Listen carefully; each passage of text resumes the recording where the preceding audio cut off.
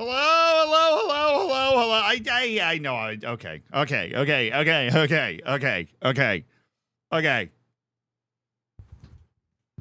The upload speeds in the Zealand household are down, and so we had to stay. We had to stay up really late to make sure a video was uploaded so people could start working on it this morning. At which point I woke up at 11 today. So Fudge, thank you for the 14 months. I appreciate it, dude. Thank you. It's been over a year. Oh, do I get a Starbucks gift card? No, but you get my undying love and affection. So, I mean, take it or leave it, right? Org One, Florida man. What's up, dude? I can see somebody's forehead. I'm trying. I'm doing forehead stretches every morning, trying to extend it.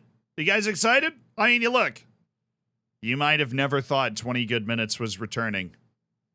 But we've been talking about it for a while, and I figured we'd just do it live. We hadn't recorded one in a long time. I figured we'd just do it live, and that was it. Roper, thank you so much for the 5 months. Clockwork Penguin, thank you for the 4 months. Somebody say Starbucks gift card. Got you. You got me in a total war kick. I got absolutely crushed in my first campaign. I'm sorry, but at least we won. We conquered Rome in our first campaign. Who's your guest this time? We couldn't get another one, unfortunately. We're going with the same one. Fudge Waffles, thank you for the gifted sub, brother. Corbs, welcome to the Hammers. Enjoy the bacon, enjoy the emotes. Fudge, thank you for throwing down a gifted sub. I really appreciate it, dude. Is the beta FM24 coming soon? I keep on checking Steam too much. Yeah, you'll get it'll be very, very, very obvious when that comes out. It'll be very, very obvious when that comes out. Let me send this. Let me send this invader a DM. Our guest today on the podcast.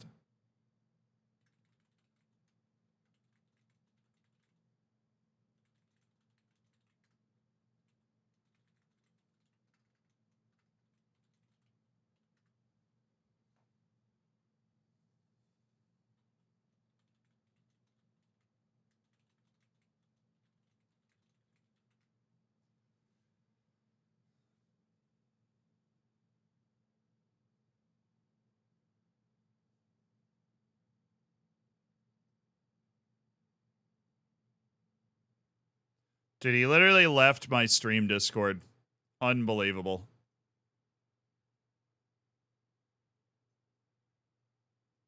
I have to invite him back. Are you the guest? Yes. Surprise guest. Fudge Waffles. No, but nobody's here coming. He's either afraid to bid as a guest and never the co-host will never not be funny. I have no idea what you're talking about. You should do 20 good minutes with Mombot. I don't know if Mombot's equipped for the podcast life.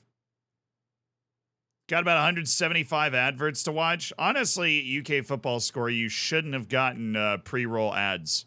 I know you can't hear me because you're buried in ads, but you should never get pre-roll ads in this channel. We run the minimum amount of ads so that you don't get hit with ads the moment you join unless it's on a planned ad break. So if you're consistently getting hit with ads every time you join, not in the first couple minutes, then it's fine. Then we've accomplished what we wanted to do. Oh, Ben's now sharing his camera. That wasn't part of the plan. I don't know if we're actually going to be able to get that on screen. He's waving. Hi, Ben. I see you waving. I don't care if they can see me. I just want you to see me. Just so you know I'm still alive. I appreciate that. Okay, here, let me turn, there we go. Let me turn this up. Let me turn this down. I got this fancy audio set up. I did appreciate you waving for a long time. Yeah, I know. Yes. I'm so happy to be here. I'll be honest, I thought you just forgot who I was or thought that me and Kev and Jack had merged into one person, but it's just great to be back. It's just good. We've met since the last one. We have actually. We met in person at the football manager event thing that they had. Yeah. Good times. Please turn me up if you want. There you are. Is that better? No, I'm turning him up. This whole turn me up. Yeah, it's time. The light banter session. Chat. Give it a second before you send a message. Give it a second before you send a message because he's been turned up a lot. Mm. Yeah, he's fully cranked up now. Sorry, guys. Hi, everybody. Remember me from the showdowns? I was the one that you didn't like, but grew to love. So, every cloud. That's an excellent summary. Didn't like, but grew to love, you know? The bin experience. We actually hung out yesterday. I don't know if I can say that. No, we didn't. Anyway. Us? Oh, yeah, we talked yesterday. Well, not really. You haven't spoken to me since January. So even though we met, we had breakfast together. Are you marking it? American breakfast. Well, we did we? Well, you did. You didn't have butter on your roll. Well, you guys have such weird definitions about what's a roll and what's like a biscuit and what's I can never keep up anymore. Yeah, you were like an ape over there, just taking stuff, putting it on a plate, bringing it over. It was like a random selection of stuff. Oh, yeah, in the hotel lobby. Oh, I remember that. Yeah. Okay, yeah, I remember that. He remembers me. It's taken him 3 minutes to recall, but he remembers. No. There was that hotel. I remember. Okay. And then they didn't have normal water. They had like orange infused water. Nothing steams my clams more than like orange infused water. You know where we were sitting when you had your breakfast? Behind you was a water machine that did water. Did you not know that? No, I was too busy eating. Well, never mind. Yeah, I was totally. I was sleep deprived that entire weekend. Yeah, I tried to look after you. I don't know why I bothered. So I can look back at the messages I sent you. It was like, let me know when you're in England and how best to contact you. And then the next message you sent me was 4 hours later saying I've been asleep. Okay. Never mind then. That was the last time we spoke until you said, do you want to do 20 good minutes? That was June. That was it was June of this year, so. I know. The dizzy heights of this year. Yeah, the dizzy heights of this year. When was it? When do you think the last time, this isn't the podcast yet, obviously, but when do you think the last time we did an episode was? I actually don't know the answer to that. I looked it up before because I wanted to laugh about it. Yeah, it was January. It was January. So the last time we did one was January. Yep. Goodness gracious. I know.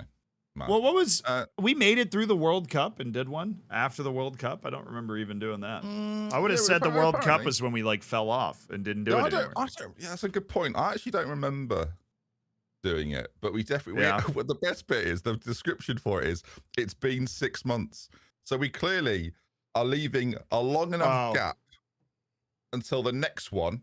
So the next one will be like a 15-month gap. So no, I think we can get back into a weekly swing. This isn't like a one-off thing. I think, I think my life has settled down enough, and it's not quite as crazy, and then I'm able to kind of just keep. I can't hear you right now, so I'm just going to keep talking. I'm changing the battery in my headset. Yeah, surely, exactly, surely, copium. I think we can get back in a week. I would be okay doing it live and such. Daily, I agree. Daily, doing it daily. Daily. Oh wow. Yeah. Okay. I don't know about that. I don't know if I agreed to that much exposure to Ben. Oh. Oh. Okay. Thanks. Good to be back. This was 20 good minutes. We'll see you next week. Yeah. Cheers, thank you. Tomorrow, actually. Welcome. I'll see you tomorrow. I'll see you tomorrow. Okay. So, I have a list of topics. Would you like me to send it to you? Yeah. Wow. This is more prep than he's done in. I don't know how many episodes we did. Brilliant. I mean, it's not a detailed list of topics. Of course it's not. It is a list of topics. Oh, you've sent me it. I have. I just sent you the link. Why you sent me a message saying, "Have you got any topics?" Joking. You got anything that you'd like? If you've got anything you'd like to add, the second one. No, the second one's necessary. I'm going to send you a different link. Not. It's entirely necessary. I forgot he was there. Oh, okay. How did you forget? He's leading them in goals. I'll be honest. The first one is for you. The first one's specifically for you. Thank you. When you messaged me, I thought, I wonder what the men's national team have been up to. There must be something. Yeah. Because there's no other reason for him to reach out. I thought, the other 21s have done something. What's going on in CONCACAF? Let's find out. Guys. There's always something fun going on in CONCACAF. No, I know. Yeah, Lionel Messi's in CONCACAF now. You got to put some respect on her name. Yeah, until he goes back on loan to Barcelona. But yeah, he's there for now. All right, you're right. Well, hi, chat. Hi, everyone. We don't usually have an audience. Yeah, I know. Normally we just mill about for an hour and then start recording the podcast after that point, after we decide. So, what were you eating before? Why were you late to your stream? What were you eating? I know you were eating. So what were you eating? Bagels. Yeah, I had to stay up really late to get a video in, right, and like to upload it. And so I woke up at 11, went and got bagels, answered all of my messages and emails and stuff, and then ate the bagels and started the stream. So that was basically it. That's what we had. Yeah, and we've never done a 4-hour episode before, so this should be good. Oh God. Are we not doing? Oh, sorry. I thought you'd only do 4 hours. No, I told you we were going to go the normal time, which is 20 good minutes out of like an hour. 4 hours. I'm up for 4 hours. I moved house. I've done so much and so little since we last spoke. That sounded weirdly poetic. No, I've really done. I've done a lot and nothing. So I feel like that's every day. I go to sleep and I'm like, I'm tired and I feel like I've done a lot, but I haven't really done much. Yeah, and then I guess what have you been doing? I just go working, just generic, whatever that means. Which the last 2 weeks has been playing FIFA, but I just say working because it's far better than admitting I've just been playing all the I'm a professional EAFC player now, but we're gonna save that for the podcast. Are you ready? Yeah, I noticed they didn't invite me. Well, some people need to stream sometimes. Yeah, what are my agent? Yeah, good point. All right, you ready? Are you ready to do this? Do you want me to record? Yeah, go ahead and hit record. Oh, am I recording as well? I didn't know if you were just going to use stream audio. Oh wait, you don't need to record. I have different. You look. You moved house. I changed my audio setup. We've basically had the same amount. Round? Huh? Was Nerdphonic being round? No, I actually figured this one out myself. It took a whole weekend. You didn't. Yeah, no way. I had to go a weekend. Okay, yeah, I kind of blew it out. I absolutely did. I figured it out myself. Yeah, I'm recording your track separately than I'm recording my track. It's perfect. Are you? Oh wow! Yeah. I'm sure it's as clean as can be. It sounds clean. Thank you. You're welcome. Yeah, we've still got the same microphones as well. Viewers, you can't see me, but rest assured, Zine can see me. And throughout the podcast, I'm going to be taking off a piece of clothing to see how much we can distract his mind. So, just the thought, Ben. Just the thought. Yeah, I won't be doing that. It's cold, so. Well, I mean, a reason's a reason. I'm not even central to this. Sorry, guys. Okay, are we ready? Are we ready to start this? Are we ready to drop in? Yeah.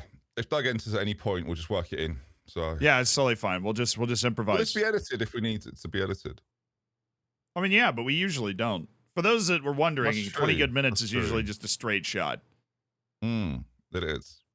It's usually it's straight through for, until we've worked ourselves tired, and then we're good. Yeah, we say let's just do half an hour, and then after an hour and 15, we're like, yeah, we should probably call it. Knock off and I'll call it half a day maybe. All right, I do the intro, right? Isn't that? I can't remember how we used to do this. Yeah, you introduce. I don't want to ruin it for the viewers that have never seen this before because it's my God, is it something? But yeah. I don't worry. Here we go. Daniel Matos, thank you for the 15 months. I appreciate it. Daniel. Will you be doing that throughout the podcast? For Spotify viewers. Maybe, yeah. Be bouncing out of the podcast. Like, yes, thank you, Daniel, for the we'll save the 15 months. Anyway. Yeah, Rob Rocks, thank you for the 21 months. Appreciate it. Liga. Anyway. No, this is the first time we've ever recorded the podcast live, so.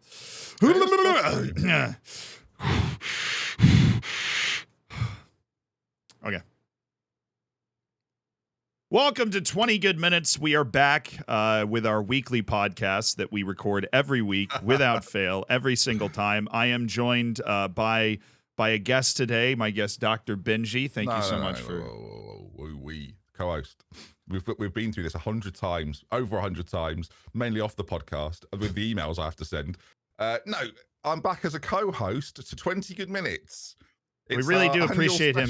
We appreciate him taking the time to join us today and to walk with us through the different topics, as a guest. Yeah. I'll be honest. I was worried that you'd replace me, and these episodes have still been going out. But I've checked the Spotify. No, January. So that's strong guest behavior. Is what that is. Yeah. You're just coming on for my appearance that I have every now and then. Just pop on. Exactly. And we needed to bring you back by popular demand part of the podcast. Thank you so much. Yeah, of course. And we're, of course, going to be talking about Christian Pulisic in Milan, which is exciting. I've got to hit my bingo card of mentioning me studying abroad in England and the U.S. national team in CONCACAF. Yeah, we have to mention all of that at some point. Yeah. EAFC, I won a tournament in that. Don't think I'm not going to talk about that extensively. Saudi Arabia has happened from the last time we did one of these podcasts. True. Like, it just exists now. But out of all of those things, the main thing that we're going to start with is Liverpool and the Premier League and the fact that Manchester City is vulnerable. Finally. Do you believe, as a Liverpool fan, that you are going to win the Premier League this year? Or at least that this is going to be entertaining? Well, it's like a cold open. Do I think I'll win the Premier League? I think we've got a chance. I'll take a chance. I'll always take a chance. I think when City are in the league, you sort of consider yourselves an underdog. So it doesn't really matter if I think we can definitely win it. But I think we've got that ability this season that seems to come back if we need to. We keep conceding first as like a test, which I'm not loving. But no, I mean, yeah, we've got a chance. But but the problem is, I think Arsenal and maybe Tottenham, have also got a chance, which I'm not a fan of. Oh, I love Brighton. Ange. I love Ange. Well, Ange Postecoglou's been a revelation, mate. No, because he's not won anything yet. As soon as he wins something, everyone will hate him. At this point, everyone's going. You see what happened with Klopp? Everyone thinks Klopp is like a moany, whingy guy now. But Klopp was always like the same personality. He hasn't radically changed, other than that he won everything. So now the attitude to Klopp is, I don't like the winners. So as soon as Ange wins anything, which really is a good strategy, go to Tottenham.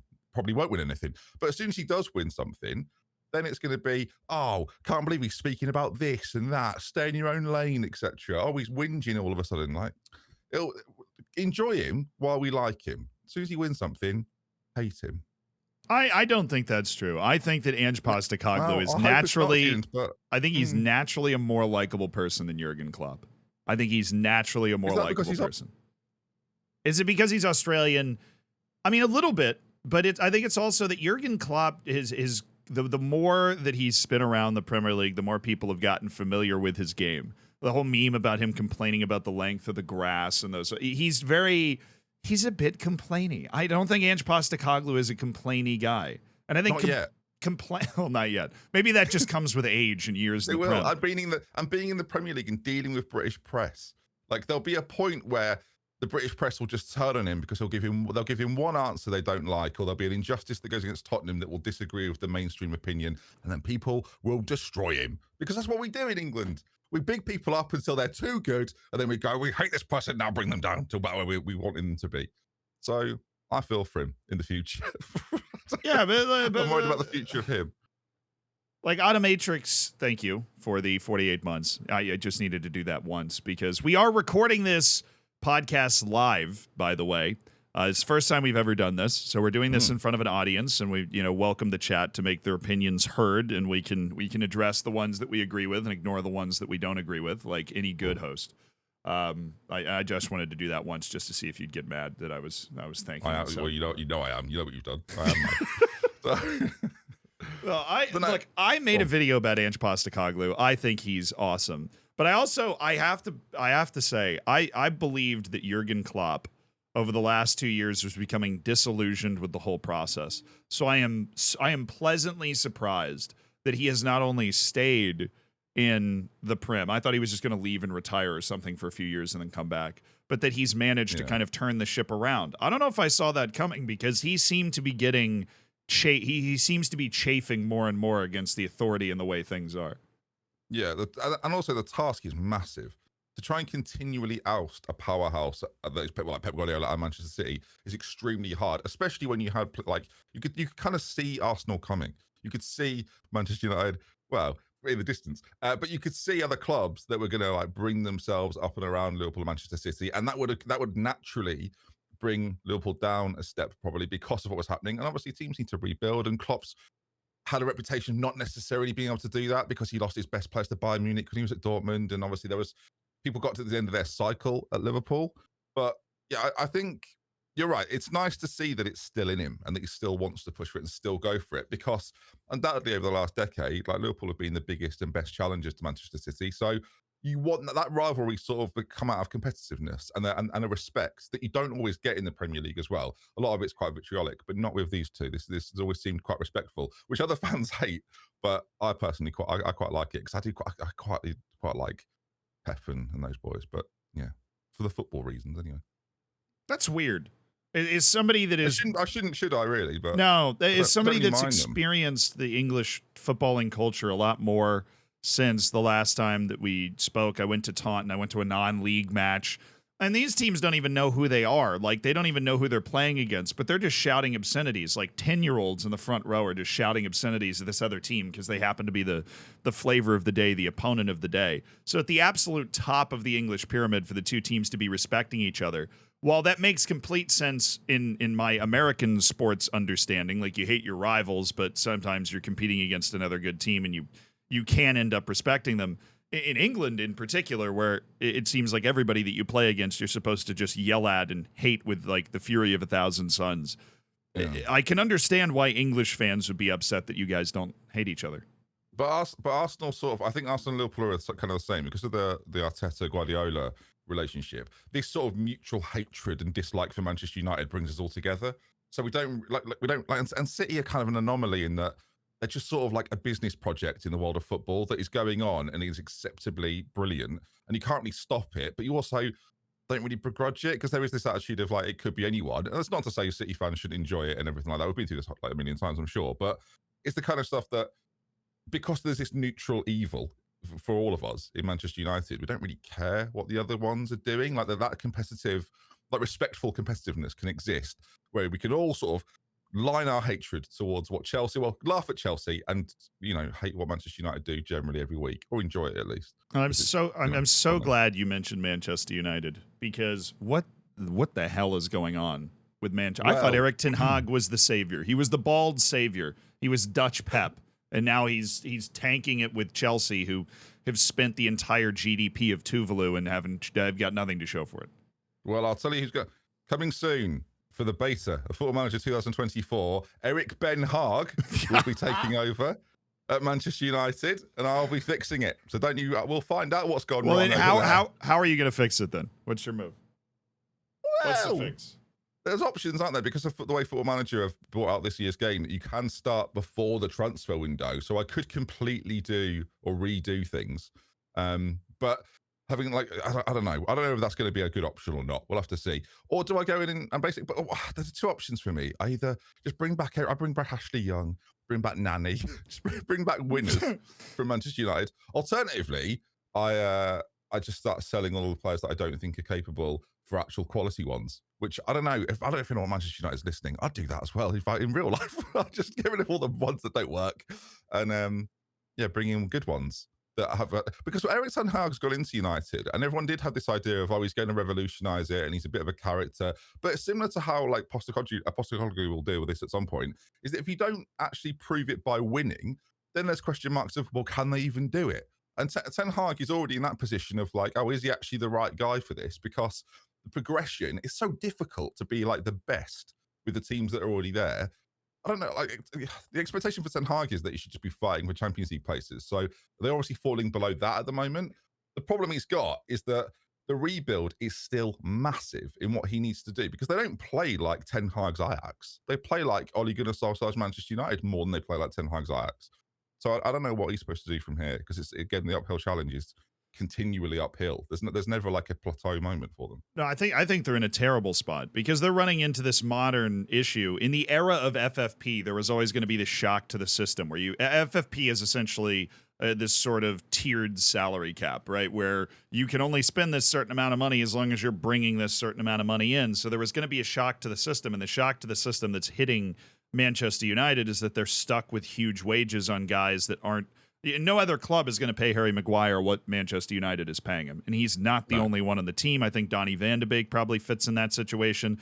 When we both play Football Manager, that's something that happens to you a lot in the game where you give a guy a big wage and then you just can't sell him because you're already paying him too much. And people that say FFP is a myth, like somebody in the chat just said FFP is a myth, that's not true. Now, the enforcement of it is obviously a huge mess, but it does exist. And if you break the rules flagrantly, you will get caught, at least, as long as you do a bad job of hiding your oil state sponsorships that come in and pay you way too much money to sponsor. That's a whole separate question.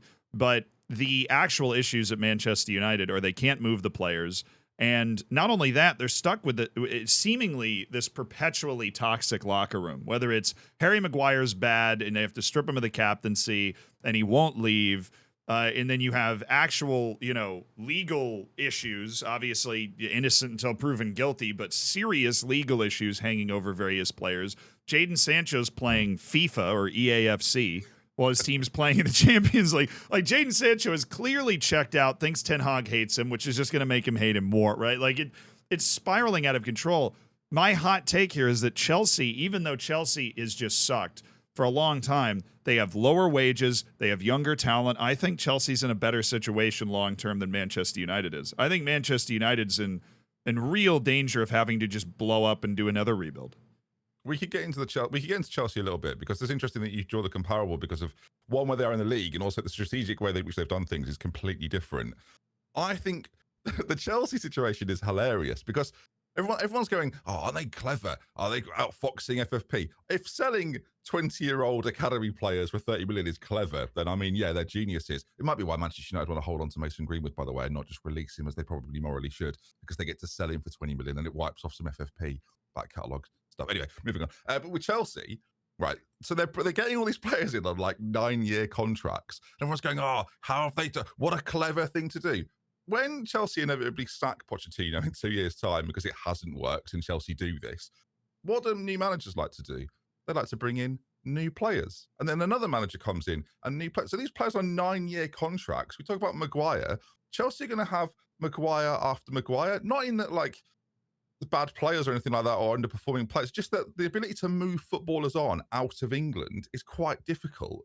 And so Chelsea have to like provably win something with this squad in about like 4 years to make it worth it.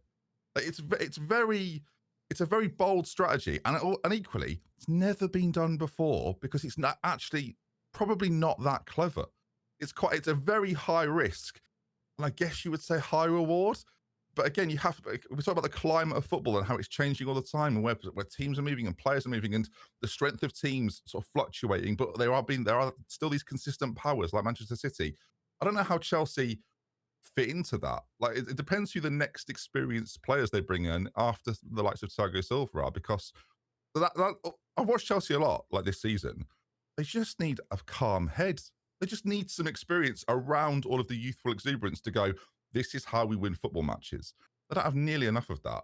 So whereas United just need like star power, it feels like they just need someone to go. They need a Ronaldo, maybe not Ronaldo, but they need someone to go in and go, just do it like this. Can we just figure out an idea, please, and do it like this? Whereas Chelsea have got an idea, there just isn't enough confidence in their own ideas at the moment. I think it's a gamble because the way FFP works is you can spend more money if you make more money. And so they've gone and spent a lot of money, but then you need to competitively produce results in order to make enough money to afford the contracts and the amortized transfer fees that they're paying out, right? So if they, I'm sure there is some exact math, like if they don't get in the Champions League in the next 2 to 3 years, all of a sudden they're going to be failing FFP because they just gambled that spending all of this money was going to be worth it, and they've got to get in the Champions League. But then if they don't get there, they earn less money, they can spend less money according to FFP, and they get screwed. I have no inherent issue with the long contracts because the point of the long contracts is the wages are a lot lower. So Maguire per year is making like, 3 or 4 of these young guns at Chelsea's wages when you combine them all. But it's still going to be hard to move them because of the length of the contract. But they're getting young guys in, and they're saying, we're going to grow this together. I think long-term that they're in a better spot than Manchester United. They could still end up failing FFP if they don't produce the results soon enough. But, like, all of these guys are way younger than me, right? There is a huge age profile difference between Chelsea and basically everybody that they're playing against. I mean, the team is disgustingly young. And yeah, they're going to make some mistakes and be bad. I think the main issue is that they don't seem to have like a manager that they really, really wanted to back. Graham Potter was that, but he was just so bad they couldn't stick to it. I mean, how much did they pay him to leave? Like 40 million pounds? Yeah, no, I think it was probably more around 15, 20, but still a lot of money. And this is what Chelsea do, though. They don't care. Like, it's regardless of whether it's Abramovich or it's Bowley, they're just like, oh, well, write that off someone. Someone sign a check somewhere. But I just think it's such a gamble with this team. I think it's such a gamble that we've never seen before. I think there's a really good reason for that. And look, Chelsea aren't going to be a dominant. Like, forget the team they've got now. They're never gonna be a dominant force in football. And players like change. Agents like a new contract being signed because they get a big payout. These are players that have gone to Chelsea currently on wages they expect to be on in years' time. Like players like Crusader haven't gone on the type of wage they should be on. They're on the type of wage they should be on in 3 years when they re-sign that next deal. So they have to hope it works out. It's such a like again, it's a massive gamble, and you're right. The only thing that keeps it sustainable is success, and I'm not sure they've got enough. Like just generally, I just don't think the team is necessarily good enough, and you got to compare them against the top boys in the league, and they're just not on that level right now. And it has to happen pretty quickly. And this is a team that need time. So it doesn't work as a project. It's very, very, very, very confusing to me. To me, I think there's a clear top six, and this isn't the actual top six in the Prem at the moment, but I think there's a clear top six. You've got the four: Tottenham, Arsenal, City, Liverpool. I think Newcastle and Brighton. I think those are the 6 teams that, in my opinion, can beat anyone on any day. No questions asked. Yeah. I think United and Chelsea don't fit in that category. I know Villa's off to a great start. I don't think they fit in that category either. But Brighton in particular they're so freaking impressive. They scout the way that every club wishes their club scouted. And you want to talk about FFP. I don't know if there's any club in the world that can spend more money than Brighton over the next 3 years. If they wanted to. I know they're not that type of club, but if they wanted to, the amount of money that they've been able to stack on top of them, and unlike the amortization. So if you give a guy a 9-year contract, the fee pays out over 9 years. When you sell a guy, that hits your books immediately. So we might see Brighton and Hove Albion spend a ton of money next summer or January, even if it's just 8 different wonder kids from different places. Yeah. Brighton get the generosity of no expectation. In that if Brighton finish 14th, no one goes, oh, Brighton have fallen off a cliff. Or if Brighton signs something that doesn't work out, no one questions that failure at Brighton. Whereas they can afford basically to do kind of whatever they want. They can sell whatever they want. Again, there's not this expectation of be a Champions League team, be a European team. So if they do move players on, and they've got like a really solid system, and like they've got the experience within their team as well, that if you bring a new player into that fold, the idea of what they are is already set. They don't have to. No one's figuring it out at Brighton. Like it's already been figured out. It's up to the individual to go, okay, this is where I fit within it. And if Brighton have to move someone on, they bring someone in. And again, the risk reward for them is so much less than it would be at a team like Chelsea or Manchester United. But as a result, it gives the people that play on the pitch a freedom to just be the best version of themselves. And like Potter got that out of them, the Serbi got that out of them. They're super impressive. They're the way in which they understand what each other do is basically similar. The only equivalency I can bring, obviously, they played this weekend, is when Liverpool had it with Wijnaldum and Henderson, and it was just like a constant rotation of fullbacks bombing on, knowing where everyone was. You're not thinking about it. When you watch Chelsea play, you watch Manchester United play this season, as the teams that are supposed to be up there, they're always thinking about it. Brighton play without thought. It's such a amazing quality to see a team that you never really expect to be there. And as you said before, on their day can beat anyone. That's unbelievable for a team like Brighton. Yeah, they just seem to be. There's a team for the people from the Western Hemisphere, or the people from the Far East that watch baseball, called the Tampa Bay Rays, who are from my hometown, that remind me of Brighton, where it most of the team is this nameless, faceless collective of new players that seem to pop up every year that just somehow manage to beat all of these teams full of players who you actually know who they are, who are getting paid a lot more, and then just get made to look like absolute fools when they play against Brighton. Is Brighton going to be affected by their time in Europe? Somebody asked in the chat. Yeah, I think so. Everybody is. Of course. Find me one team that isn't affected. The intensity, the number of matches, the intensity of the matches and the number of matches get turned up. Add in the increased expectation, which they haven't had to deal with before. But again, largely doesn't seem to have affected them. Like, obviously, every result hasn't been great for them. But they're still freaking 6th in the league, which Manchester United and Chelsea would probably donate an organ on the black market in order to end up in that space right now and not be mid-table fodder at the moment. Yeah, it's such a luxury position to be in football, where the expectations, anything you do, the fans think it's great, even if you and ultimately that their players work hard and try. And that, such simple concepts that some of these bigger teams could just take a leaf out of their book from. and you would have far less fan criticism because it's like, oh, at least we understand the idea. And it says a lot for the way football's moved in that now a philosophy is enough. Like, or especially if, again, you're not a team competing, if you've got an idea to get behind and fans support it, then the sky seems to be the limit for these teams. Newcastle proved it last year. Like West Ham proved it a little bit, even if it's not like the sexy style of West Ham football they expect. There's nothing to say that Brighton could finish 15th this year, get to a European final, and that's like a quality season for them. But the reality is they're going to be much better than that. So they're living the dream. Like Brighton fans probably can't believe their luck. They were a League Two team like 10 years ago or something. Like, it's unbelievable. They're the new Leicester. They're what I used to call.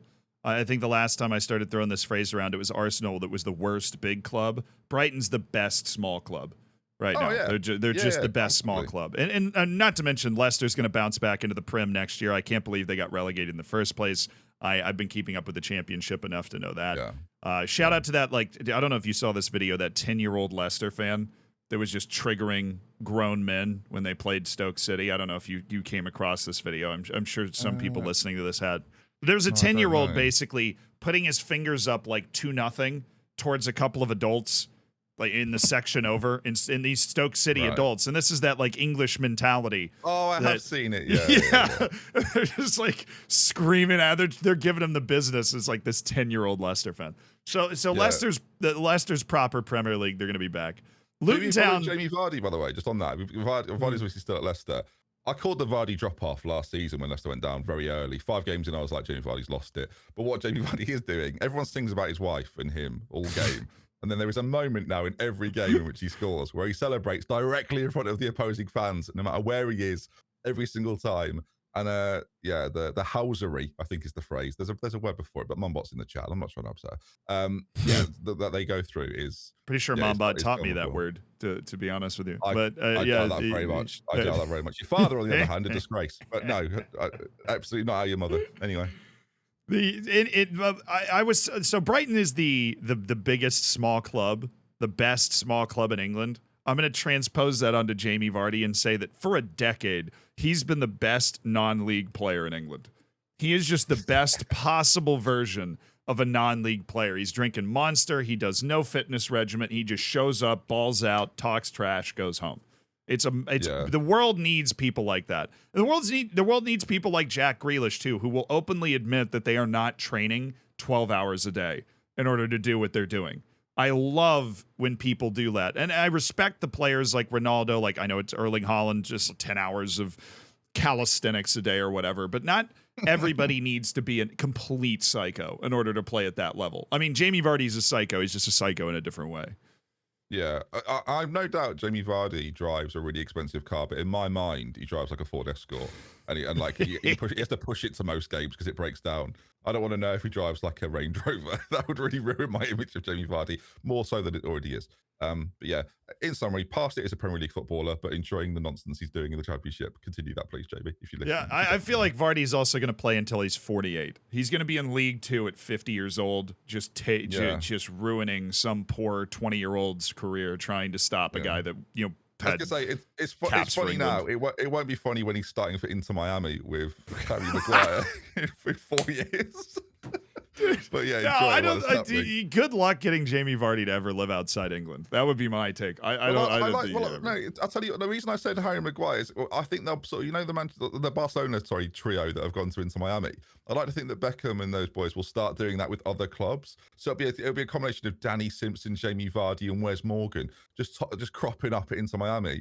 Just these teams of 3 that just have to. They will only be there if they can live on the same like housing estate. No, so we're creating like Brexit FC in Cincinnati in the MLS. That's what you want. Like Minnesota United just becomes Brexit FC. Yeah, it's Harvey Barnes, Jamie Vardy. Mate, the Jamal Lascelles, Joe Willock, Kieran Trippier trio. It's going to be amazing when they rock up at Kansas City. I can't wait. I can't wait. Wayne Rooney was trying it, but has gone back to Birmingham. So, never mind. Wayne Rooney was actually great at DC. I loved Wayne Rooney at DC. When you say great, do you mean as a character? No, I mean he played really well. He played really well at DC. Yeah, well, yeah, that as well. He made the best play. I think the other thing about Wayne Rooney is there's 2 types of players that come to MLS. They're the players. Well, I mean, the MLS is this fully functioning league outside of the few superstars that drop into it, and it becomes more and more so every year. It produces players that go on to have a lot of success in Europe. It has a good number of wonder kids in it, honestly, right now. But there's two types of superstars that parachute in. There are the Lionel Messis of the world, where everything is kind of catered to them. Now, I have no problem with that when it comes to Lionel Messi, but there are certain guys that aren't Lionel Messi that will come in and then expect that that's the way it's going to be. I think that Frank Lampard and I think Randy Phillips. Steven Gerrard was a great example of this, where he came in and thought it was just going to be like, and he was very quickly, these guys go, I don't, Andrea Pirlo, where he just went, the game's too physical here, like whatever. I was going to say, why are they running? I saw the Beckham videotape from 2005. Why are they running? Why are they running? Kaká was okay, but like David Villa was a great example of the Wayne Rooney type of player, where they come over and they have like a second career. Like Villa was fantastic with NYCFC. He won a trophy. Wayne Rooney made literally the best play I've ever seen. Maybe ever on any pitch outside of the Zlatan Ibrahimovic goal, where he's tracking back. I don't know if you've ever seen this play. And it's the end of the match. Goalkeeper's up on a corner, and they clear the corner. And this dude is on the other team playing against Wayne Rooney's DC United, picks the ball up and has an open goal in front of him and is trying to run down the left wing. Wayne Rooney goes for a hell for leather sliding challenge and somehow takes the ball off this guy. If he misses, he will walk into the goal. He takes the ball after this full-blown wind sprint. And this is Wayne Rooney, so he looks like he just walked out of a pub, right? Like his physique had deteriorated at this point. So he's huffing and puffing it back up the field. And he hoofs a 200-yard cross, it feels like, to the back post. It floats in the air for an hour. The goalkeeper's like, what do I do? He had no idea the ball was coming. So he gets caught halfway out. Guy heads it in, and they tie the match. It was one of the craziest plays I've ever seen. And so some guys come to, Wayne Rooney was famous for, he shared his hotel room, right? He didn't have all these extra things in his contract. Like he rode the team bus, basically. I love those types of guys when they come to MLS. And I do think if Jamie Vardy did come over, he'd be that guy. Well, Vardy probably, the theme appears to be that midfield, like machines like Pirlo, Gerrard, Lampard, that were like sort of known for their engines, don't really work. Strikers that can just get to stand there and pop it in all seem to succeed. So there's a real market for just like international strikers that want to turn up at the MLS and just finish things off. Like Zlatan, someone in the chat mentioned it as well. Like he was the ultimate version of that. Of like, I'm here now, as in I'm always here. Look around, I will always be in the same spot. Give me the ball, I'll put it away, and everyone will celebrate, and then I will be a hero. Like that's basically his mantra for the last decade, and it works really well for him. I think that the Zlatan experience, Zlatan and Jamie Vardy have a lot of similarities mentality-wise. No one's ever said that before. In my mind. They have a lot because I think you could put them in a five-a-side pitch, and those guys would be just as determined to win and to embarrass their opponent as them on the field in a Champions League final. I think they would be just as determined. There's some guys that just love to play every day. They would play all day if they could. I think Zlatan and Jamie Vardy are both that guy. Yeah, I think so. I'm hesitant to continue this comparison between one of the most decorated footballers of all time and Jamie Vardy. But I appreciate your desire to make this work. So I'm not going to stop it. I'm just going to put a question mark at the end of it. I'm excited. I think Vardy will come back, play 1 year in the Prem, and then leave with Leicester, which is going to be great. But we were talking about the mentality, particularly the difference between like a Brighton and a Manchester United, where Manchester United, they feel the intense amount of pressure that's on them. They're not really trying. They're overthinking it. And at Brighton, they feel like they're free. And this is my brilliant podcast transition into another player that feels like he's free now, Ben. Yeah. Well, listeners, I'll be back in 5 minutes. Ladies and gentlemen, The Career of Christian Pulisic by Zinchenko. Okay, so it's very important to have a team that believes in you and to have the freedom to kind of do whatever you want, because I know you said you hadn't followed it, so I'll give you the numbers. Christian Pulisic is the leading scorer on AC Milan, and they are top of Serie A, and they are unbeaten, right? And that is not the player that we've seen for the last, ever since they put fans back in the stands, ever since they won the Champions League, really, with Chelsea. That's not the player we'd seen in the Prem. And I think it's just a very interesting case study. And also proof that somebody can be born in Hershey, Pennsylvania and still be a really good footballer, which is nice. I appreciate that. Yeah, I think he's very similar to Jamie Vardy in that you put anyway. Yeah, well, honestly, who cares? Yeah, well done, Christian Pulisic. I'm glad you finally found your level, which appears to be in the sort of overly done Serie A. People think Serie A is still good. It's not really that good. Serie A is good. Also, they have lost one match. I'm wrong. They've lost one match, but they've won 7 of their first 8. So excuse me, they've won 7 of their first 8. They got smacked by Inter. It was like somebody put it in the chat. Yeah, it was 5-1. They got destroyed by Inter, but they've won every other match they played. And how can we really hang that 5-1 on Pulisic? That's just absolutely totally not his fault. Yeah, it's totally not. Like, there's no way. He had nothing to do with that. Now, what's him and to his move to United in 2 years when we do this all over again. I hope not. Please, no. I can just see it now. I think there are probably a lot. I will say this. This is not like just the Pulisic hype train here. I think there are 5 or 6 players on Chelsea where if you took them and put them in AC Milan, they would have a similar amount of success right now. If AC Milan signed them. If I took some Liverpool players and put them in League One, they'd be quality. Like, Serie A is not that. Serie A had 2 of the 4 teams in the Champions League semifinal last year. That's an even competition. Yeah, they had a very easy run to that position. But no, I understand your point that you're trying to claim that Serie A is still good. There are some very high quality players and a couple of very good teams. But Serie A, I hate to say that. Look, growing up, I was a massive fan of Italian football. The Roma side of 2001 with Totti and Cassano and Montella. Loved that team. But I hate to say it, Serie A is just like not what it was, even like 7 years ago, 6 years ago. It's still good. But if Christian Pulisic is tearing it up, how good can it really be? Look, I think that Premier League is the best league in the world. I think then you have La Liga probably coming up behind that. And then I would go Bundesliga, and then I would go Serie A ahead of Ligue 1. Still well ahead of Ligue 1.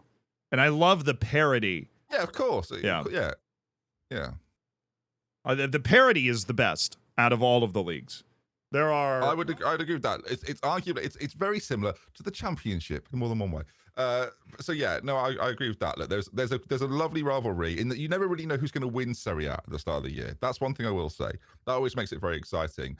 I just think like the level of it is not quite where it used to. I wish it was though. Believe me, I wish it was back to that point. I think someone mentioned it in chat though. Like a lot of these teams are in debt, and the problem they've got is that they always end up selling their most valuable assets somewhere. You've only got to look at the players that have left in the last few years and are expected to leave in the coming years as well. Players like Leao, like how long can they stay there? Barella is like a bit of an anomaly because he's still there. But yeah, I really do hope it comes back to being something. But you expect Osimhen to leave soon as well, like just because of what's going on at Napoli. Oh, Christian Pulisic is about to be good for 10 years. Yeah, no, he's gonna become dominant. Oh, dude, my camera just died while I was itching my nose. I don't think that's a new profile picture. I don't think it could have died at a better time, to be perfectly honest. It just died while I was itching my nose. Now my nose itches again because I was talking about it. Perfect. Yeah, thank you. I try and highlight my best moments and my best qualities. I the sad thing. I think Serie A is going to get worse. I don't think it's going to get better. It's a poverty league. I mean, financially. All of those teams are broke. They are broke relative to even Bundesliga clubs, like which are owned 51% by the fans. Serie A, the financial mismanagement, which has now resulted in FFP kind of hamstringing all of them. I mean, the transfer budget, I don't think there's a single Italian team that can spend more than $15 million in the transfer market. Where if you go to Bournemouth, they can spend 50, no problem. Right, and the reason the Premier League is just going to become so inarguably the best team in the world is because that TV deal is so ridiculous that if you get promoted into the Premier League, you can spend $100 million in your first summer. Yeah, no problem on FFP. The FFP, the rich get richer, the poor get poorer. Right, because the more money you make, the more money you can spend, and then the better you get, and then the more money you make. Well, the Premier League's the rich. And this in Serie A was on a downswing when all of this got introduced, and it's just going to get worse. It's just going to get worse. The biggest transfers in Serie A are always players leaving. That's like Tonali went to Newcastle. That sort of tells you like a bit of a story. Obviously, Anana's left as well. You've got Kim Min-jae's left Napoli as well. Like this happens on a really regular basis, and the ins never quite match up to the caliber of player or the quality of player.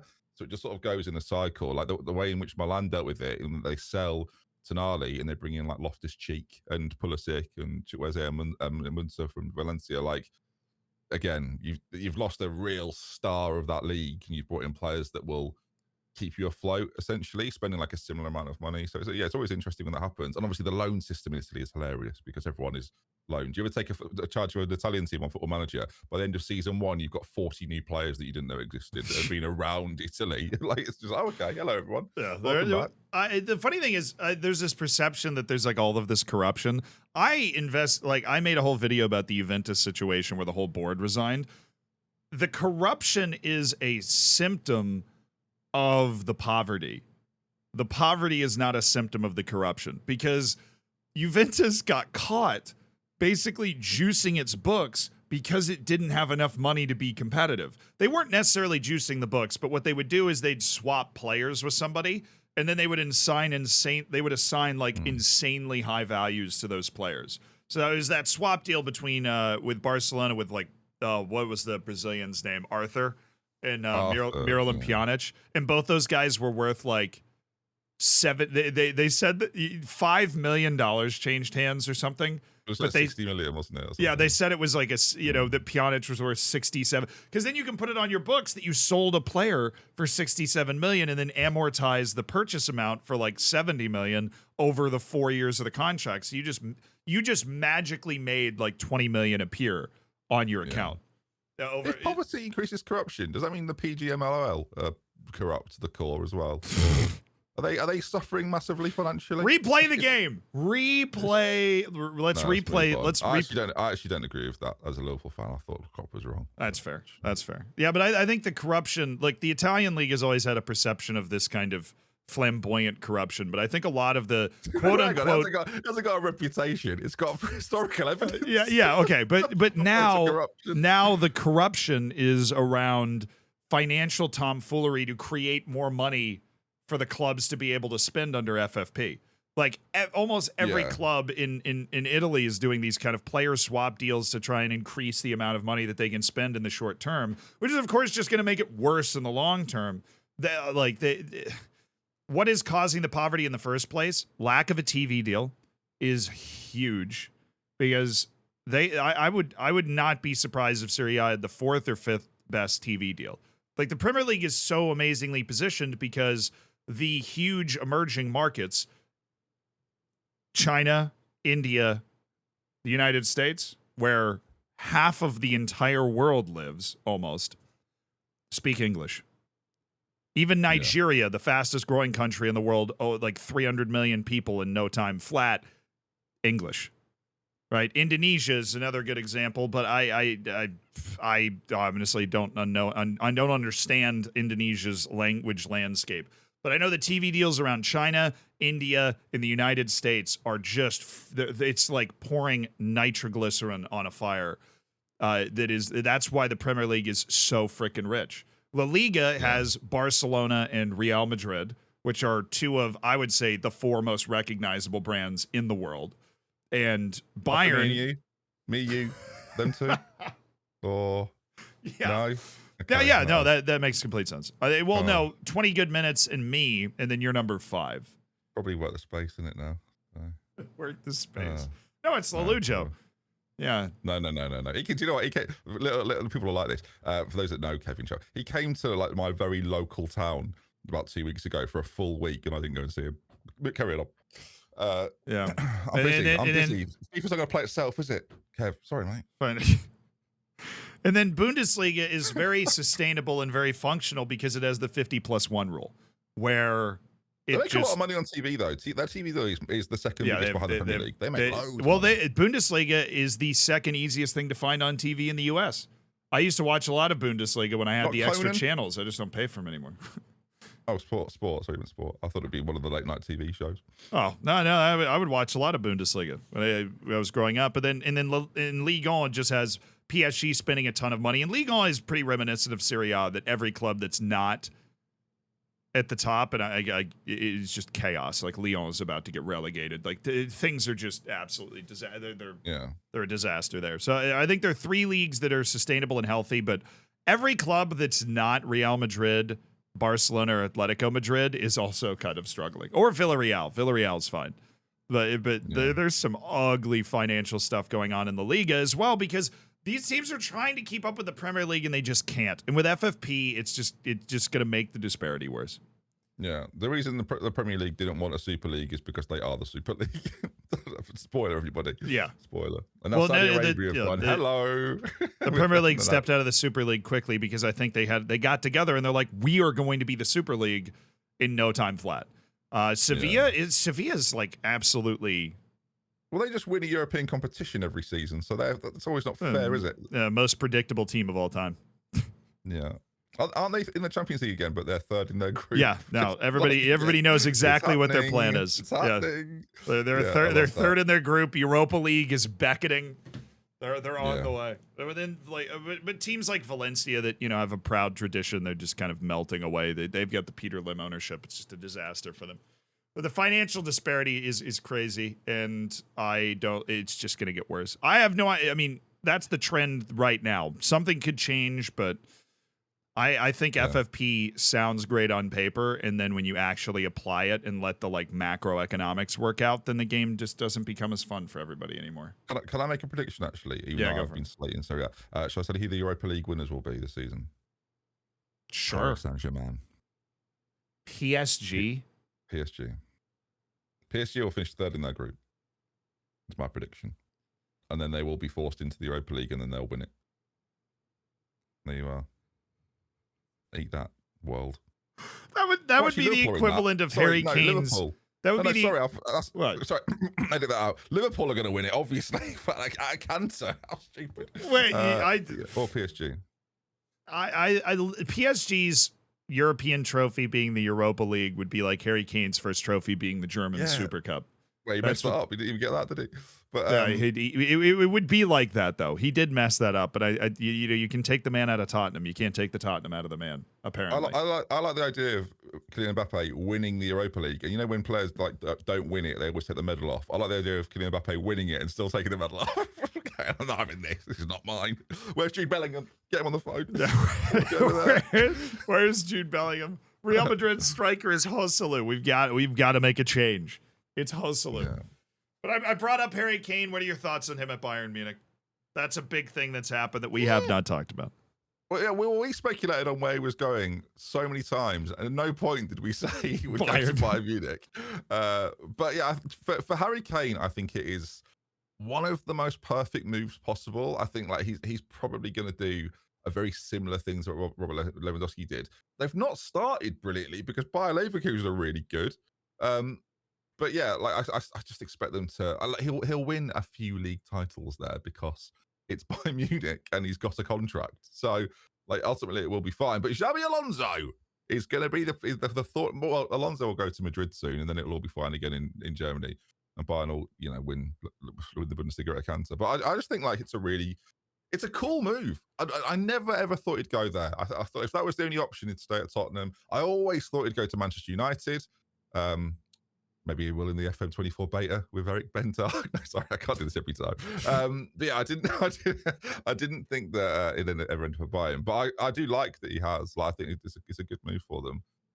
I think it's more dangerous than he probably realizes because specifically if he was trying not to become a meme for not winning a trophy. Because if you remember, Bayern won the league last year because Borussia Dortmund lost on the last day. And so Bayern was able to. Bayern's been kind of a little dilapidated by their standards. they've been deteriorating a little bit and letting the German pack kind of catch up to them. And obviously off to a slow start again. You're sitting here like, well, are they going to be able to pull it back? If he manages to somehow not win a trophy, the DFB Pokal, the league, the Champions League in this first year that he's at Bayern, win the Prem. And again, huge credit to Ange for losing such a good player and still being top of the league and unbeaten. That would be, to me, the funniest thing of all time. Like, I'd feel bad for Harry Kane, but if Tottenham win the Prem and he doesn't win a trophy at Bayern, it'd be the funniest thing I've ever seen in my life. It would like. I don't know what part of it. I think the evil side of me definitely wants this to happen because it's just very, very funny. But yeah, the thing is, it must be tough for Ange as well, because Ange will look at that and go, "Oh, do I want to be hated for the rest of my life by winning the Premier League this early?" But no, Ange, don't do it. Hold on, wait a second. I think like what's weirder now for me is when Harry Kane comes back to England, where would he go then? That's what I'm.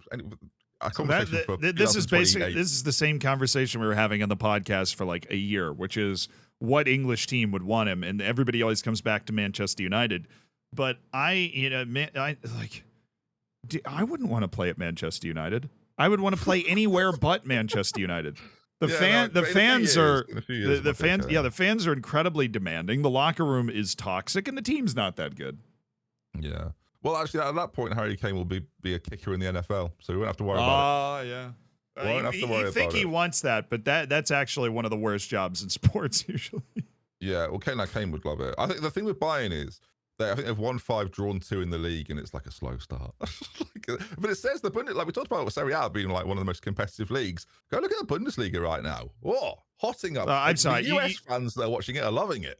Oh, yeah, no, you can't call the Bundesliga a competitive league though. When Bayern Munich is, Bayern Munich has won every Bundesliga title in the entire life of Lamine Yamal. Like now, you've got 3 unbeaten teams, and we're 7 games in. I'll take it. Dortmund, Bayern, Leverkusen, love that. Yeah, it's a competitive year, but the league is not competitive. It's 18 teams. 18 teams play. Bayern Munich wins every year. Until Bayern Munich doesn't win, until their like hegemony finally comes to a close, it's hard to actually believe that Stuttgart is going to finish above them in the league table. Yeah, it says something that Liga 1 is more competitive than the Bundesliga in terms of like year-on-year statistics. But yeah. Well done to Harry Kane. Good move. The dominance of Bayern Munich is actually it's insane. What is it in a row now? I'm going to pull it up. Quite a lot. I think it's over 10. It's over 10. Dortmund last in 13, I want to say. Dortmund won it 2 years in a row. So Bayern Munich has won every title since the 2012 season. So it's 11 straight years that Bayern Munich has won the Bundesliga. At 11. It's so funny. It's so funny, actually. If Kane doesn't win it, it's 11. Oh God. And then they'll come to City, and then they'll. Wait, is it 10? Is it 10? I hate math. It's 10. 11. So, no, it's 1, 3, 6. It's 10 or 11. No. It's hold on. It's 11. Yeah, it's 11. It's 11. It's 11. It's 11. Okay. Well done. Well done. We did it, guys. Well done. That was close. So Zealand had it right correctly, but the chat were throwing him off. Audio listeners. That means that kid, Lamine Yamal, who signed with Barcelona when he was 6 years old. Was that a segue? Sorry, viewers. Listeners. That's throwing me off. I'm making a rhetorical point here. Oh, my apologies. That Lamine Yamal, who just became the youngest goal scorer in La Liga, by the way. Yes. When Dortmund won the league, he was 5 years old.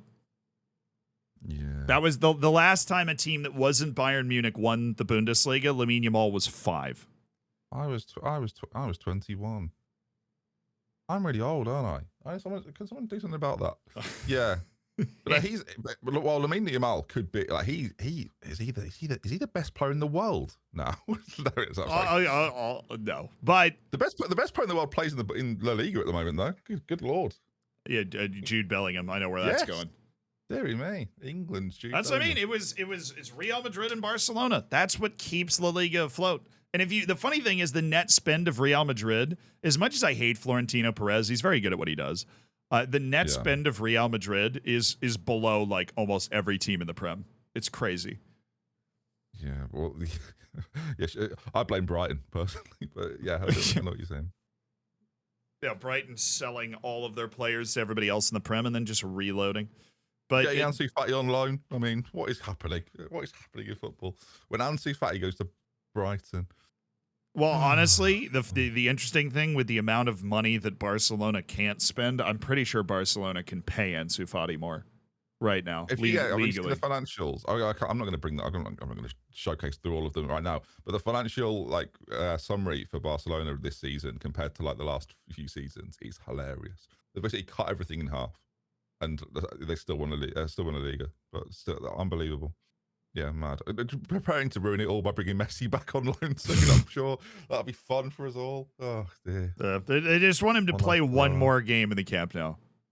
Yeah, I think he's going to be holding the Spotify logo up like the World Cup trophy, so he can get Barcelona enough money to pay his contract. Nah, it'll be a picture of Kylian Mbappe with his Europa League. That'll really just one of those. Say that, Kylian. I won after all. I won. Kylian Mbappe winning the Europa League would be it's a no-win situation. Either so way, funny. either he celebrates it, and he gets clowned for celebrating it, or he doesn't celebrate it and he gets clowned for not. Him winning the Europa League it's a no-win situation. He's going to get clowned no matter what happens. Every league has such a good story right now. Bayern Munich aren't going to win the Bundesliga. But Christian Pulisic is going to end up top goal scorer of Serie A. Yes! Kylian Mbappe winning the Europa League. Jude Bellingham's going to dominate La Liga. And then Tottenham are going to win the Premier League. I'm not going to have to handle it all. And Liverpool, Liverpool can't win anything. Like that. Delicious. No, I'll tell you right now. I researched Lamine Yamal for a video. That kid's gonna be he's gonna be special. Save it. Video coming soon, guys. Video coming soon. Yeah, save it. Hey, you got your promo in earlier. I figured I'd get my promo in now. No, but I need it. So please let me have it. I really do need it. So thanks, guys. I can't believe we didn't bring this up though, because this is something that we should have brought up a long time ago. Because it's probably the #1 story in football. Since the last time we did a podcast. Sure my return is the #1. Well, #2, behind the return of our most favorite guest. Thank you. Yeah. Saudi Arabia becoming the biggest spending league.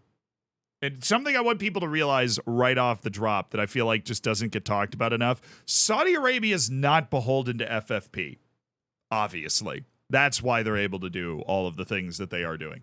And that's why it is so dangerous, because every team in Europe has this strict set of financial rules that at least you have to pretend to follow, where Saudi Arabia doesn't. No. Do you like, I'll phrase it to you this way. Do you like what Saudi Arabia has done to the game? I don't know if I should. I don't like the sports washing element of it all.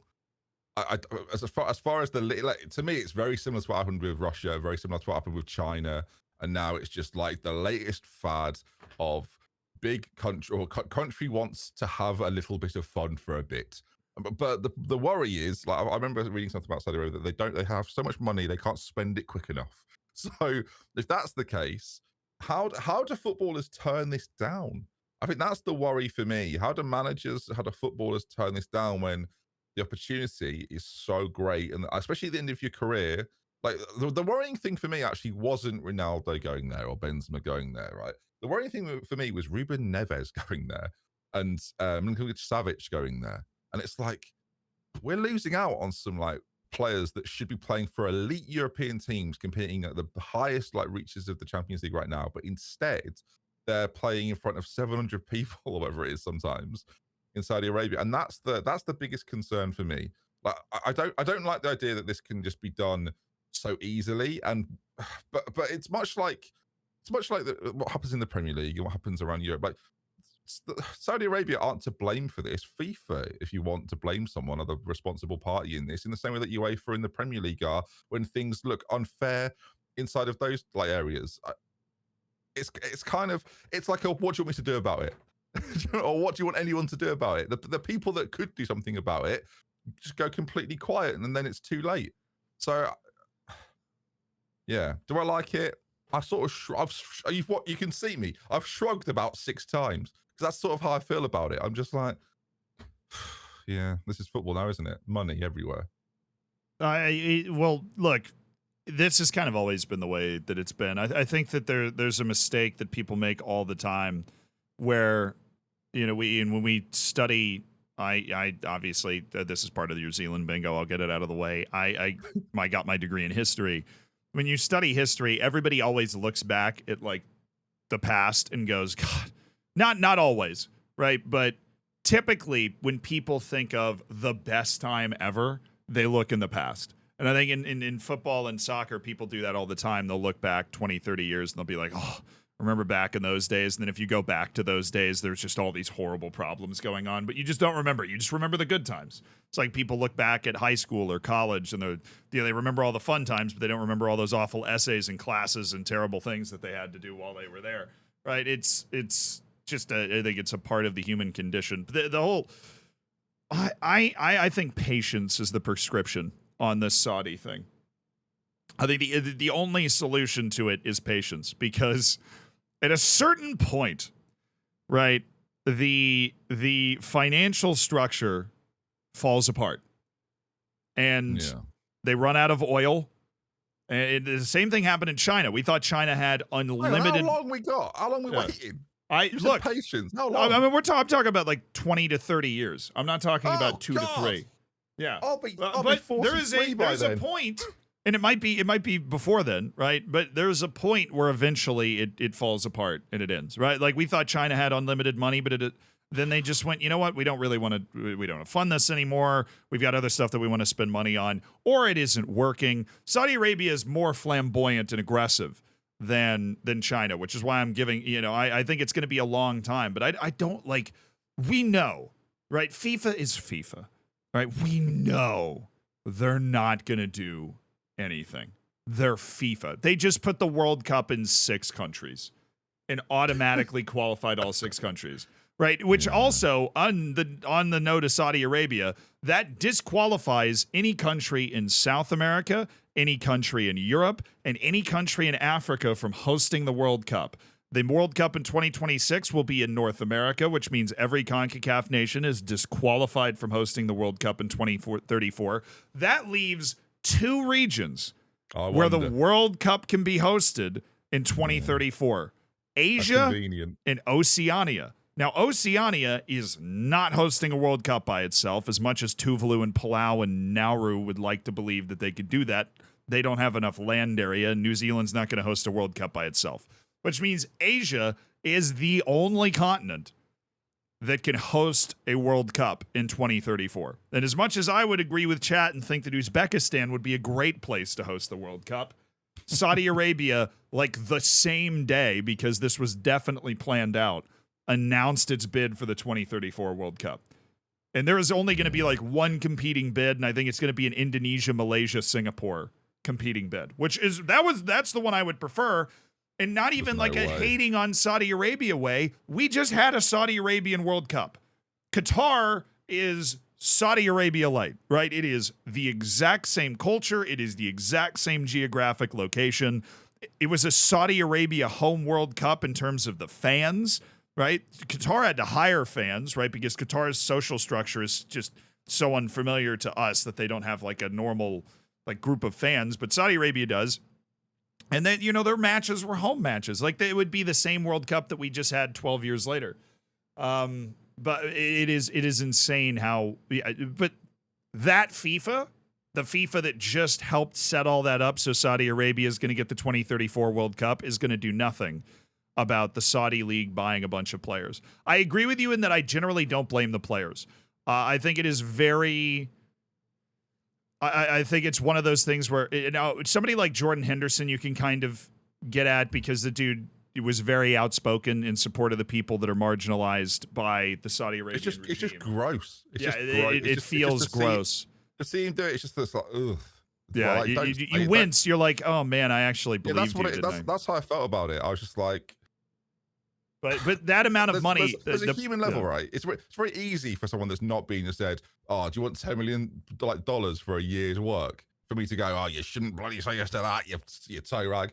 But like, there's so many instances of when they take players that you just sort of go, they could have solved this by making it a 6-a-side league. That'd have been so exciting. Have you ever heard of I'd Masters Football? watch that. I'd watch that a lot more than I'd watch the actual league. Have you ever heard of Masters Football or Masters Football? No, I haven't Depending heard of it. from. So Masters Football is, there'll be people in the chat will have heard of this, and listeners will definitely have heard of this. Is that when players have retired, there used to be a league, used to be on Sky, like the same football institution that hosts all the actual football, where every so often there'd be like a Masters Football League where the players that had retired, or were like notably from like Liverpool, Manchester United, Chelsea, and Arsenal and stuff, would just play each other in like five-a-side football.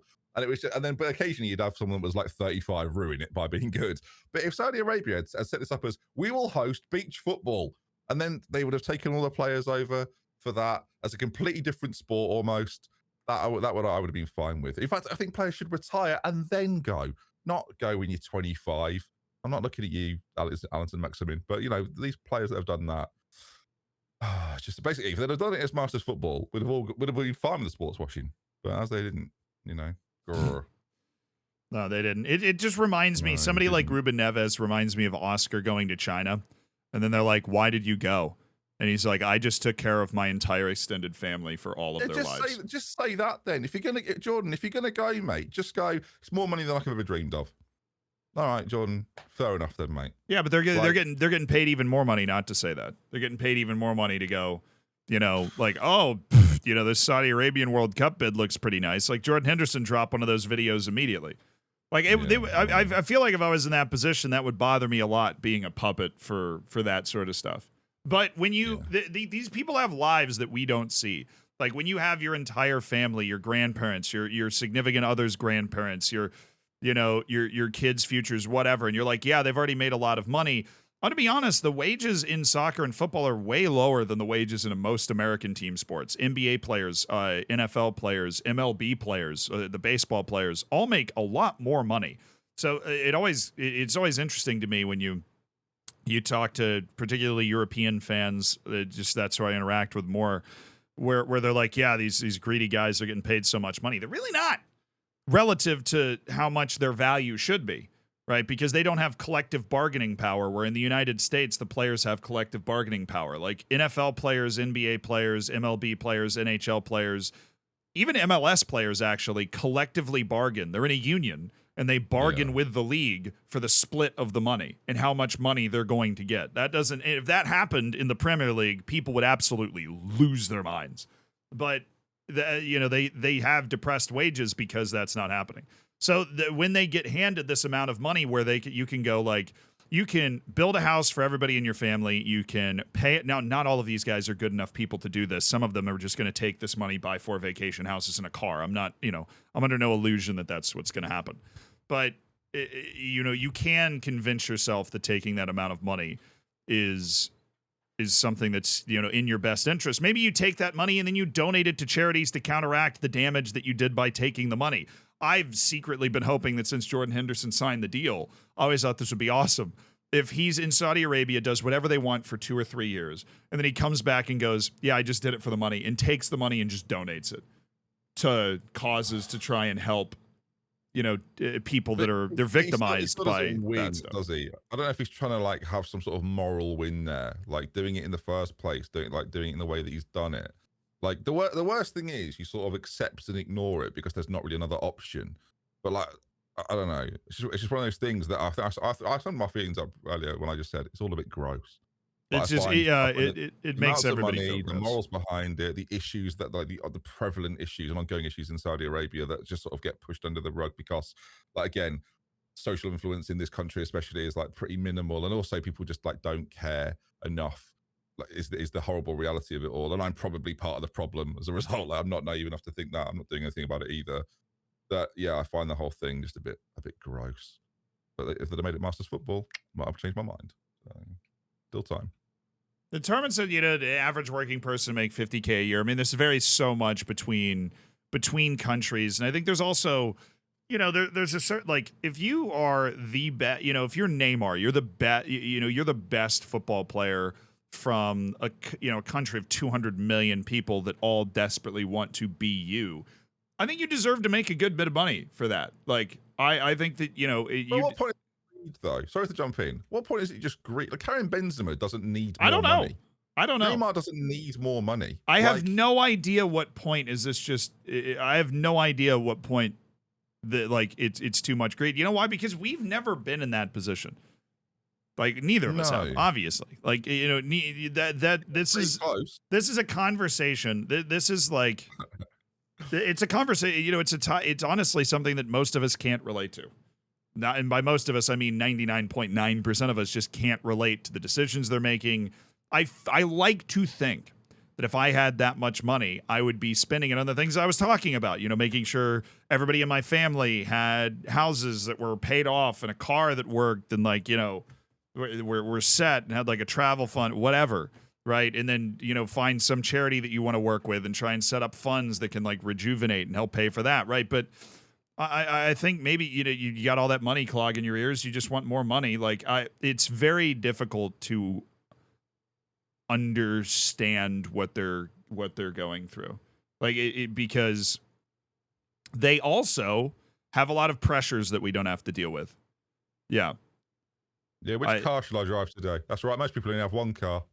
Yeah. Well, okay. Cool. That's like the easy joke, but I don't think so because I'll be honest. I don't deny there are obviously things that professional athletes have to deal with that your regular person doesn't have to. But I'm not sure I can subscribe to this idea that like they have to go through things that are inherently awful that other normal people aren't going through. I just think it just scales differently. So I don't necessarily think that I don't necessarily think that's a good enough argument just to go, but they have to deal with all this stuff. It's like, yes, I've got to pay my water bill.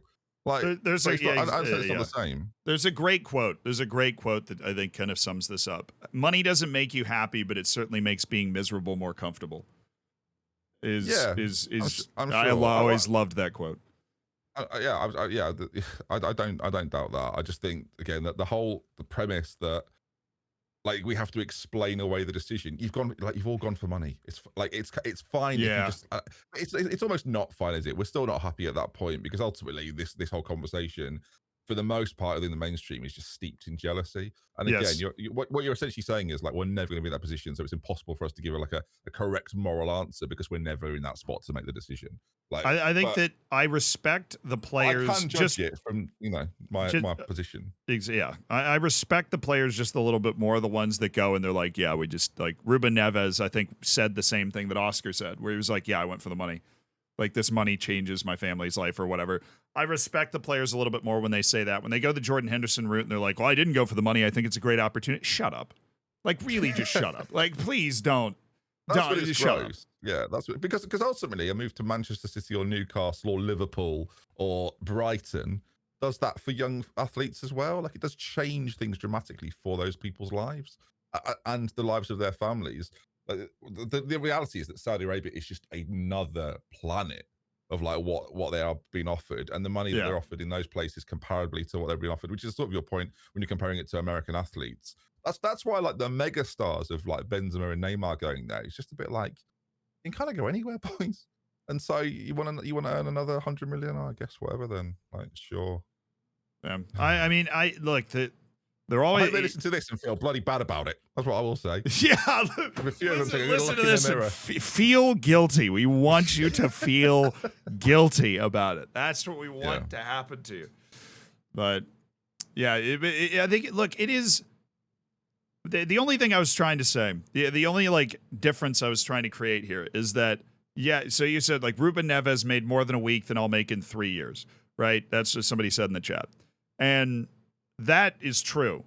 And Ruben Neves is also supporting like anywhere from 15 to 50 people, right? We don't know exactly how this works, but this is something that I haven't seen documentaries like this made about international footballers, but I have seen them made about American football players, particularly American football players, NBA players, really any of the major sports, where once they make it, particularly guys that come from the poorer parts of society, everybody who's ever known them starts hitting them up, and you collect this larger and larger entourage of people that you are supporting in every single way.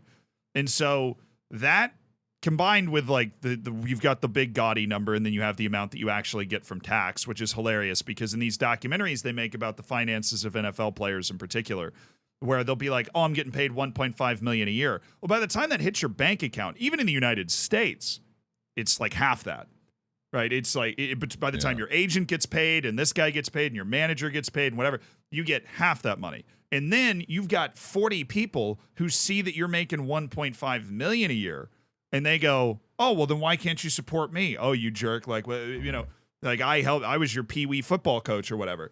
And so these people are, you know, they're dealing with a lot of pressure. And most of this, I get this in a very small scale. I'll get an email every once in a while. That's gonna ruin my joke. If I was gonna end with, I don't know how you deal with it. Yeah, like I'll get an email or a DM like once a month. Somebody will write me a very long sob story about how they really need money. Yeah, reply to me one time. Reply one time. You've known me for years now. Just reply. It's been a tough 6 months. And I will say it's tough. God damn it. It is tough. Ben, I just ignore yours flat out, to be honest. But, you know, at least I restarted the podcast. But I will say it's tough. Like, it weighs on you. You read the stories from somebody that you know or whatever, and you're like, oh, that really, you know, and they have to deal with it on a massive scale all the time. And so when you think about the gross amount of money that they're making, that is not necessarily the amount, you know, the amount of money that's going directly into their pocket. You know, it's a very different situation, a different way to live life. Now, some of them are just being aggressively greedy, and that's why we've done this podcast. We want them to feel bad about it. Yes, we want to guilt shame them. We want them, as I stare at you, to feel bad about it. Yeah, it's fine. No, I enjoyed us meeting up, and you buy me a smoothie. Yeah, that was good. I did buy you a smoothie. Did you actually buy me a smoothie? Because I felt like I made that bit up. No, I'll tell you what happened, viewers. We'll get back to this, listeners and viewers. We were supposed to be a Football Manager for 10 o'clock or whatever it was, or 11 o'clock. We got there on time. No, we didn't. Zealand said, oh, let's just pop to this smoothie place that I've been to once in my life and thought was the best thing ever. Oh, said me, Jack, and who else was with us? Someone else was with us. I feel awful for not remembering now. Luke. It was Luke. We were like, oh, yeah, okay. We'll pop to this smoothie place. 25 minutes later, they take an order as we're stood there for ages. Then the machine breaks, doesn't it? Do you remember this? Do you remember the machine breaking? At the smoothie machine? Oh, yeah. Yes. That took a while. So then we turn up. We were late. It's about 30 degrees, which I don't know what the Fahrenheit is, but it was flipping hot. Like 80, high 70s. 85 or something. Yeah, yeah. So we turn up. Look, I'm not Mo Farah. I was sweating. And so we get there, we're late. Then you've got to put a lanyard on and speak to 50 people from around the globe that you've never met before. All because you wanted a pissing smoothie. We were going to be early. That smoothie was good, though. Tell me that one. It was really good. Yeah, it was really good. It was a really good smoothie. Really good. So you're just, yeah.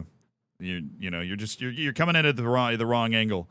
That was funny, though. That the football manager convention thing where they invited all the creators. But we've not made a video about it, so no one really knows what happened. We basically went to Football Manager and met every Football Manager creator to have ever existed. Yeah, like everybody from different language groups, like all over the world. I met Bus the Net, who's from like Singapore. Lovely man. Great guy. Yeah, very friendly. Very friendly. Very friendly. You saw something very rare that weekend, actually. You saw something that's only happened 4 times in the last decade. Did you hug Ben? No, I am Ben. This doesn't even know I am. Lelujo. Yeah. Doesn't even know I am. Nope. Unbelievable. Well, I test makes the good videos. I make the good ones. I test recorded this with Lelujo, actually. So I got crossed up. Sorry. You saw me drunk. So that was fun. I did. Yeah. I saw everybody drunk because we went out at the end of the Football Manager thing. It was like a 2-day thing that we went out at they had like a bar night with us there, and it was like an arcade bar. And that was a good time. It was. Now, I'll tell you what wasn't a good time. I've not got to voice this issue that happened. Right. So again, I don't really drink that often, but I was long gone. No, we were rocking and rolling. I ended up in a casino at 3 a.m. I don't even know what happened. Yeah, me and Clates, when we get together with alcohol, that is an issue for everybody. Clates is great. I freaking love Clates. Yeah, me and Clates go on very well. But it got to midnight, and I thought that's probably the alcohol done now. And then Football Manager, I won't name who it was at Football Manager, but someone at Football Manager comes out with a tray of Jaeger bombs. Now, who was that? I had 2 of those. What? Yeah, and I didn't order them. Yeah, I had 2 of those as well at midnight. And I tell you what, at 5 a.m. when I couldn't sleep, I remembered what was in them, which is energy drink. It's basically energy drink and alcohol. And I felt awful. And then I've got a picture somewhere. I then had to get up at 8 o'clock in the morning because of where my train was leaving from, and go down for breakfast with Lelujo and work the space. Now, I would rather be Jordan Henderson's moral agent than do that, because it was horrendous. It was awful. To get up, Kevin Chapman, who doesn't really drink, was just there. You can picture it, can't you? Kev doesn't drink. You guys, somebody mentioned that in the chat. Kev doesn't drink, so he's smiling. There. He's chipper Kev. Oh, mate. I could have shoved his head into a blender. It was awful. It was, and I felt me and Jack looked like we'd seen death. I thought Nerdphonic was there as well. Kevin Chapman is there like a car salesman. Honestly, I could have cried.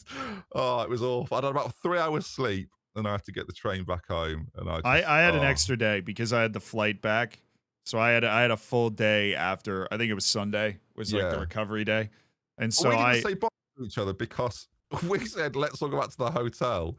The next I hear is that you've got off with Tom FM, and I thought, I'll see him in the. No, I won't. I won't see him ever again. No, I Irish exited. We were like sitting in a hotel lobby, and I was like, I'm gonna go home, and I just left. And then Tom ran out, and he's like, "You good?" I was like, "Yeah, I'm good. I'm just going back to the hotel." He's like, oh, "Okay, cool." And then I'm walking back to the hotel, and I walk by this casino, and I'm like, I could have another beer. So I just, you end up. Sometimes you end up like you feel like you're in a cutscene or something, or like you're just surrounded by NPCs.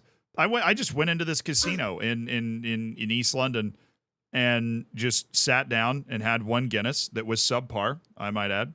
And I don't know why, like, I just walked up. They're like, "You want to come in?" I'm like, "Yeah, sure." And the casino, it was a casino with like, 3 a.m. and there were just every person you saw, you're like, I would love to know your life story. It was it was just bizarre. And then I had the one Guinness, and then I just went back to the hotel and went to sleep. One Guinness. Wow. Yeah, I just had one refined pint like a gentleman. That was what I did. If Mum was listening, just know that I went back to the same hotel because me and Zena were staying at the same place, and I was like a concerned parent. Where is he? I hope he's all right. I hope he finds his way back. Oh my God, he's in another country. But you didn't care. But I knew you wouldn't care. I thought to the point where we are months on, and I'm now telling you about my concern. I thought I could message him, but he won't see that until November, so there'll be no point. Well, it's actually not November yet. I would have seen it before. I was actually concerned, and then I heard you with Tom FM, and I thought, well, if they both die, I go up to I raise in the Football Manager subscriber charts, so it's worth it if something goes wrong. But I'm climbing. No, but at the time, I wasn't thinking that. At the time, I was thinking, I hope he's all right. Because like, I was like, has anyone seen Z? Because I was thinking he's not going to know where he is. Whereas I'm actually local. I've been around there. Every time I go to London, I stay in the same center. Like every time I go to London, I stay in that center. It's like right at the end of the line there. It's perfect. Well, you live in your own universe generally. You don't live on the same time zone as anyone else, or like I don't know, you just live in Z-land. That's what I'm going to start saying from now on. You don't live in like the land. You live in Z-land. It's a completely different place. Thank you. No, it is. We have our own language, our own currency, and we issue our own passports. I will say, I want you to choose whether you would have your Sunday, which was waking up at 8 a.m. and riding that train back with Kev, or my Sunday, because I woke up and I don't know if you know this development. I'm running the New York Marathon. And so I've heard about this. I was in the training process. So I woke up, a couple of the Jaeger bombs, the Guinnesses, whatever. This had the same night that you had, really. And I woke up and had to run 7 miles at some point in that day. So I woke up and ran 7 miles at a 13-minute per mile pace, which is basically walking. Although I did run the entire thing. And then just dry heaved for about 5 minutes and got in a cold shower. And contemplated whether this was worth it to play Football Manager for a living. So I got to choose between horrendous experience running, or either riding you either run 7 miles or go on the train back with Elijah. Start the stopwatch. I'm running. Start the stopwatch. Get the 7 miles. I just ran around West Ham Stadium like 5 times. That was it. Yeah, that was what we did. I was lightly jogging. There's a running track inside. You should have knocked, but leave it. No, it's just he's a lot like he's actually not too bad in person because you sort of it's not Leluja, it's Kevin Chapman. But at 8 a.m. when I've had 3 hours like of unhappy sleep, having been absolutely done in, he was the last person on planet Earth I wanted to be sat opposite while he tucked into a sandwich. Oh, I just know it was some grotesque sandwich like egg salad. Well, I remember coming down for breakfast. There was like there was a selection of like 4 or 5 FM creators, and I turned the coffee machine on without putting the cup under it, and at that point they knew it was going to be a long morning. So I was like, oh God. I've made an absolute mess of this one. Oh no, it was bad. I was just like, oh, I'm not doing this. And she comes over, she goes, what's your room number? I'm going, one of them up there. Yeah, I'll give you my I'll give you my card. You figure it out. I believe in you. Yeah, but I've not been drunk since then. But probably a while. Yeah, but it's just a long residual hangover. Yeah, well, carrying through. As worn off. But no, I will. I look forward to the next Football Manager event when I get to. Or I'll come over and see you in the marathon if you want. Coming to New York? Yeah, well, I'd love to. You know, I'd like to. The NHL season's just started again.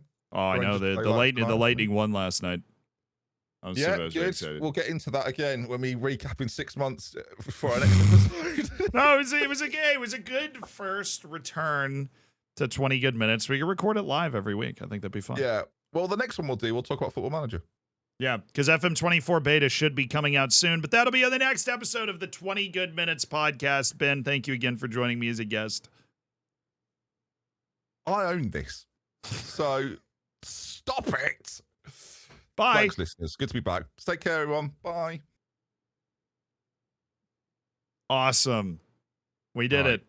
Now for part 2, viewers. So have a break, get a drink in you. And well, Alexa, fan on. Yeah, now for part 2. I'm ready. Yeah. Oh, Doug's turned the fan off. Doug's now 3, so he's a horrible little boy.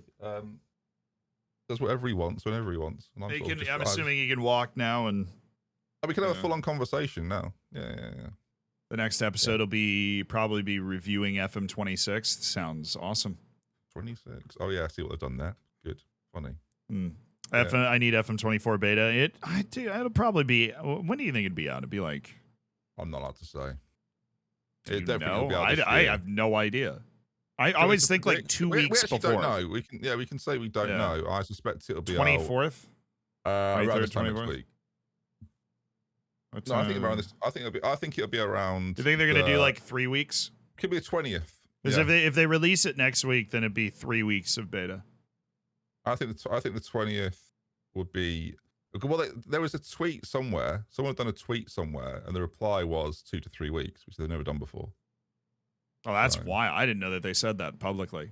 They usually. I mean, usually at this point they still haven't announced that they're releasing FM24. So this is like a huge step for them to. Yeah, well, I think what they've done is they've lowered expectations so much with last year, and telling us next year's game is going to be great. That this year looks really good.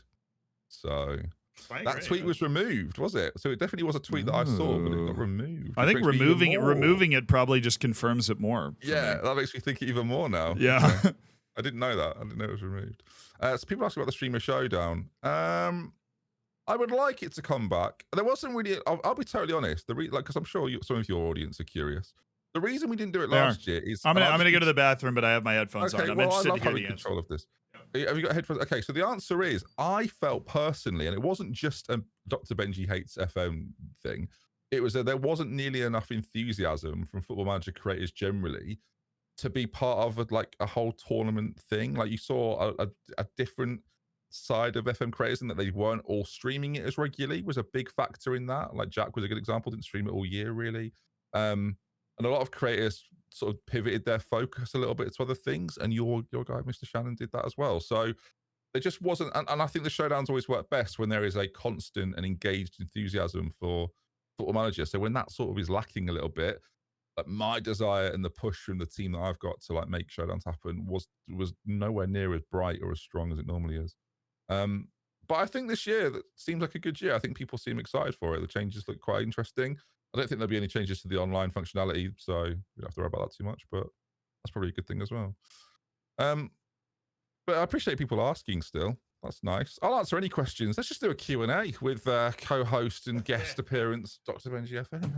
Hi guys. How are you? He's back now anyway, so it's fine. You don't need me to be here. I think it might be a little bit of a who came first, the chicken or the egg sort of thing, where I think that the Streamer Showdown does a lot to create that interest as well. That's true as well, but like, did you feel the same vibe? There wasn't as much enthusiasm. I think we all felt that, really. I know this won't surprise you at all, but I do not really pay attention to what anyone else is doing. Well, I didn't for a large part of last year, which, as you know, is I had probably 4 months where I didn't interact with any Football Manager creator. Which is a lot for you, because you're normally like the barometer for the entire community. Of course, yeah. But I checked myself out. I just basically I felt myself being quite. The thing is, I wasn't even being negative. I was just being honest, and people didn't like my honesty appeared negative, and I thought I can feel people's energy towards me not being great. So I'll just step away for a bit. I'm not trying to like cause everyone. I don't want everyone to have to think what I think, because that's not how I work at all. I just wanted people to engage in the conversation about why I thought the game was subpar last year, to which they then admitted. So 1-0 me. Yeah. People want the network game back. Jack won't do it. We've not talked about it. Jack won't do it. I will do it. Kev will do it. It depends then if you think we need a fourth person and who that fourth. Why won't Jack do it? Well, because he's Jack and he doesn't want to. Well, Jack will do it if I do it, I think. He won't. He won't do it at all. I've talked to him about it. I'll browbeat him into it. I think he doesn't want to do it because he lost. If you paid him, he'd do it. He'd do it if we had a sponsor. I'm just being honest. Again, not being negative, guys. Just being honest. If we had a sponsor for it, he'd probably find the time to do it, I imagine. But I think he quite likes the fact he's got F1 Manager on Twitch and he's got Football Manager on YouTube, and he's just pretty happy with that. So. Fair enough. I'm not judging him. You ever played F1 Manager? I hate it. You hated it? Sorry. That was very strong wording. That was for you. I couldn't believe you said it. Yeah, I don't think that it's like relative to Football Manager very good. If that makes sense. Well, it's not. I think it's very linear. You know what I mean? Yeah, it's not made for PC gamers, really.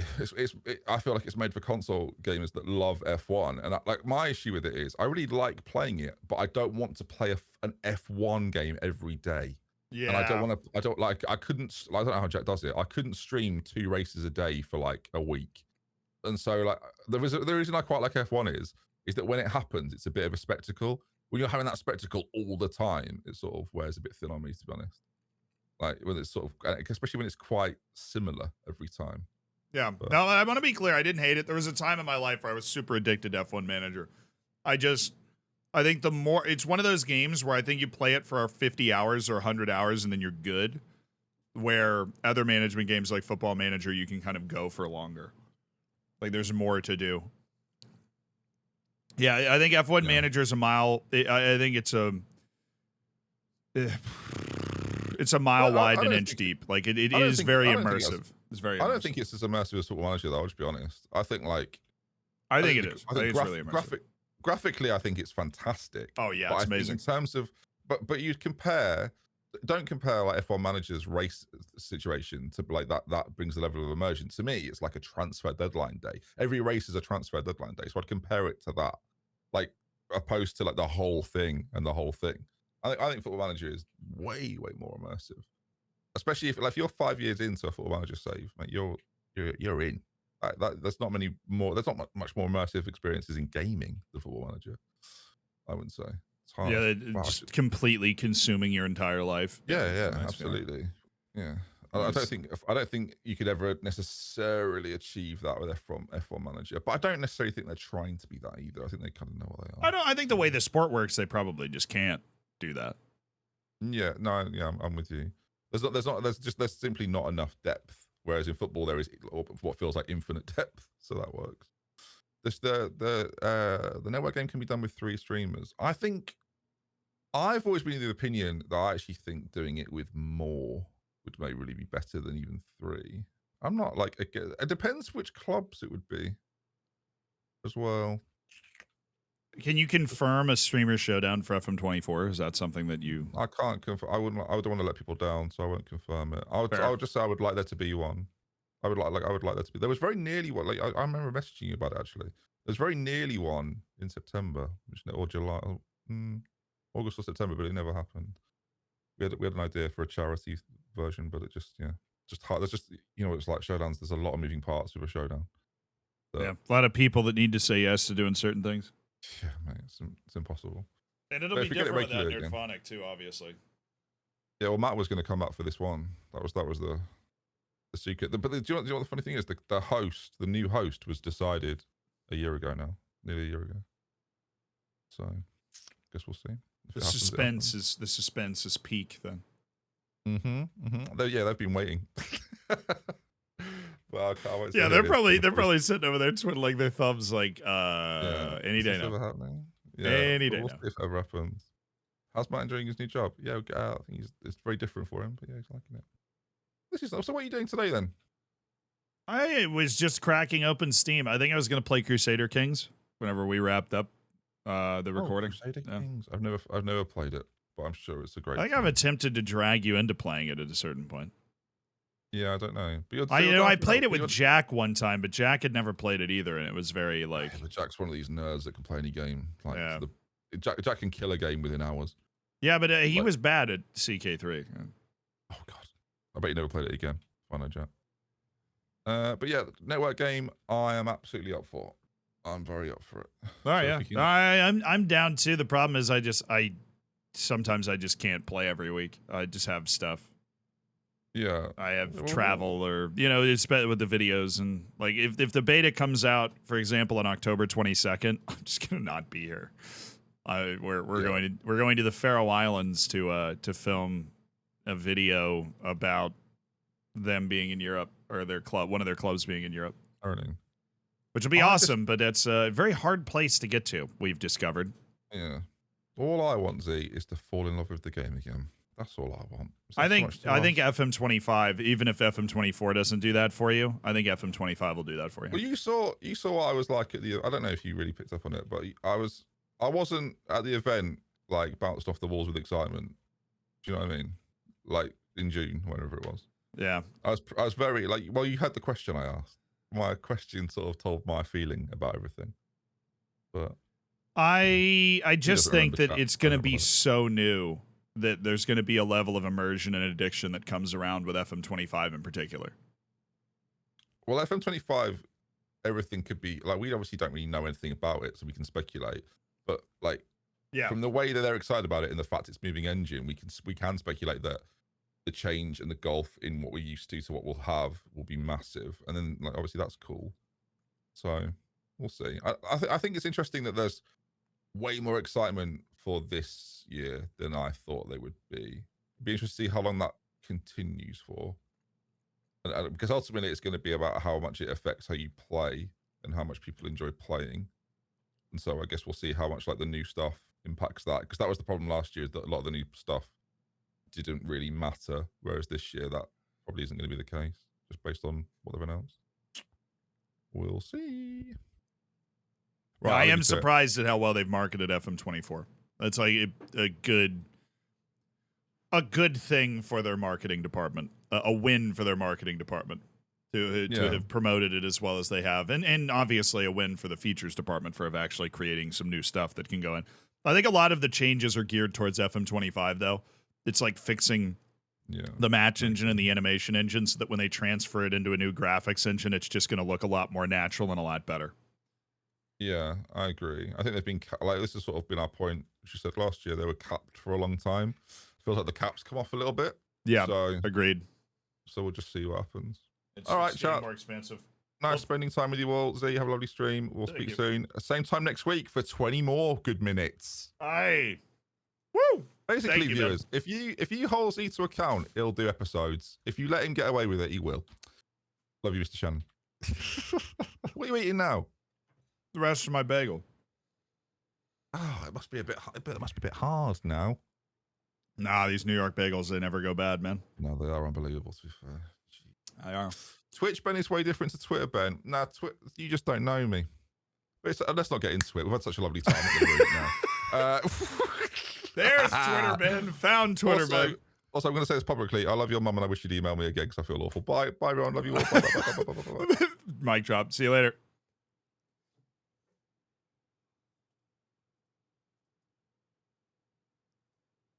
Oh, always good to catch up with Ben. That was fun recording.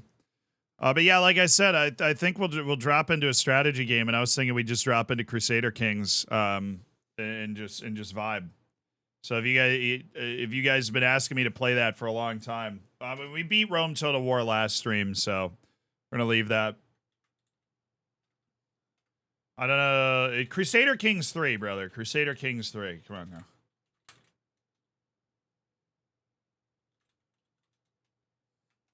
Alrighty. Let's start the game. Is the Rome stream going to be on the live channel? Yes, yes. The Rome stream will be on the live channel. It should be sooner rather than later.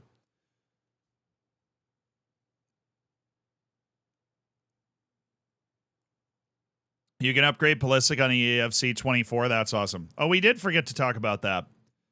We did definitely forget to talk about that, unfortunately. All right, Crusader Kings, let's rock and roll. Update in progress. Oh, now the launcher's ready. Okay.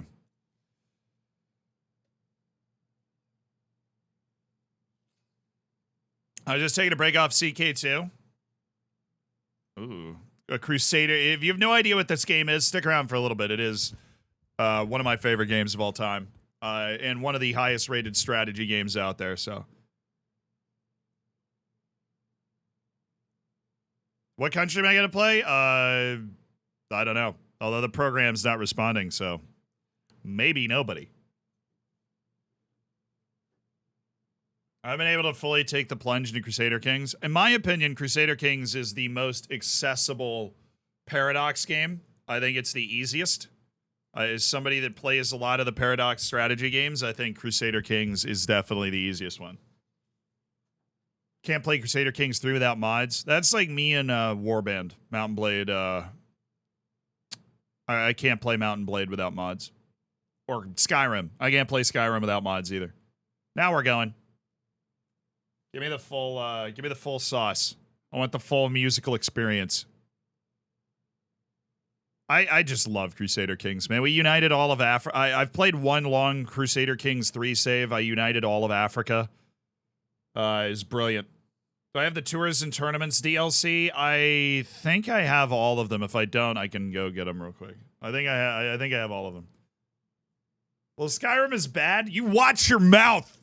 All right? I freaking love Skyrim's like my favorite game of all time outside of Football Manager. I have not tried Victoria 3. Victoria and shoot. What is it? Victoria and Lord. My activity feed just broke. Can we get it back?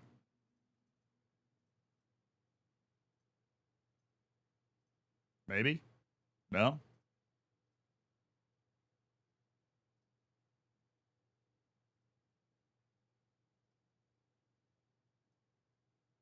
Well, the Mon, thank you so much for the 30 months. Two interesting starts have enjoyed starting as the House of Normandy in 867 and Plantagenet Dynasty in 1066. I probably said that wrong, but thank you for the ideas. Waro, thank you so much for the Prime. Maddie is 0. Thank you for the 25 months.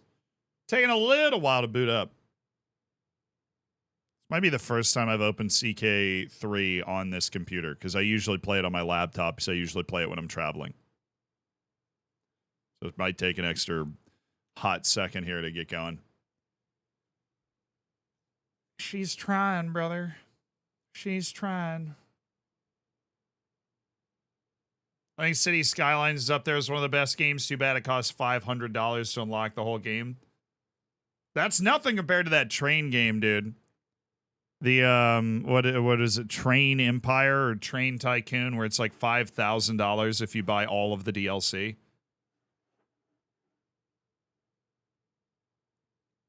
Something like that. No, it's not Train Simulator. It's holy Lord.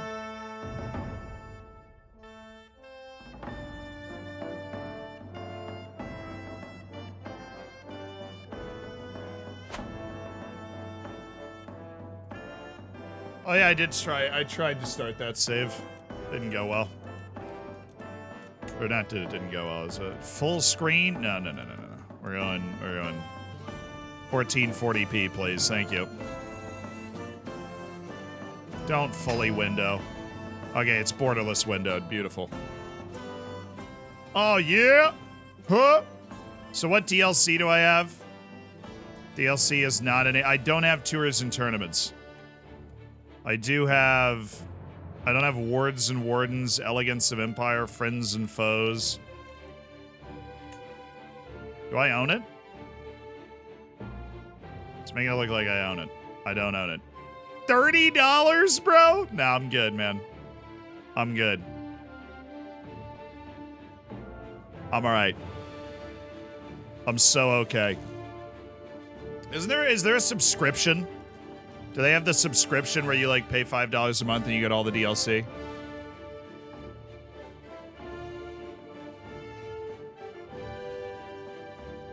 Do they have? I have the subscription for like Hoi 4.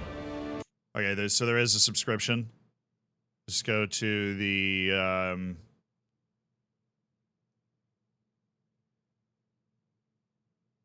where might I find this beautiful subscription?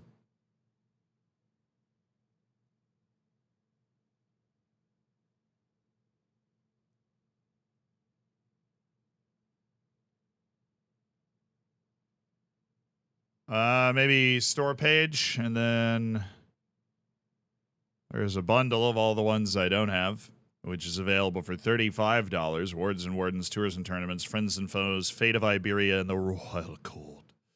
Which I actually own Royal Court and Fate of Iberia, so we're looking at Friends and Foes, Tours and Tournaments, Wards and Wardens. Hey, Jean-Luc Chepard, thank you for the 3 months, dude.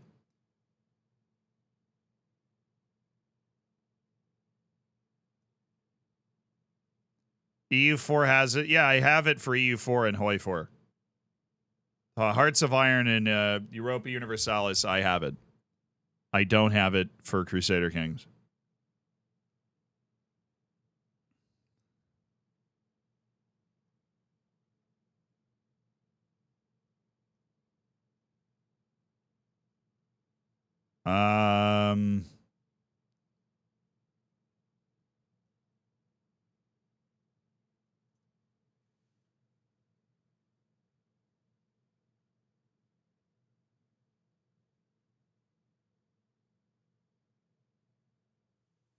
It isn't there for Crusader Kings yet? Oh, that's so annoying.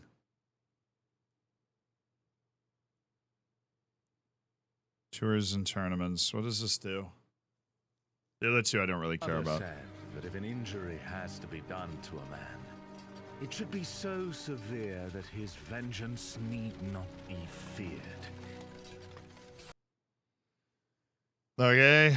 Life is his own journey, chivalric adventure, so why don't you embrace yours, ruler? Create your very own epic story with a major expansion, tours and tournaments. Be awed by the sights and events that await you. From bold mock combat in the jousting area to adventuring perilous wilds with your royal entourage. Let wanderlust overtake your ruler's desires during a monumental tour and seek out your subjects in a realm that can be dangerous and richly entertaining. Prove yourself in many forms of gallant tournaments, either abroad or at home, and use festivities to murder a quarrelsome rival. Be the host of new grand activities, be it grand weddings or stirring falconry hunts, but beware many celebrations, the perfect cover for dastardly schemes.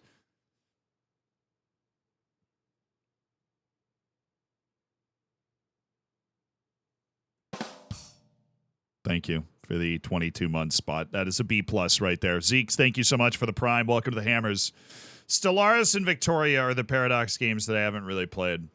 So what's the rating on this? Recent reviews are mixed, but the overall reviews are mostly positive.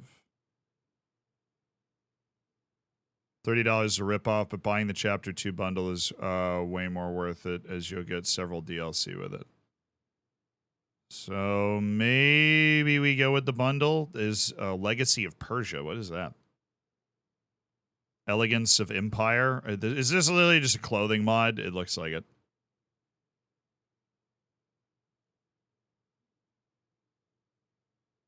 Dress your ruler in the finest of finery with this clothing pack. Oh, good God.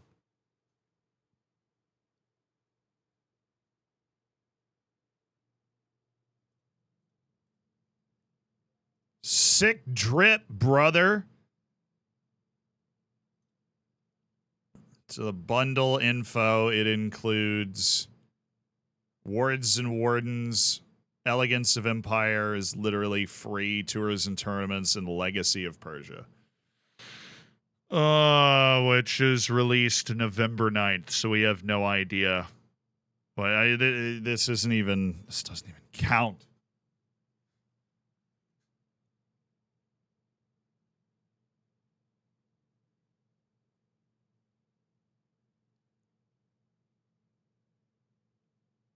Legacy of Persia introduces the Iranian Intermezzo, a competition for power in the region, building on the struggle system introduced in the Fate of Iberia flavor pack. Legacy of Persia adds even more culturally important flavor and changes to realms in the region. Strong-willed Iranian rulers.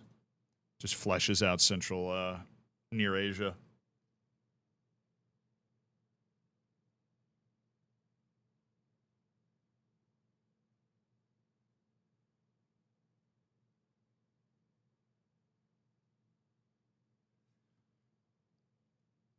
Bundle's only $5 more if you're going to get the DLC. You might as well. Yeah, this Wards and Wardens doesn't seem to be a big hit.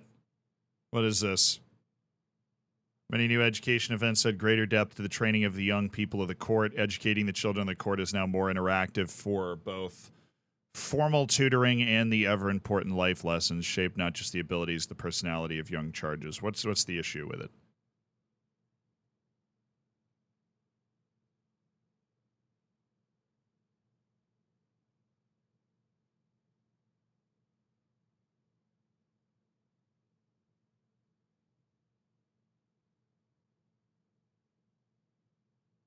Something with a bad hostage system? Lord.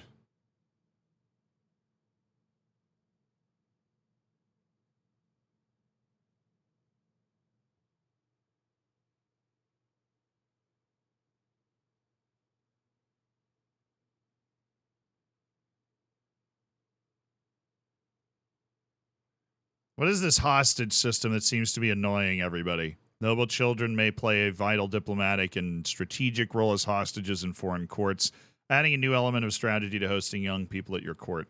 As they act as guarantees of loyalty or peace from another court, you can weaken the resistance of hostile courts by raising their children to be loyal allies. They may even be torn by divided loyalties. On one side, what is owed to duty, and the other, what is owed to gratitude.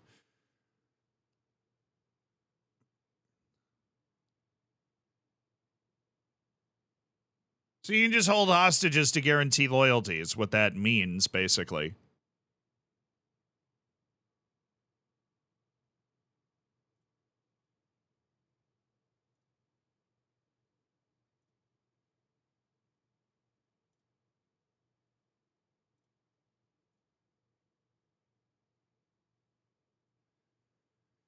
Is the Legacy of Persia supposed to be a big change or a small change? I know what it does, but is it, is it $5 or is it $15 or $20?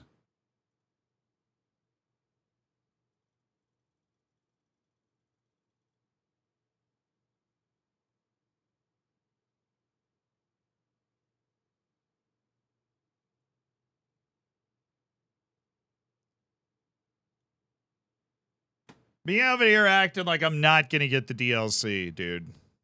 Me over here acting like I'm not going to get the DLC. Lords and Wardens, Tours and Tournaments, Friends and Foes. And Persia, which is it's $13. That's Fate of Iberia, sorry.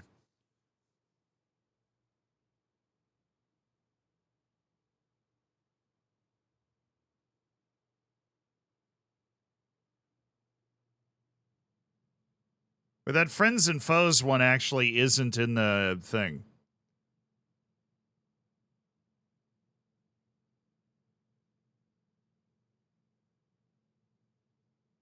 The Friends and Foes isn't in the pack that we would be looking to add.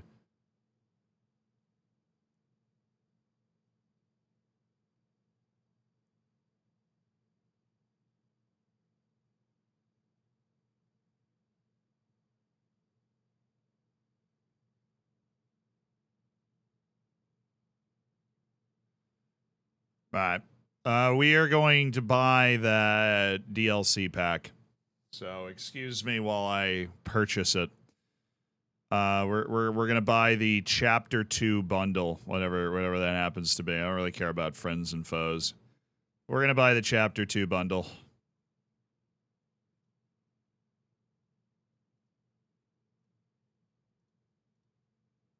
Purchase completed. All right, then I should have a thing to install, which we're installing. I just got the email, so we're done. All right. We've got tours and tournaments, lads. Wards and Wardens, the elegance of Empire tours and tournaments. They're all in, man. They're all in. Let's go. As a friend of a foe, I feel vexed. Vexed, I say. Vexed. All right, where are we going to play is the real question. Now that we've got these new DLCs in the game, I'm definitely have to feel those out. Where are we going to play? That is your question. Always 867, brother.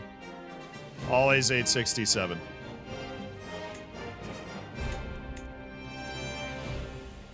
Play as any ruler in 867. Get me out of the specific challenges.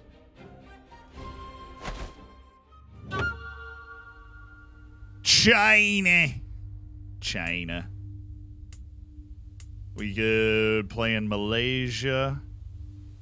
So my save, the one that I played and succeeded at, I started as this guy. Now, Darcilla, the Sheikdom of Darcilla. And we conquered all of Africa, and it was an absolute mess. A lot of fun, absolute mess. So this is the map in 867 AD, CE. What might we seek to conquer? Let Google Earth pick.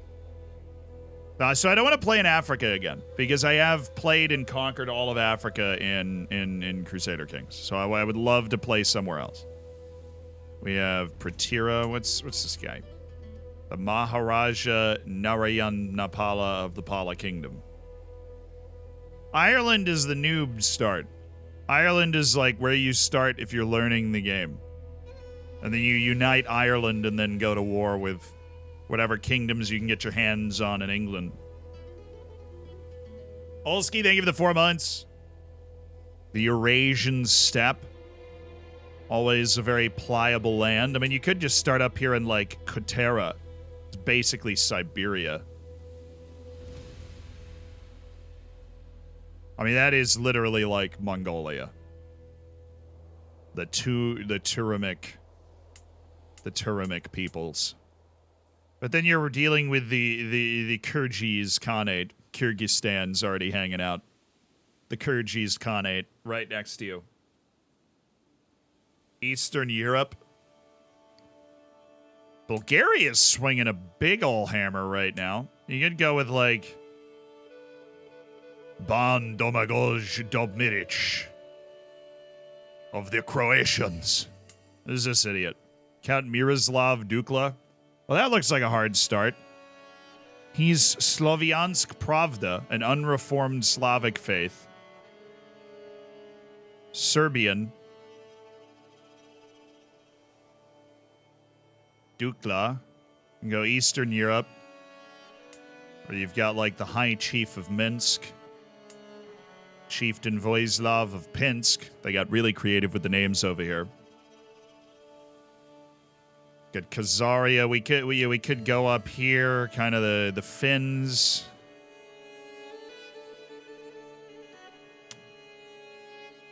Ustug, Chieftain Uljoy of Ustug, the Ukonusku Finno-Ugric faith. Finland and conquer Sweden. Go Viking. We can go pure Viking. Because what we're going to try and do, the initial goal is we're going to unite the faith. Whatever faith we're going after. This dude's got a terrible mustache. Eastern kilt. Oh, he's chaste. Minus 25% fertility. Viking is boring. I've never played Viking. I'm sure I have, but it was a really long time ago. My last couple of starts were... My only CK3 long run was from Darcilla. I've started in the steppe. I started as Kotera. I've started in India. I usually start around the fringes. I'm not like a big European playing guy. I've united England from Scotland before. I've united the British Isles from Scotland and then held that.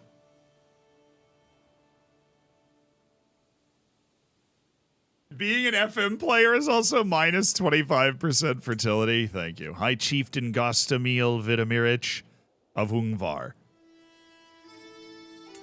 We could go with, like, Poland. Slavianska, the Slavianska Prada, the unreformed faith of the... That would be really difficult to unite. Everybody else around them is, like, Catholic. Count Euros of Travunia. Okay, that's the smallest... Dude, if we're gonna try and pull this off, we're gonna try and do something nuts. Count Euros of Travinia. He is independent, 15 years old.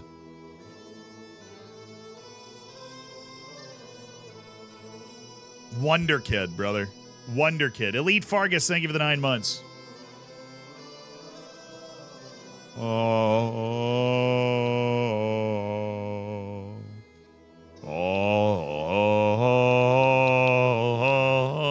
His intrigue is so bad. Trusting and just. Oh, he's feudal. Damn it. Oh, where are you? Oh, yeah, he's feudal. I mean, that guy's feudal, too. Like, over here, they're tribal. Feudal is an advantage. But also, tribal allows for quicker expansion. Obviously, you lose it in the succession. But if you can limit your succession, or you just disinherit everybody, which is the key. You just continuously disinherit your children.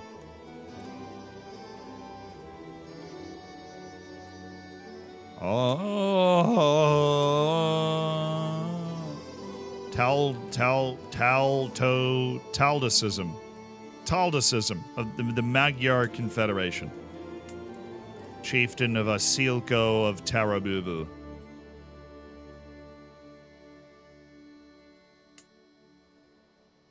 I'm sorry, this is just such a hilariously small place. What about this guy?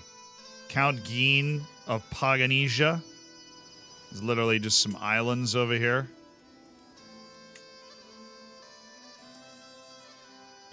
Bloodshed and death, brother! Dude, this faith is going to be a nightmare. Slavyanska Pravda is going to be a nightmare faith.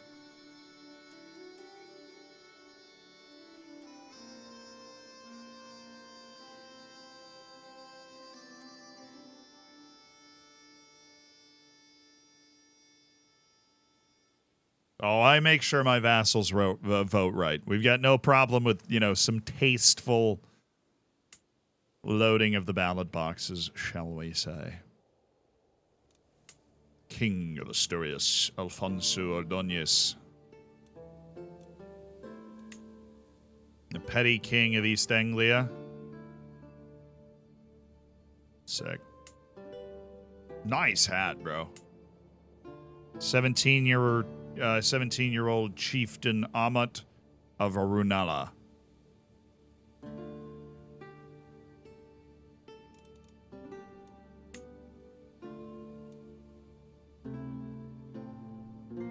So if we start here, we're in Croatia, right? Serbia.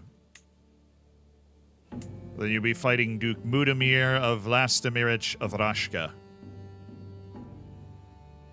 So what you'd have to do is attack this guy and find a way to beat Count Miroslav of Dukla. It'd be tricky. He's got a nice hold there.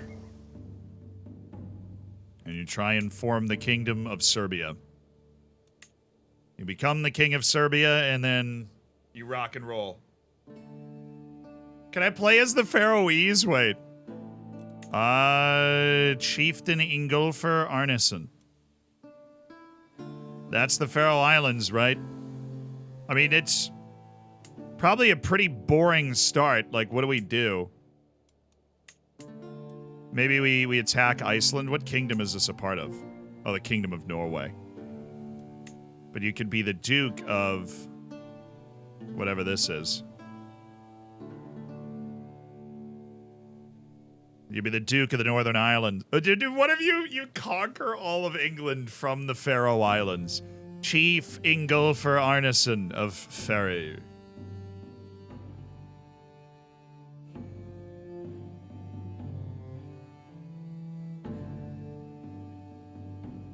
Yeah, what if we just discover America? No, I'm so...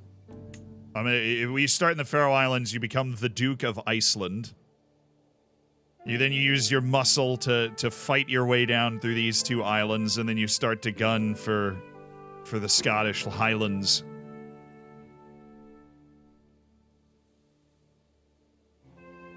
The Klaksvik save. Chiefess Alter, the Deep-Minded of Vesterland. Alright, Faroe Islands, dude, that works for me. That's like so out of the way that it appeals to me. You know what I mean? Default, exclaves of independent AI rulers of peace will be removed on succession unless connected via naval path part of the de jure territory. Okay, whatever the default is, sounds good to me. I just want to change the things that are like historical. Mongol invasion, random date. Yeah, that's what we want. We want random dates on things that are historical. Random harm, accidents, bad luck, the mercurial whims of fate. Not tragic, spiteful, tragically spiteful. Dangerous was the preset one.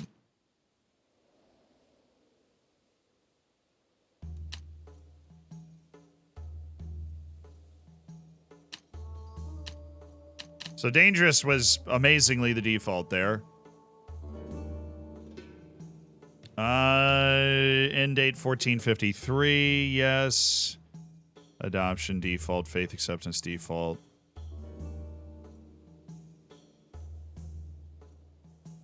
Hungarian migration.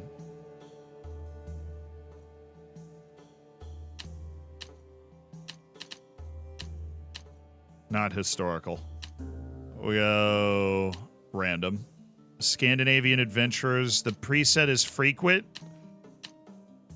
Yeah, I guess frequent. Adventurers will try to target Russia in the North Sea every 5 years. God, that sounds fun. That sounds like something we're going to have to deal with a lot. I can't wait. We are Chieftain Ingolfur Arneson of the Faroe Islands. We start our quest. Hey, the Mongols aren't hitting me up here, dude. We can go random Mongols all day long. I always play random historical events. We also are going to attempt to reform the Norse faith as the conquering northern wind that we are, arrogant, forgiving, and shy. The chiefdom of the Faroe Islands. The Pharaoh of the Faroese, some might say.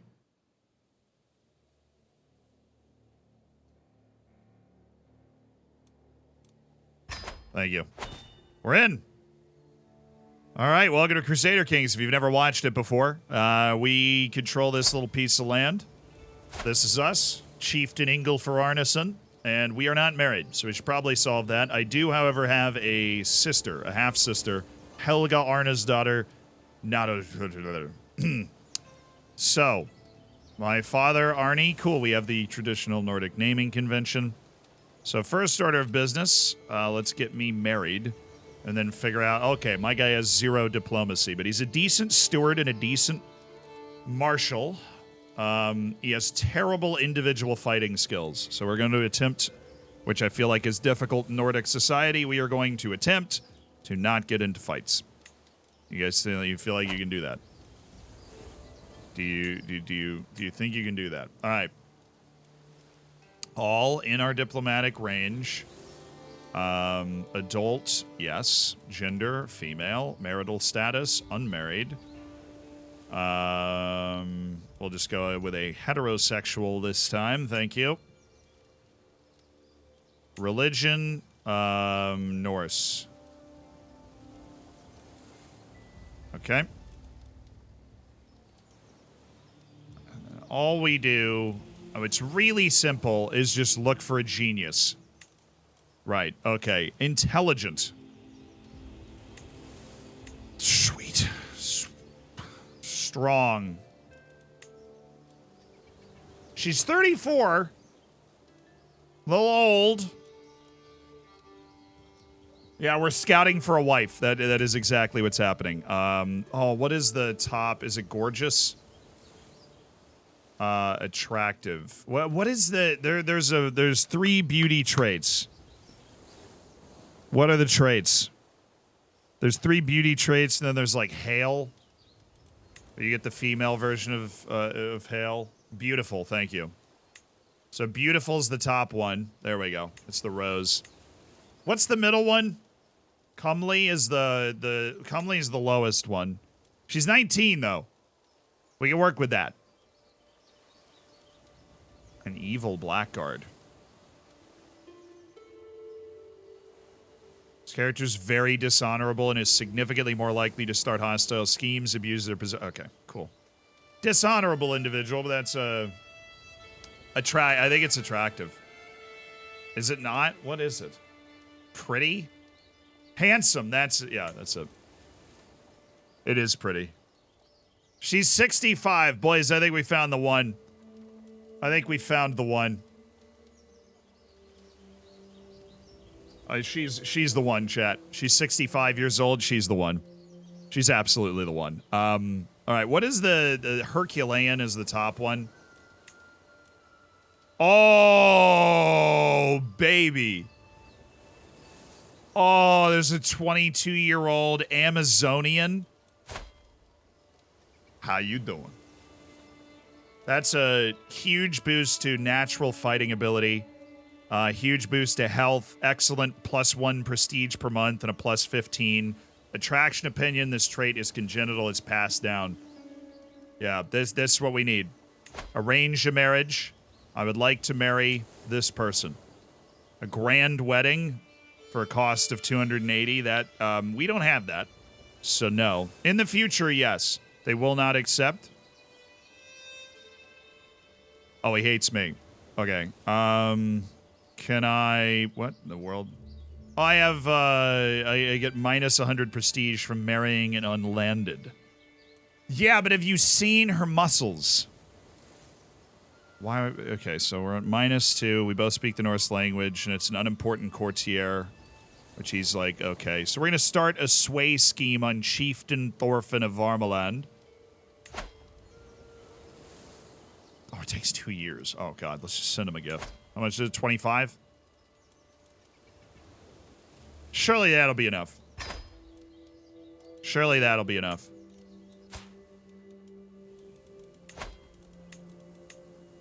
Let's go, brother! We found ourselves a wife! I mean, I am a dapper lad, to be honest. She's a very lucky lady. I'm the dapper, the chief of the Faroe Islands. All right, so what do we want to focus on? How are we going to achieve our success? Do we need military? Do we have any boats? I feel like we need those. I have 500 retainers. Bondi. I don't know what these are. These are spearmen. They're unraised. The maintenance is 0.3 prestige a month, which is fine. We also have Vigmen, who are archers. Skirmisher types. And we have 300 levies that we can raise from the poor. Gotta raise the levies from the poor. Where do I see if I have any ships? I've only played one long save on CK3, and I never really had to use ships.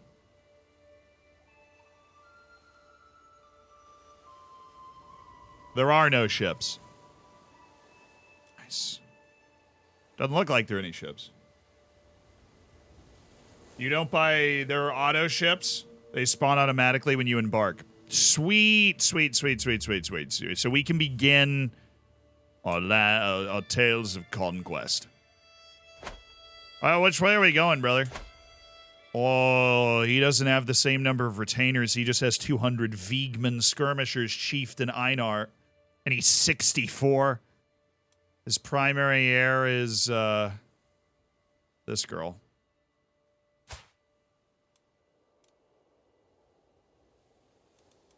It's the spy master. It's a 47-year-old child.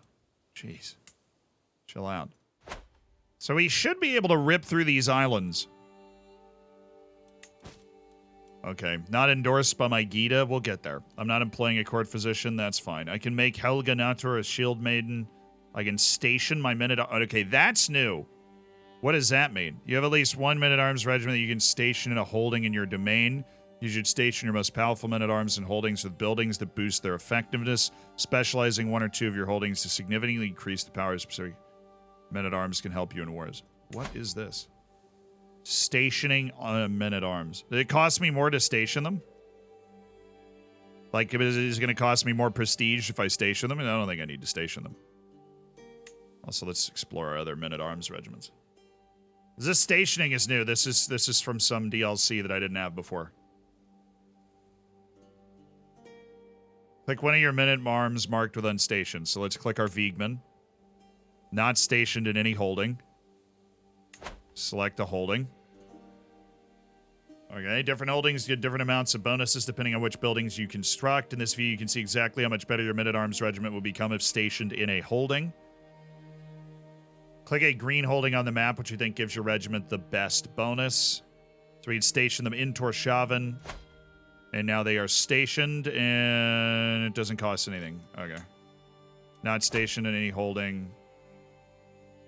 Men-at-arms regiment is now stationed. You can see how much better it'll become underneath its portrait. Remember to check in every now and then. So we stationed our archers, which is good, to make sure they're stationed to the optimal holding. I understand. Okay, I get it.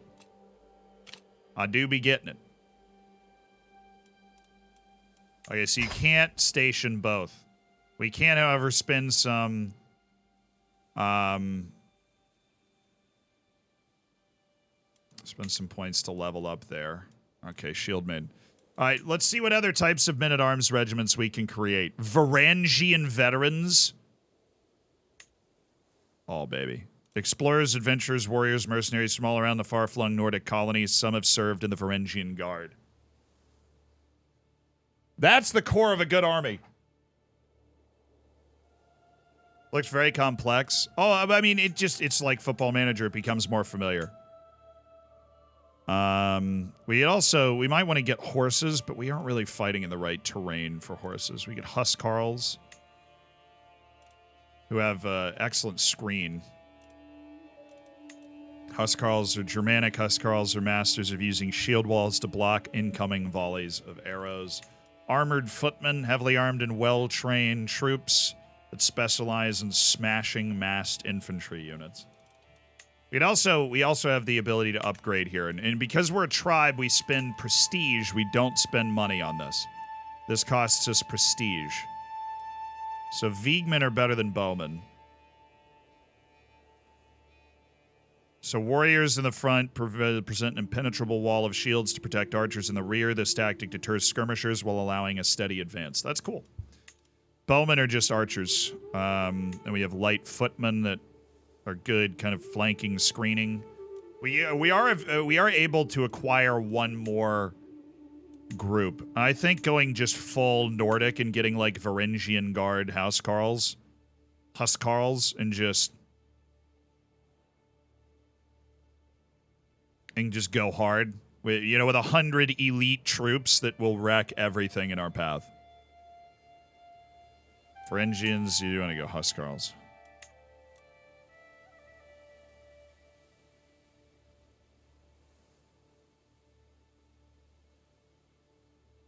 The Army's combined screening value, increases the amount of retention. The Viegmen are excellent screeners, so I don't think we need Huskarls just for the screening. We don't want to go with another unit of Bondi. Oh, Hermit, thank you so much for the 22 months. I appreciate the prime, dude. Swede manager most likely getting sacked tomorrow. Any idea on replacements? Let's get Nim in there, dude. Definitely not Zlatan. No, I don't know. That's a tough job, though, because Sweden's got high expectations based off all their success recently, but the team has not been able to put it together. They need somebody that's able to get more out of the attacking talent they have. It's weird. Sweden's team isn't like it normally used to be. Will we be raiding England? Oh, we will be. We will be uniting the Northern Islands, become the Duke of Iceland, and then come down on England with the fury of 1,000 suns. But first, we must unite the islands under our banner. First time catching you live. I'm hyped that one of my favorite FM YouTubers is also a CK3 head. I'm hype you're here, dude. Welcome to the stream. All right, we definitely want the Varangian veterans. So I'm going to create a unit of Varangian veterans. I am also going to... we're going to wait until our Varangian veterans have filled out and we have 100 troops. And then we are going to increase the size of our... I think actually we might just want to do this now. I really like the Vigmen. I think the Vigmen are sick. Their ability to screen, their ability to do some serious damage. They're cheaper than the Bondi. No, they're not. The Bondi are cheaper than the Vigmen because obviously the Vigmen are better. Why would it make any sense for it to be the other way around? Bondi are part of a class of free landholders, often competent sailors that use longships to trade or to go Viking. They fight using spears and shields. I don't really like the idea of spearmen.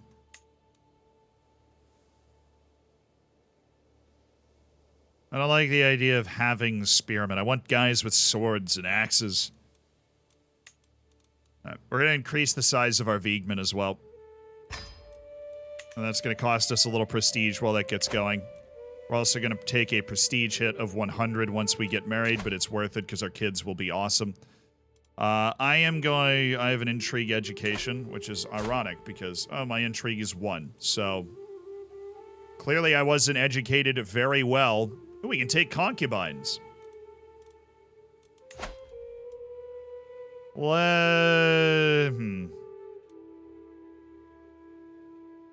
Let's focus on money. Let's try and... Money's going to be a big problem for us. Let's focus on money. Let's do a wealth focus.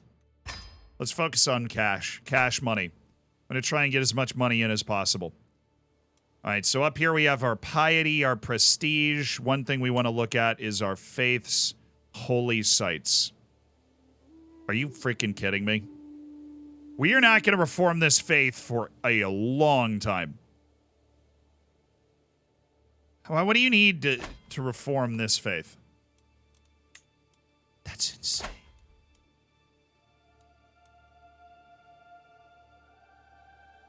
Yeah, Satru faith. So to reform it, we need 3 holy sites. Bro, there's only 4.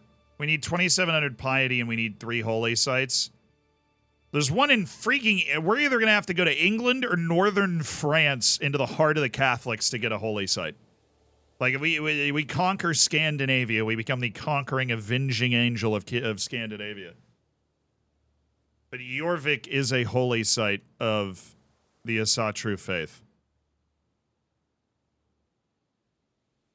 All we got to do is conquer Scandinavia and England, and we can reform our religion into an organized religion. Which is what I always like to do. I don't like changing... You know, I don't like changing the religion of my character. I want to go full send. And then, of course, we are also... we are also tribal, which means we are not feudal. I'm not a king or emperor, so I don't have a royal court. Well, that's like your opinion, man. Yeah, we could go for the Kingdom of Alba. Be the big, scary Northman once we rule the islands and Scotland splinters, then we become the Northmen in England. Decisions. Search for a physician. Search for a caravan. Your servant suggests a number of suitable candidates for the position of caravan master. That's new. I can determine my personal deity. Forage the Yoms Vikings. Ooh. Found a group of pious Vikinger to defend the old ways. Secure the High Kingdom of the North Sea. Bind England, Denmark, and Norway into one de jure realm. Whoa. That's sick. I kind of want to do that. Raise the rune stones, pay for the carving of a rune stone in one of your counties. That's also cool. But I want to, what do we need for our adoption of feudal ways? We need absolute trial authority. We need to organize Asatru. Oh, God. We need to organize the faith in order to go feudal. I forgot about that. I need distinguished level of fame, which it's not hard to do at all. We need to raise our development level and have 20% or 70% of all military and civic tribal innovations. To become feudal. Oh, God. All right, we're going to have to go ham.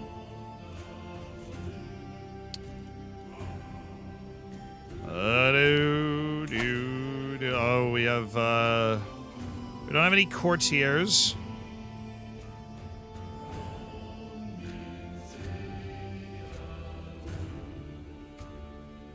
All right. Let's get that sorted next. Make sure we have the right stuff here. So our marshal is a 0. We're gonna need to change that. I would like to appoint Vifil. Actually, do I have any money? Can I? Okay, I'm gonna try another search. Oh, scribe! Bring me. Can I make males commanders? Probably not. I don't know what the gender roles are in this, yeah, no. Definitely not. So, my Gadjet does not like me. Do I have a better spy master? I do, but he doesn't like me, which is perilous. But he's my chancellor. Well, he's far better at this than... Helga Nodator. Removed for Carly. Which is troubling.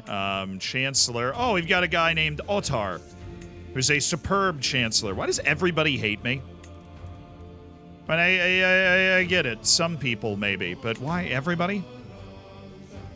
And how does my marshal a 0? How can you be... We're Norse people. How are you that bad at it? I don't really care what your sexuality is if you're my marshal. It's really fine.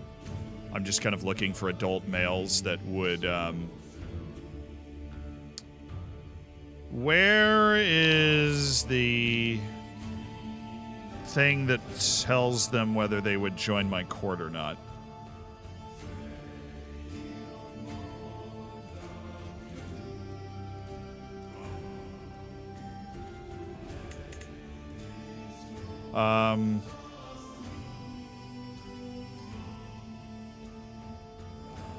Don't think anybody's got good opinion of me. Nobody really likes me. I'm a uniquely unlikable guy, which is cool. Nobody likes me. Nobody likes me. Nobody likes me. There's nobody on the planet, seemingly, that has a positive opinion of me. Sort by opinion of me. Just kidding. I have a positive opinion of myself, which is important. You don't want to be invited. Okay, we're gonna have to do the little decision thing where we invite some champions to check out. Oh god, it costs 150. Oh boy. 150 prestige, which would basically do all of my prestige in. To be fair, no one knows who you are. Well, that's mean, right?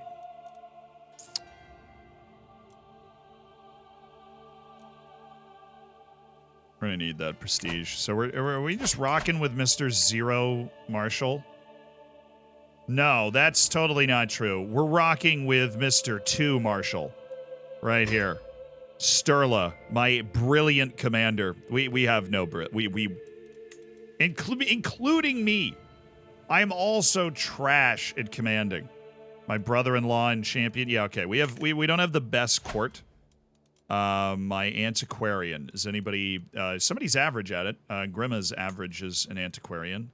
Do I need that? No. I don't think I have any artifacts. I don't.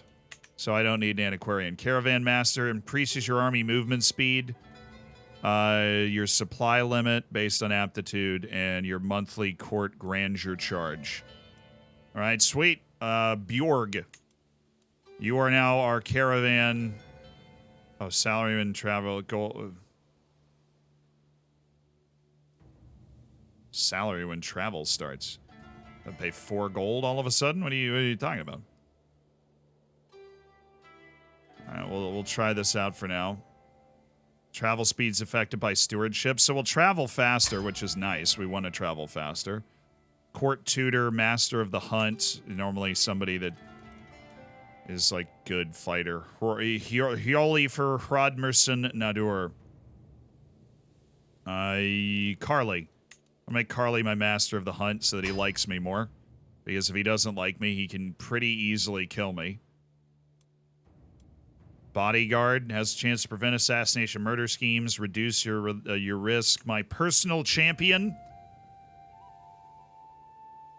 Average. They're all average.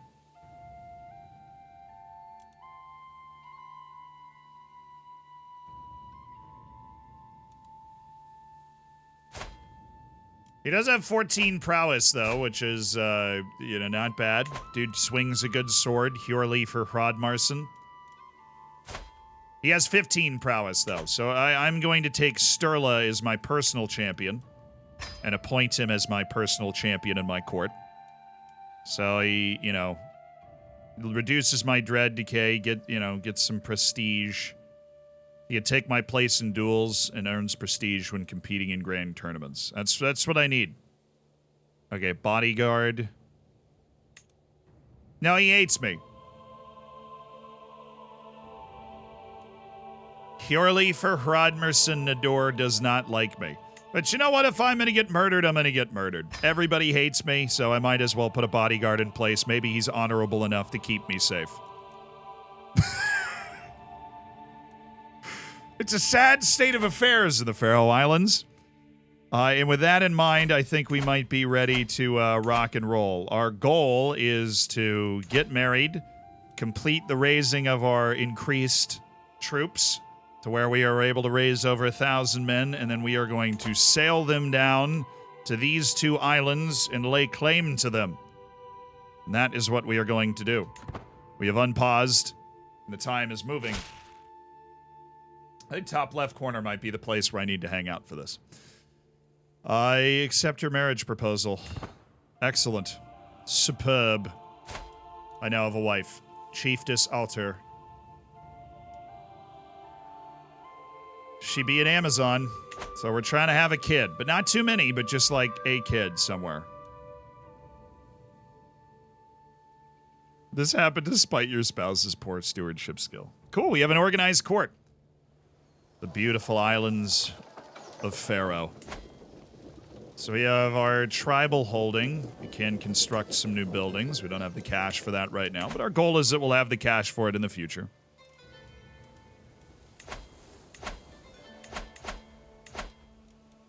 The Realm. We're disparate tribes. I don't have the prestige to try and pass limited tribal authority. Great. We're like the least organized possible. All children inherit equally. Yeah, we're not going to be able to change our succession for a while. Quails of Freyr, my master of the hunt, brings word of beasts spotted in my realm. I'm hearing much talk around the Faroe Islands. It is said they're in an excellent prospects for hunting thereabouts with many a worthy quail. Dude, we're so small time. Brother, I have found giant quails for you to hunt. I get bird sighting.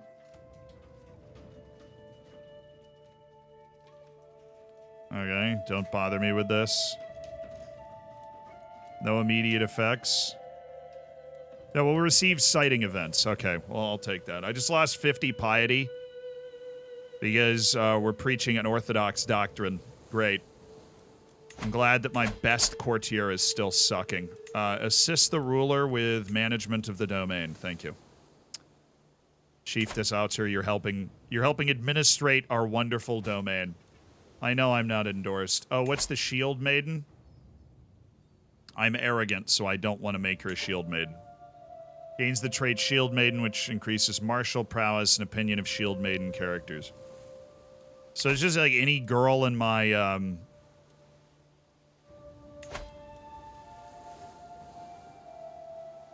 Steeborn. It's got 7 martials, so we could recruit the adventurer Steeborn to lead our troops in battle. Since I have nobody else that's freaking any good.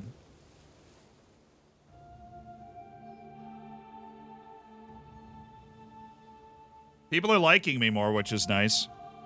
My reign's getting shorter. How much did it cost? 5? I'm shy, so it's going to add 20 stress to me. Great.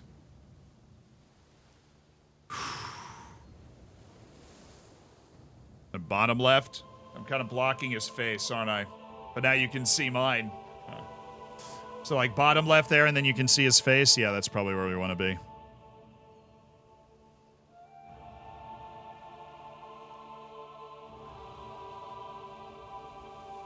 You're both shy and arrogant.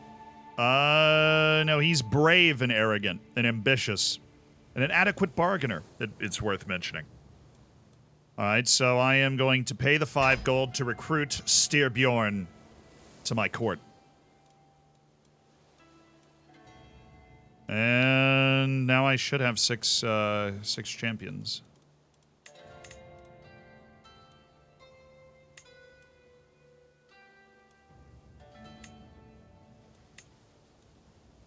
Yeah, and that means I'm going to come in here and get rid of Sturla and create...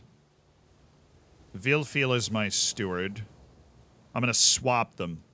So Vilfil is going to become my marshal, because Vilfil knows how to fight. So we're going to swap him to marshal, and then we're going to get rid of Sturla and put Sturborn, who came here as an adventurer, as my steward and administration of the realm. All right, and he is going to increase the development in the county, because we would like to be, you know, industrious. Fabricate claims. We don't really need those.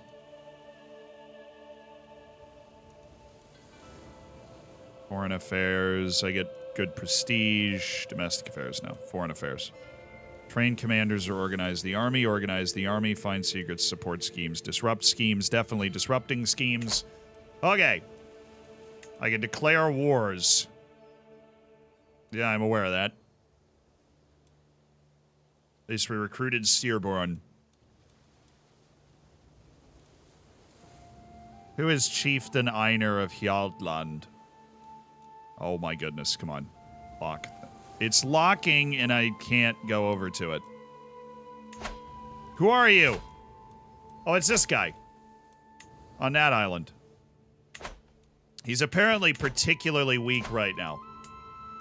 No. I want to see this guy.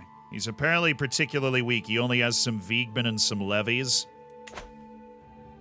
I say we kick his door down. What do you... what say you? Declare war to conquer his county, and it costs 50 piety, which I don't have.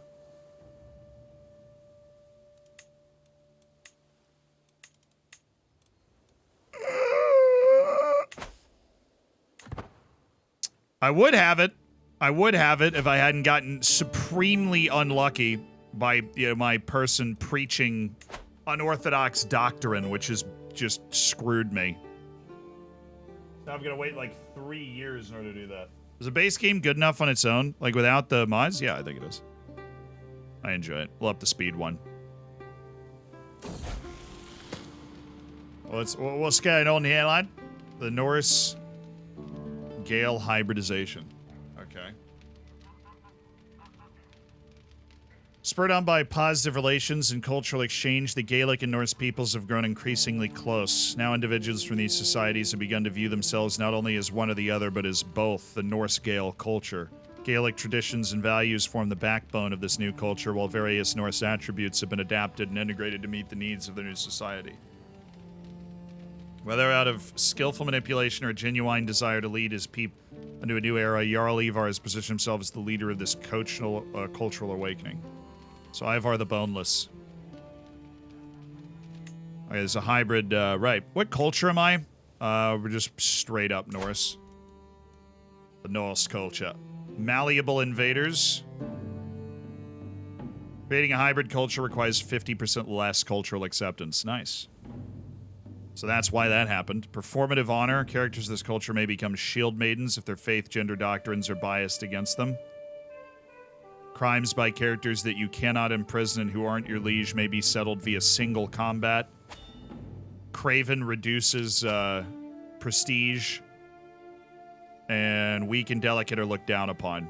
That's what I'm talking about. Northern stories. Rulers may raise runestones to commemorate certain major life events earning prestige. The poet trait is more common and provides additional bonuses. Guardians of the culture are more effective. And characters tell each other stories, increasing skills. Coastal warriors allows us to recruit the various men-at-arms we have as this culture. There we got 300 stewardship lifestyle points from our spouse. Nice. Strong and Hale are seen as prestigious. Strong trade is more common. Tradeport line of buildings provide additional bonuses to stationed men-at-arms, and Tradeport line of buildings happened. My sister Helga gave birth to a daughter. Oh, nice. That's a mouthful of a name. Malmfriter. She has no traits, but okay. My brother-in-law. Oh, Hjolfr Hrodmerson is my brother-in-law.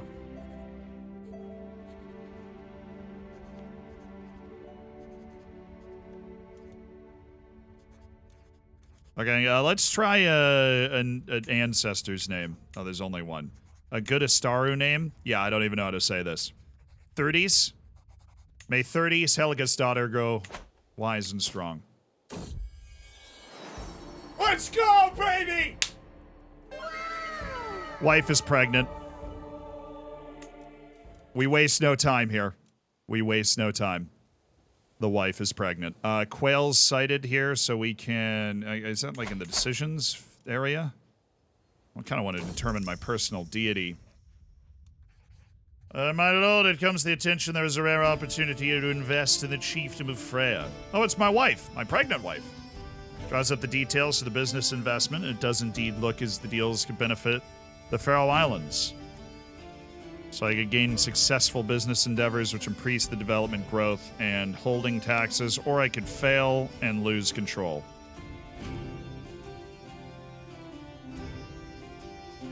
The stock of local affairs is beneath me. That would give me 150 prestige. I'm gonna take the money, I think.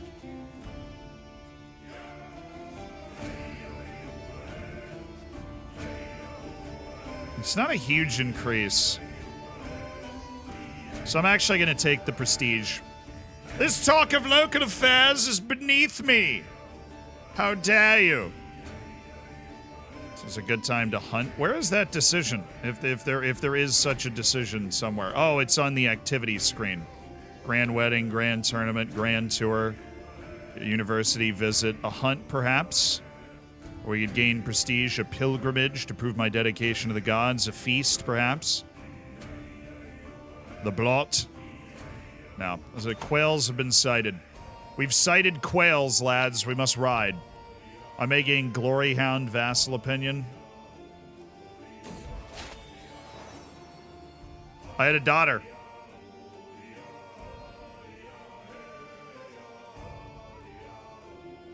A perfect little daughter. Are you an Amazon?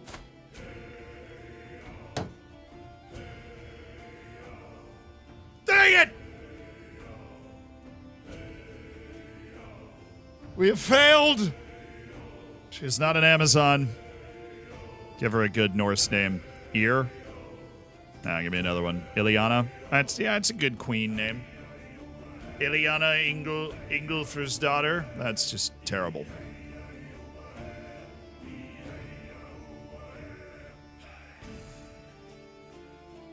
I don't believe that Ileana is going to be the true heir of the realm, but we're looking for an Amazon.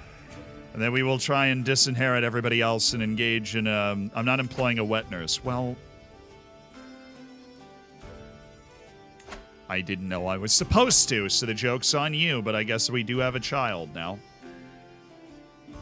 No courtiers meet the requirements. Well, then start a search for a wet nurse, all right? God, we have a kid, people. Focus. I'm busy trying to figure out if I want to hunt for quails over here. So what does Glory Hound do? That's new. Go about standing in prestige and showing the world the strength of the realm they're part of. Bold or discompassionate vassals often adopt this vassal stance. Glory Hounds like when their liege has any partition succession law, achieves victory in offensive wars, and invites them to hunts. Glory Hounds dislike when their liege is High Crown Authority and signs defeat or white peace. Alright, well, let's screw it. We're going hunting.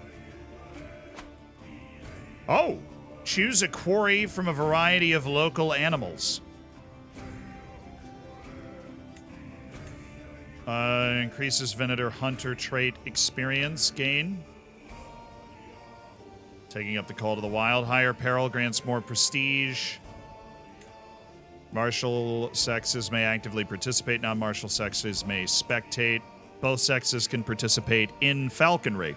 And, you know, that's what we're looking for is the falconry. So we're hunting falcons. The noble pursuit of falconry. Destination selection. Wow, this is really detailed. We've had a quail sighting.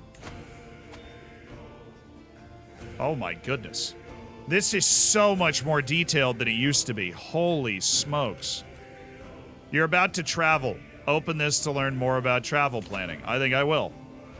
This is totally new to me. This is part of that DLC we just got. Galactic Manhammer, thank you for the 2 months, dude. I appreciate the prime. Yeah, we're hunting with falcons. Yeah. Sorry if I said we were hunting the falcons. Falconry is using falcons to hunt. Away from currently. Before you leave, you should plan your travel. You rarely travel alone. The characters that travel with you are your entourage. These characters will often join you at your destination. There are 2 main factors to consider when planning your travel, speed and safety. The base speed is 100%, and high speed means you arrive at your destination faster. Safety counteracts any danger you may encounter on the route. Having high safety means you and your entourage can travel through dangerous areas with less risk involved. Okay. You can appoint a caravan master, a special court position who will join you on your travels. I have appointed one. They have a large impact on your speed and safety. You should usually want someone in this position on longer journeys. You can also choose up to 2 travel options for this specific journey. Travel options usually cost gold and provide various benefits to speed and safety. Many options reduce the danger for specific types of terrain. Each type of danger in a location is shown on the map with a unique color. Any of these dangers you might encounter are also shown with icons on your route. Interesting. I don't really see any of that, but okay.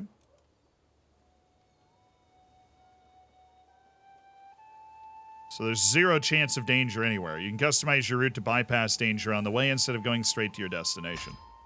Before you leave, check the total travel time. Where? Hey, Hideous. I appreciate that, dude. Thank you for the 25 months. Thank you for being a part of the Hammers. Where am I on the map? On the Faroe Islands. Check your total travel time. Travel time, you're already there. Okay. I understand. Okay, I kind of understand this. Increases success chance someone affected. Search parties, reasonable party.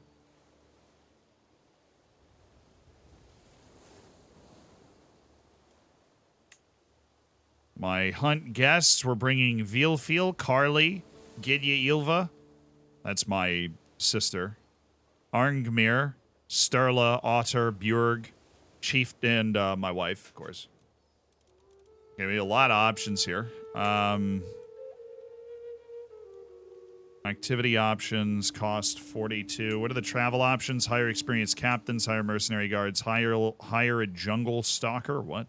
Hire a mountaineer, hire a forter, hire desert warriors, forest guide, hire cultural ambassador. So I'm not going on a long trip. So I won't travel anywhere. So I think we're fine. Base cost plus falconry plus search parties plus reasonable party. What? I didn't choose those. Oh. Increased success chance someone affect. There's no danger here, so I'm gonna turn both of these off. Although I think a reasonable party is probably a good idea. We get more prestige on completion. But I'm gonna level down just local gamekeepers. That search parties increase our chance of success. Actually, let's do that. I'm not gonna. Intent is recreation, murder, seduce, or befriend. Now the intent is recreation. I'm not trying to murder or seduce anyone, so let's go. Wow, this is very, very detailed. As we await the arrival of the rest of the guests, my servants can get started on the preparations. The gamekeepers check the grasslands each day for signs of quarry while establishing a camp close to the hunting ground. The quails are close. I can feel it. Soon. All right, we're searching for a wet nurse, and that's what we're doing. Okay, cool. Did we get one? My master of the hunt summons the party to gather as the light reaches the camp in the hills near the near Ferriar. With any luck, we'll find a sedge of cranes, and our hawks will have great sport. The beaters' teams are ready with their hounds, and a well-appointed spot has been selected.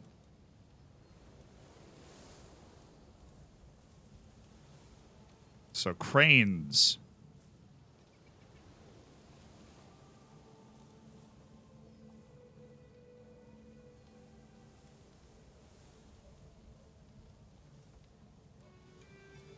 All right, let's get out there. Sure, let's friggin' do it. Let's ride, brother. My success chance is going down. My hawk seems to be getting quite agitated on my wrist, tapping and pecking restlessly. No doubt the beast is eager to take the skies once again and bring me back a fresh kill. It would be good for the bird to stretch its wings, but I haven't yet spied a trace of anything worth hunting, so it's likely my hawk would return empty-taloned. I could focus on tracking, but I'll gain stress. But I want to focus on tracking. I'm arrogant, so I gain some stress. Oh, this is the wet nurse search. Okay. This is also new. With a mind to provide the best care to our child, I've had my functionaries be able to seek out able women for the role of wet nurse. I present my findings. Well, it's only 50 gold to get, who is it? Hafrieder? I have to pay 50 to get Hafrieder. She has good aptitude. Just... You know what? We're getting the poor wet nurse. We're getting the poor one. We're getting the poor one. My party and I stalked through a copse, eyes peeled for any sign of a crane. An agile huntsman brings down a fluffy eyas and unfledgling raptor chick from the oak. What luck! Only young birds caught in the wild can be properly trained to hunt. Oh, we just found a chick. I got a hunting raptor, which gives me more prestige a month, vassal opinion, and more court grandeur, which is awesome. I can give it to Carly as a gift, but it doesn't give me enough there. Put it back. I'll get 150 prestige right now.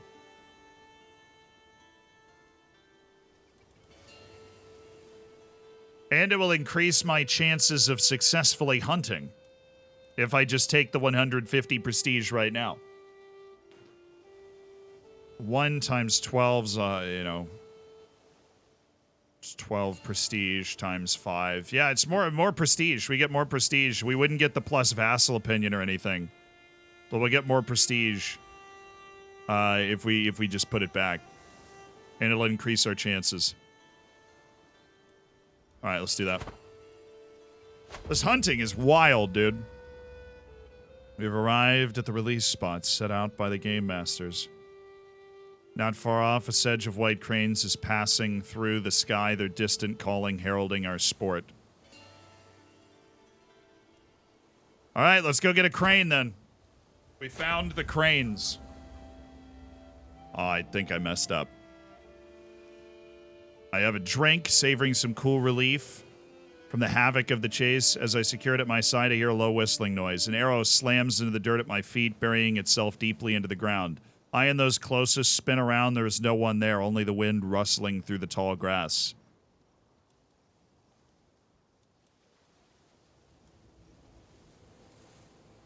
Okay. I gained 10 stress. Oi, be more careful. Clearly it was one of our hunting friends that took a shot at me.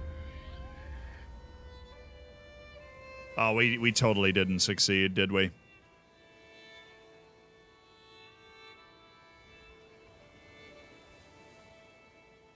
The Hawk's doing everything right. The panicking quarry scatter, calling the alarm, but it's too late. Time and again, my Hawk swoops in for the kill, but misses, retreats, and only grazes the target.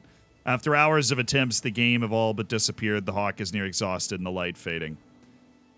We failed in our hunt. But I got some prestige. Let's frickin' go, baby. Everything could go wrong seemed to, but there's silver lining. The master of the hunt gathers the disappointed party and exhausted hounds for the trip home.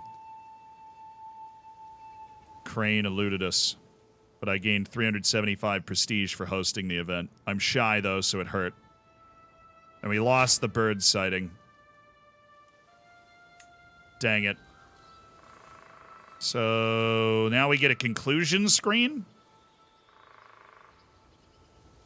I improved as a falconer a little bit. Okay.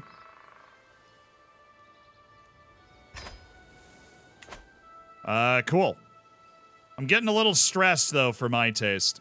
But we do have a tremendous amount of prestige, which I plan on spending lavishly in order to improve the quality of our troops. Now, we need men, and men can be acquired. We can level up our Bondi to level 5, which means we will have 500 farmers with spears, which is nice.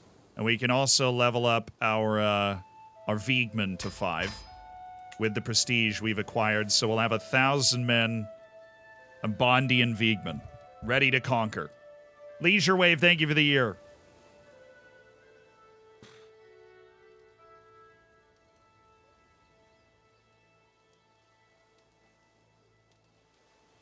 All right.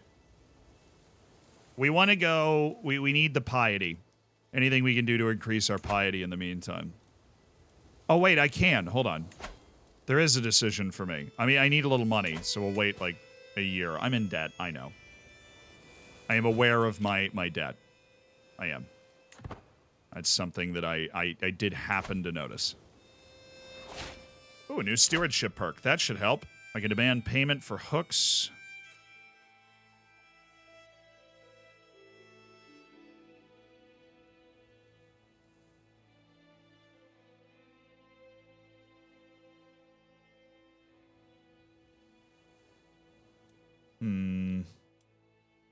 Building construction costs go down.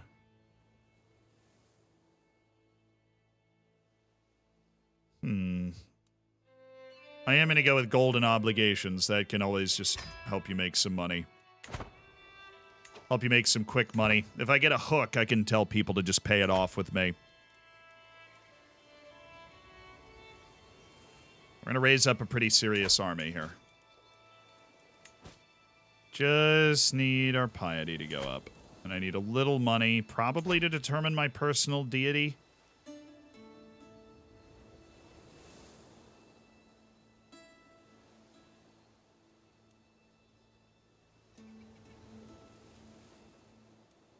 Do I need money for this? Probably not. Because I would like to just be a devotee of Odin.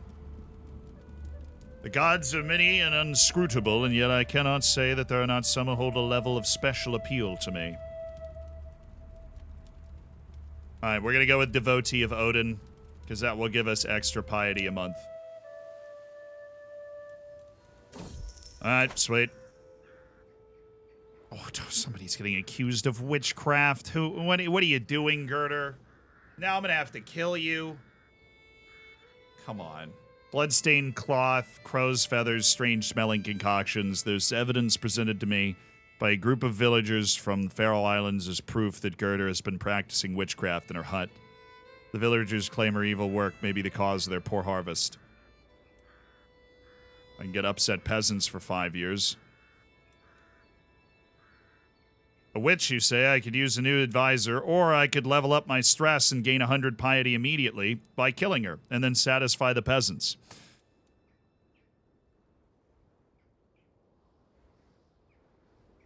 You guys think of what I'm thinking?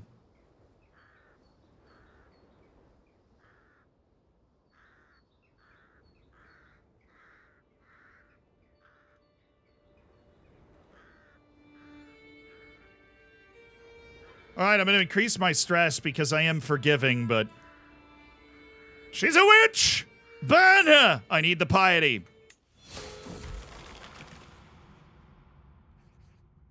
Okay, we've had our first mental break. We've reached level 1 in stress, which is right here for those looking. Right.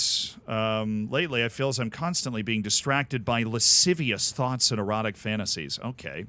With all the hardships of my everyday life, it's all too easy to lose myself in daydreams and forget about reality. These desires are interfering with my life. What should I do? I can bite my lip and increase my stress further.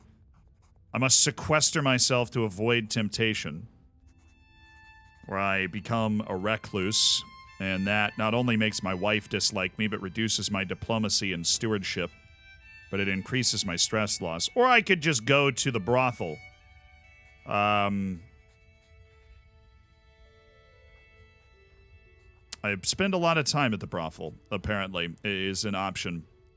Reduces the attraction opinion of our boy. Should we go to the brothel?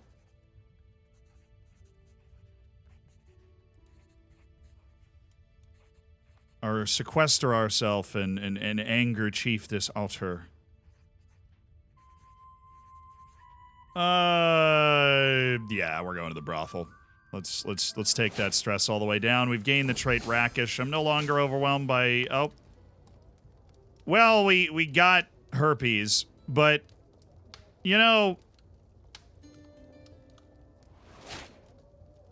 Sometimes you just gotta roll the dice, you know? Sometimes you just roll the dice and you come up empty, and that happens.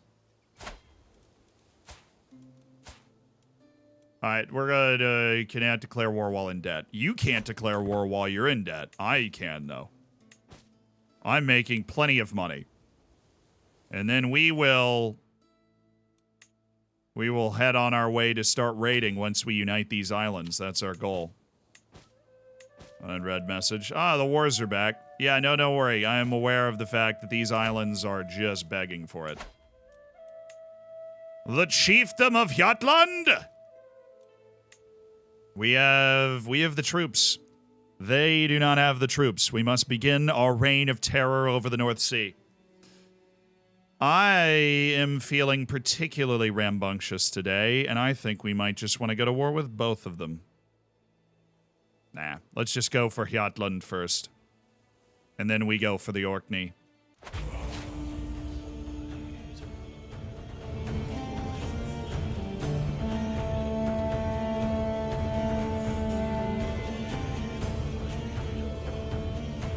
Kill them all!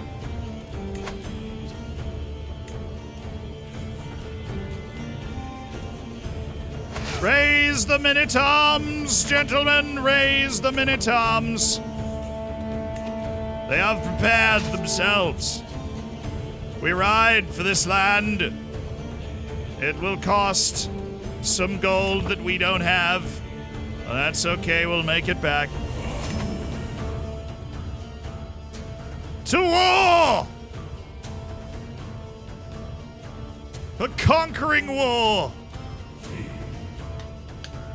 We aren't even raising the levies. We're taking my personal retinue of 1,100 brilliantly skilled farmers with pointy sticks to take this land from this old man. It's taking us a while to sail, but we're sailing now. We're sailing now. I'm not in debt. I'm not in debt. Oh, somebody's getting raided. The army of Bukhan is on the way. We have an advantage. All right, into the battle. The Battle of Jotland. The archers are countered by my Bondi. Brilliant. We're in the early battle phase.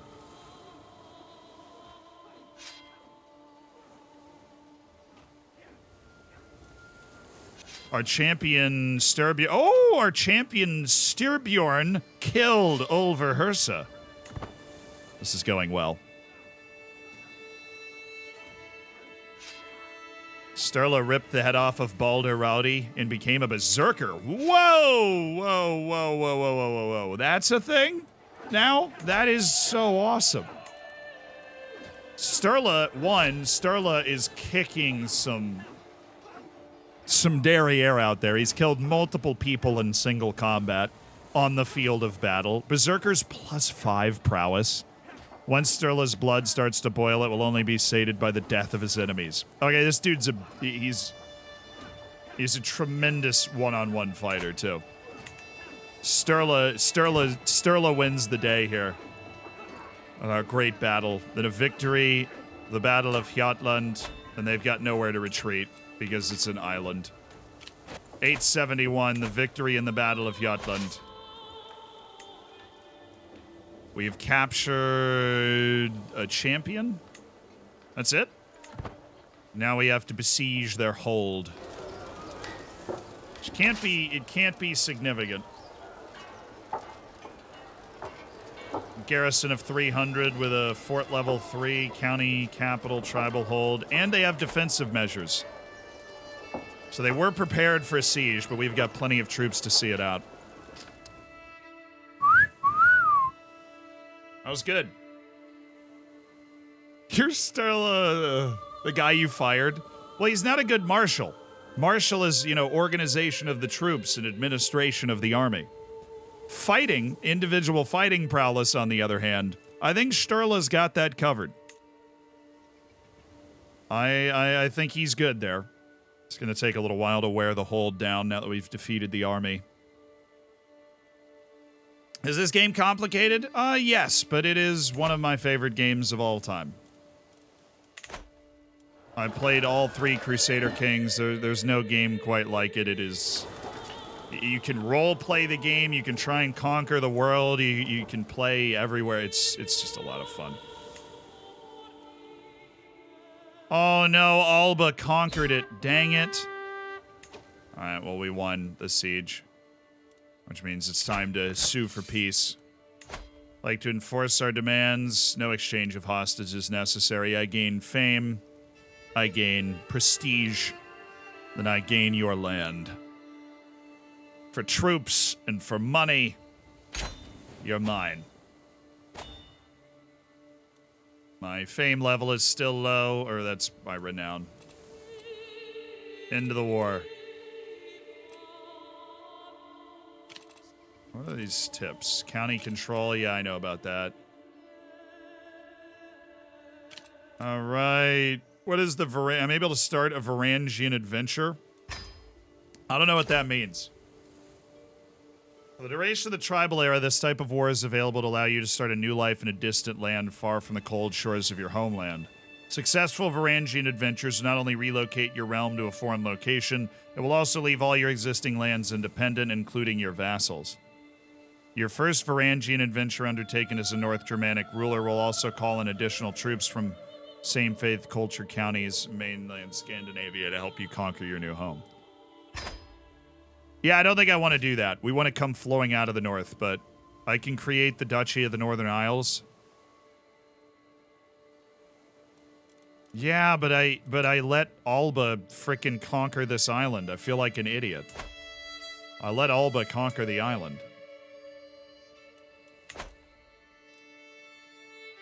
My level of fame is distinguished. Cool, I've gained some fame. All right, men-at-arms. We need to disband our men-at-arms so that they can recover their numbers after our win. And I need my counselor, my military counselor, to... We should be able to increase control. There we go. Increase control in Hjaltland. My glory and fame is widely known. Brilliant. I'd like to station my Bondi here. Proper defensive troop.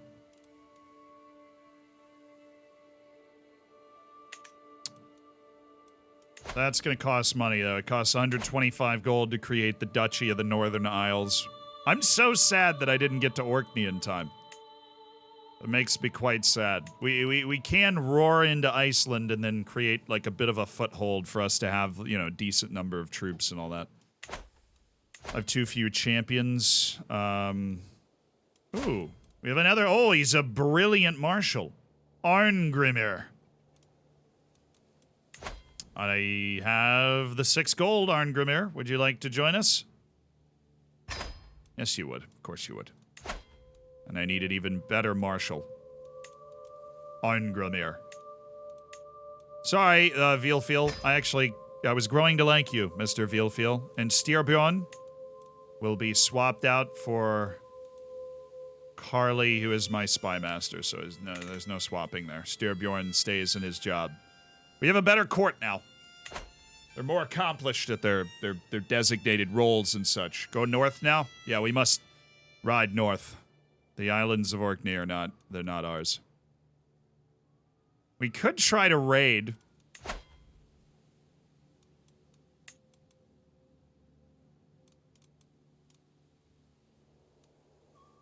One, two, three, four, 5, 6, 7. Vielfiel must fight. Alright, we have prestige. I would like to spend some of that prestige to increase our number of Varangian Guard to be a real butt-kicking 200. Let's get this stuff back, and then we'll be ready. I still don't understand this whole Shield Maiden dynamic. Yeah, I'm gonna move myself here. We're gonna move down to, like... Actually, I think there feels weird.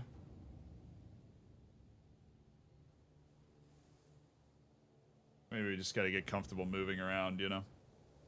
Go down here. Chieftain Ingolfur Arneson. Yeah, we're gonna try and trash Iceland. We've got the piety to go after one of the Icelandic holds right now.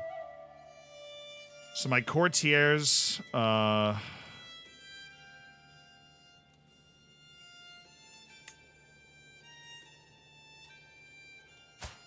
heir and daughter.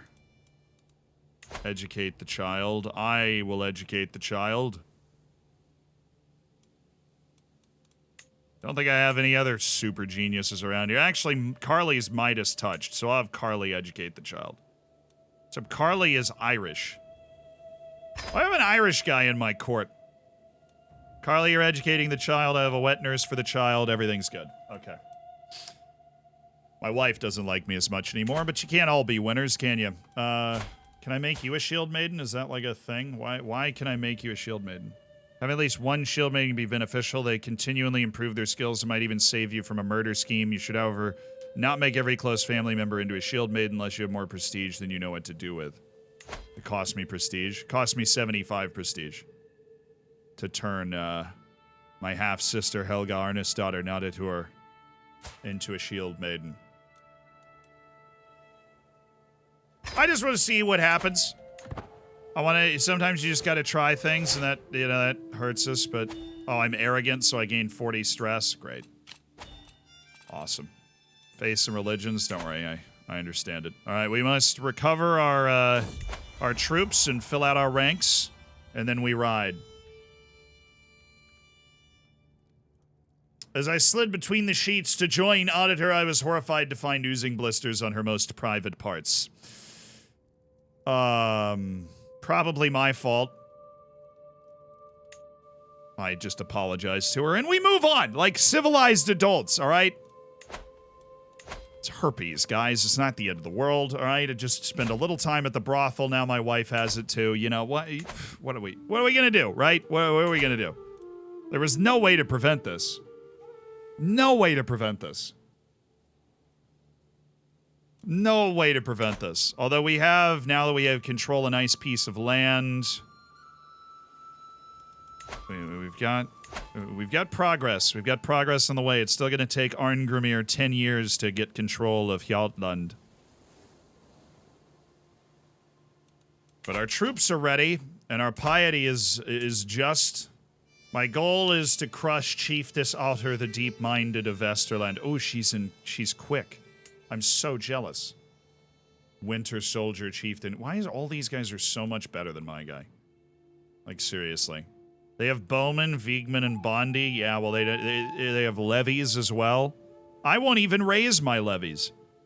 I have 470 farmers with sticks that might want to come fight, but I'll just raise my actual... That'd be stupid. I don't want to raise my levies. It would cost me... I don't know how much. Some number of money. But 500 Bondi, 500 Viegman, and 200 Varangian veterans should be enough to take out the trash up here. Is that a risk I'm willing to take? No, let's save up until we have 20 gold, and then we'll raise our levies. And then we attack Iceland.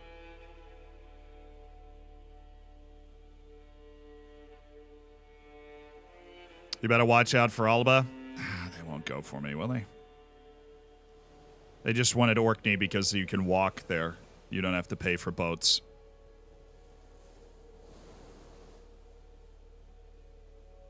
Be another nice reason to take Iceland, as I'm prohibitively far away, and they probably don't want to deal with me. I'm not a threat yet. I'm not a threat yet. I will be. Wait until I hit the shores of Norway and start absolutely rocking people. My daughter and heir Ileana is an unusually calm child. While others play wild games, Ileana withdraws to a silent corner. She doesn't speak a lot. I can tell she's always thinking about something. She's gained the trait pensive. That's a good trait. Ileana's off to a hot start, even though she's not Herculean.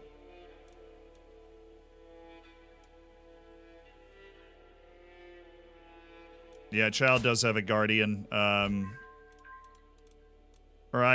Somebody's educating her. Yeah. It's Ileana's first teething. Oh, goodness. Cecilia poses like a herald and proclaims, "My liege, you witness a monumental occasion." So this is the wet nurse. Ileana has a mighty gift to offer you. Father, I lost a tooth. Nice. Keep your tooth. It's a good charm. So she becomes the owner of her milk tooth, which adds prestige. Okay. I could give her 5 gold. And then I get the tooth. I don't really care about the tooth. Yeah, I'll just take the free prestige, and you keep the tooth. It's a good luck charm. Thank you. Appreciate it, child. So when are we having another child? We should get on that. Okay, to war. He's traveling? Where's he going? Wait, he's gonna be gone? This will be perfect. Does it tell me? He's in the North Sea. He's not even home.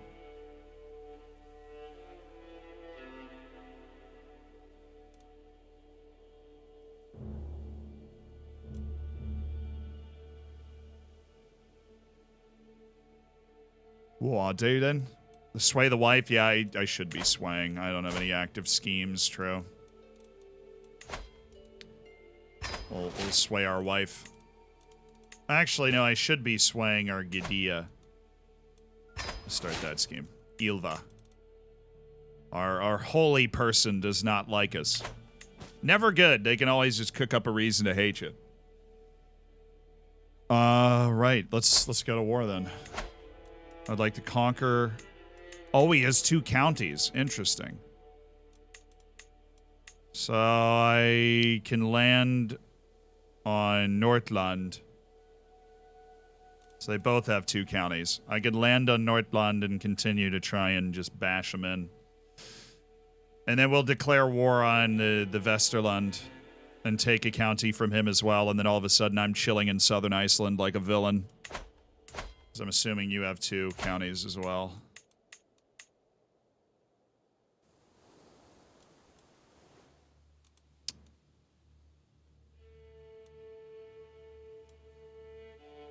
Their military strength is not similar to ours. Most of their army is made up of levies, which will be smashed by the time we get there. We have 1,200 trained troops that are on retainer with me, that travel and fight with me.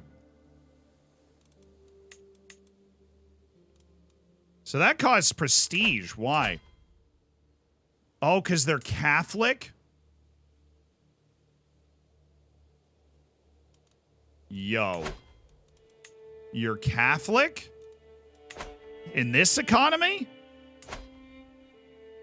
Cost me piety to go to war with this guy. He's like the most pious person ever. Chieftain Garter.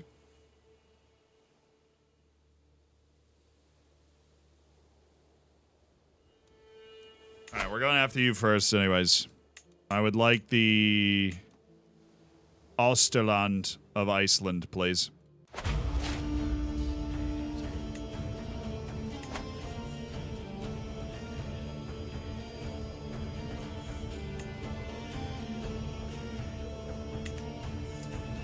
So let's click on our rally point and let's raise everything we've got here. All right. Troops are in the field. Wartime. We sail. At the cost of 4 gold. Awesome. Oh, good time for a new stewardship lifestyle perk. How about War Profiteer so we make more money while we're fighting? Onward and upward. Into the long ships, gentlemen. Into the long ships. Oh, yeah, we're on really high speed. All right, we've landed. Now we fight. Wait, who's my commander? Helga Arna's daughter Nadur. Oh, my shield maiden is my commander. I love it. All right, let's rock. To the worthless Inglefear. It's my duty to inform you that the irrefutable evidence has been unveiled, proving that your marriage is consanguineous in nature. I'm gonna need a... what? Oh my god. This is why you want to be friends with the holy person. She wants me to divorce my wife.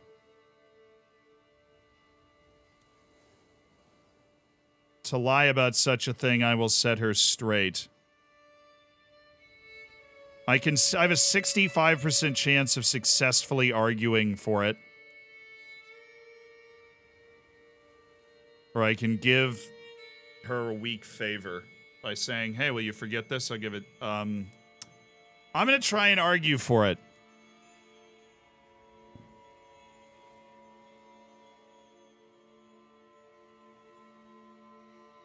Well, there's a 34% chance I become incestuous. Is that what that means? What is consent? What is this word? What does consanguineous mean? Relating to or denoting people descended from the same ancestor. So it literally just means like incestual. This is a problem. Why? I just went to war, Ilva.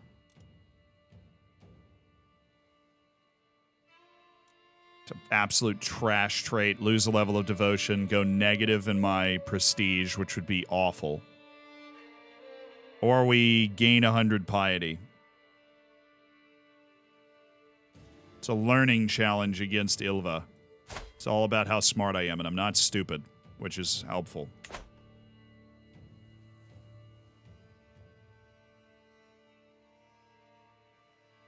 Send it.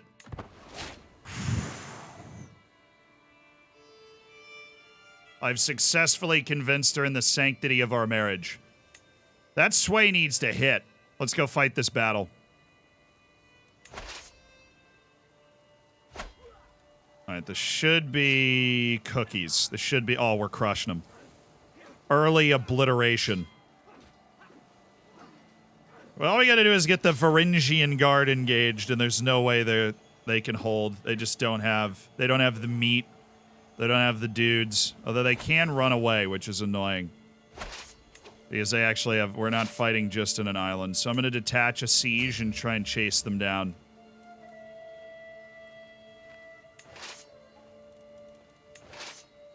Why did we detach our Varangian Guard, guys? Why on earth would we do that? Because we need that for the siege.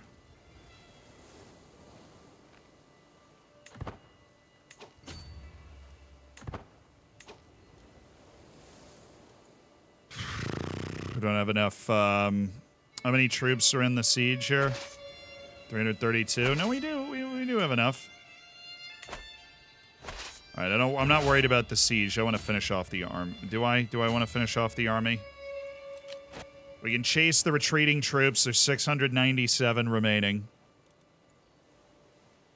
Yeah, we'll crush them. Even if we detach the siege, we'll crush them.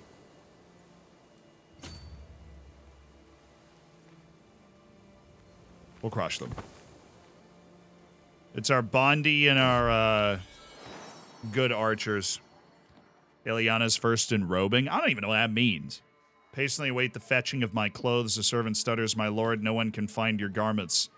I'm surrounded by incompetence, I mutter, storming from my bedchamber.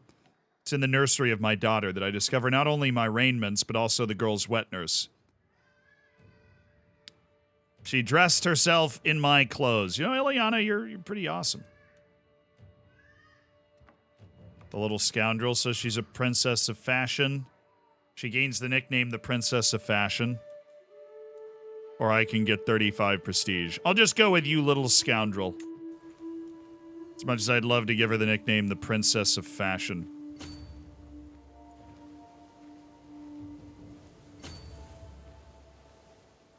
Dang it. They decided to continue to run, so we're going to unite our armies and wait for them to push us here. Supply range in the easiest. Oh, what's going on? My wife seems to be having a wonderful day. Oh, Ilva and my wife. They hate each other. That's why all of this is happening. My wife and my high priestess hate each other.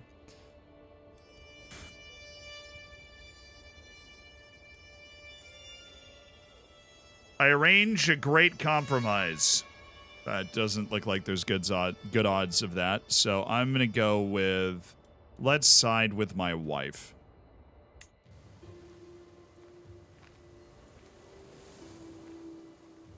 Gotta keep my wife on my side. I can't go 0 for 2 when the two powerful women of the realm. Alright, they might try and get their troops back together and hit us again. We're just gonna maintain the siege.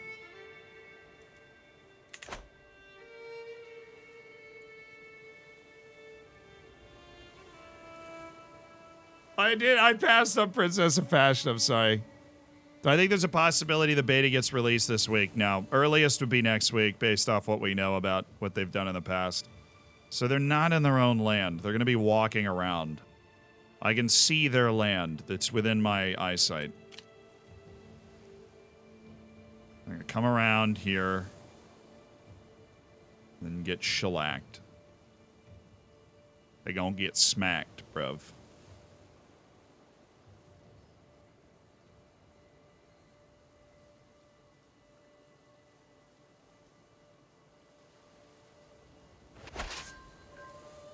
They haven't showed up yet. That didn't win us the war. We're gonna have to go take the other town. So we gotta walk up there, but we've gained control over the other stuff. Construction slowdown. Excellent financial mismanagement on our part there. Brilliant. Great work. Did they boat to your capital? That's what they're gonna go for. That's what they're trying. I'll outsiege them. But we are gonna get some of our countryside raided. Their death is a risk I'm willing to take, unless they're boating back behind me. Okay. And we should have an opportunity to leave a siege. That's a little dicey. Let's just let's siege race them. They should be faster, but I don't want to. I don't want to risk them drawing us into combat here. So they boated around us and then came in from the ocean to try and take back their land. Naturally. Classic CK battles here. Dun, dun, dun, dun, dun, dun, dun, dun, dun, dun, dun. Oh, we just had an excellent siege event that gave us a huge boost. Huge boost. We didn't get another boost, though. They gonna siege faster than we are.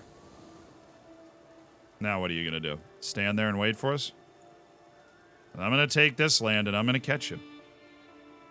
You're not gonna be able to get enough troops replenished by the time I get there, brother. Such is life.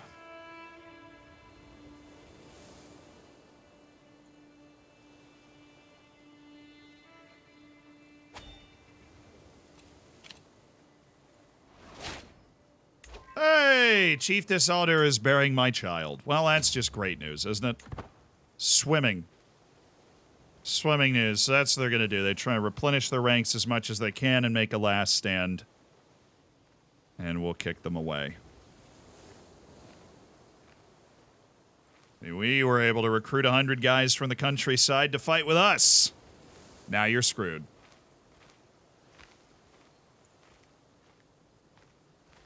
You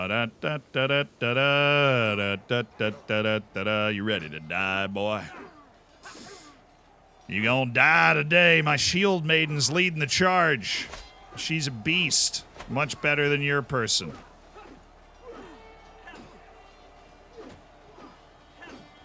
Give me your land. I desire it. Alright, now they're going into retreat. We should be able to siege this down. Our wars in the south of Iceland, they're just getting going. I want the Catholics too. You're Catholic, right? Do I want to anger the Catholics? I don't know. Yeah, go to my homeland. See how that works out for you. I'm going to own all of your land.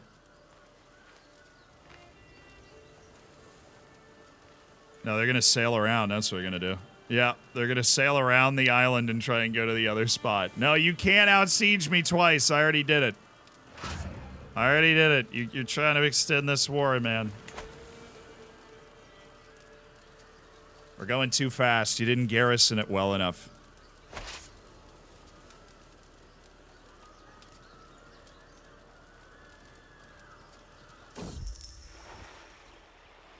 A nose for profit.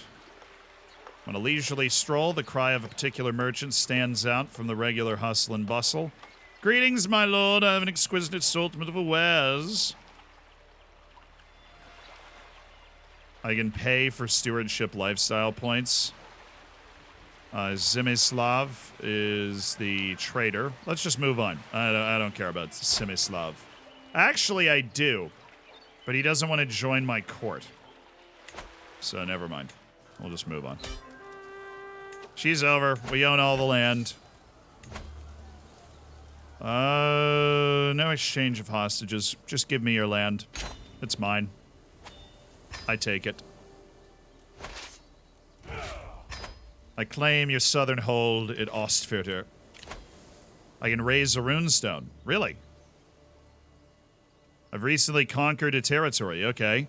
I gained 250. How much does it cost? 50? Oh, I mean, this is... I gained 250 piety and 350 prestige. All modifiers are stronger when erected in cultures that use runestones. One of your counties will receive one of the following modifiers: Ancestral Runestone, Conquest Runestone, Clout. I'm just hungry for clout, dude. I can raise this runestone for our conquest of Icelandic territory. But what to carve? The runestone will be destroyed if the county falls to someone outside of your dynasty. Interesting. Let's raise the runes for our conquest. Every runestone tells a message of significant events in the life of the commissioner, from the smallest peasant to a chieftain like myself. The stone records all. What should this monument speak of?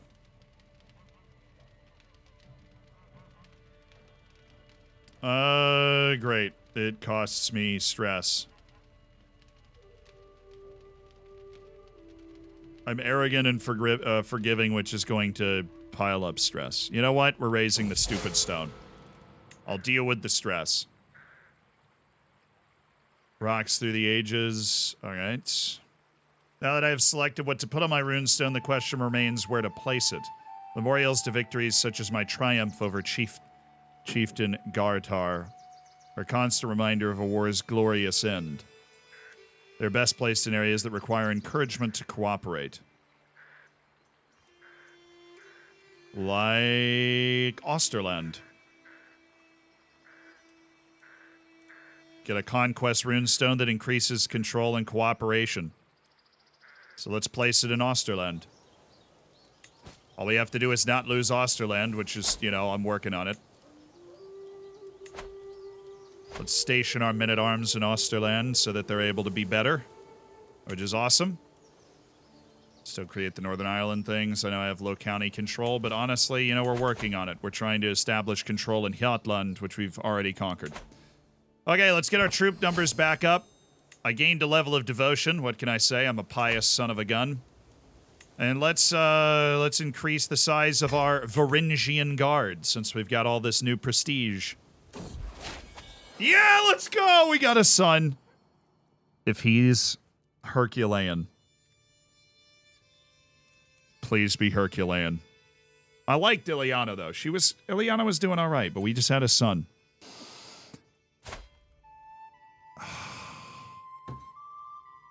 No, he's not. Give me a good Norse name. Torbjorn, Otter, Torolfer, Gudruther, Balder.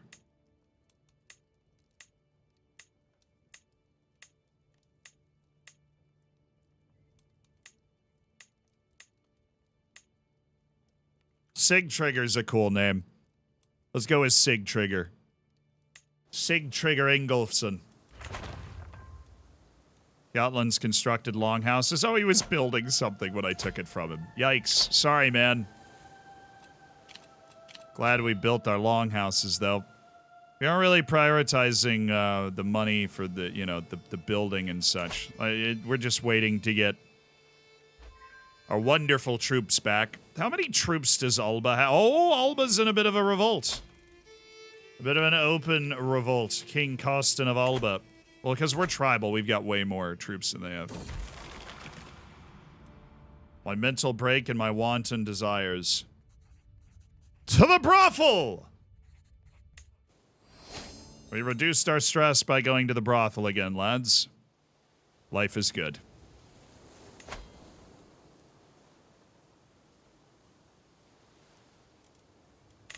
All right. Hi, Catholics. How you doing? You've got lots of levies. Ooh, we've swayed Ilva. Let's keep that going. All right, I'm going to need another person to look after Sigtrigger. Not me. I'm not good. We have a good fighter. Anybody that's a good fighter? Brilliant strategist. Arngrimmer. Arngrimmer. Train him to be a great fighter. I don't think he'll be my main leader, but he is... He is a son of mine. He will be a fighter. I don't think we have much of an option when we're up in this frozen wasteland. I didn't say that out loud, obviously. We get Subjugator. Costs 500 prestige. No, I think we'll go for the... could have gone for the Duchy. That would have been smarter. We could go after the Chiefdom of Vesterland. Take the more rich, profitable southern part. I'm assuming. I don't really know. No, it looks like our capital. I mean, that's where Reykjavik is on the map, so that's... The northern part is better. Southern part's just a tribal hold. Oh, speaking of which, I need to increase my tribal control. Oh, I don't have the prestige. Unfortunately.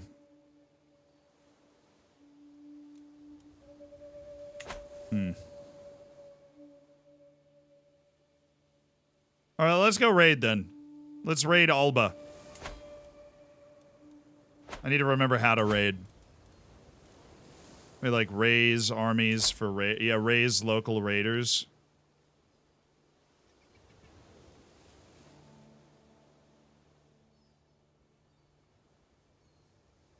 Can I raise my men-at-arms to raid, or I'm not really an experienced raider.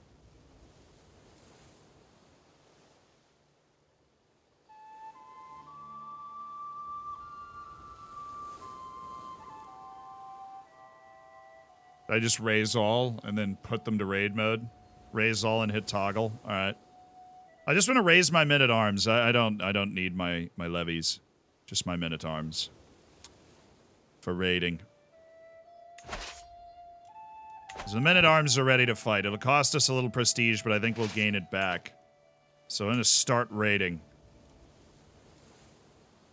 Any viable holding that it stops in, we will raid. Okay.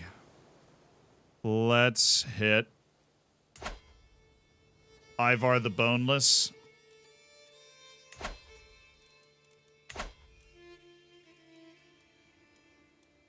Ivar the Boneless has got some he's got some freaking troops.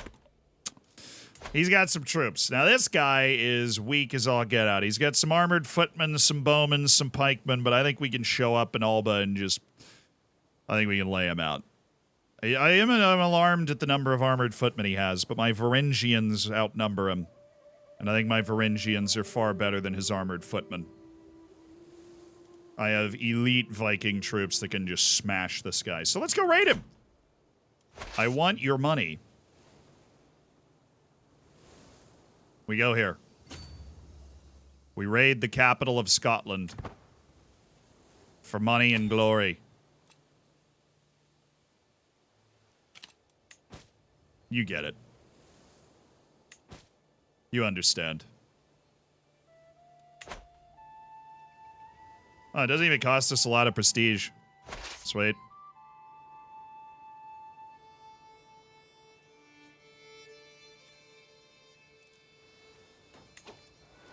Is this the army of Strathern? The army of this dude's getting his butt kicked. He's getting utterly dominated by the northern Scottish nobles. All right, let me raid this hold real quick. The raid of Gowrie. Just gotta make sure that big army up there doesn't all of a sudden become angry with us. That's who we're raiding, though. Ah, that army is also potentially against us. All right, so I think I've completed the raid. Where do I see how successful it was? Oh, I just got 15 loot. I just got 15 gold. Do I get any prestige from this? I'm assuming I do.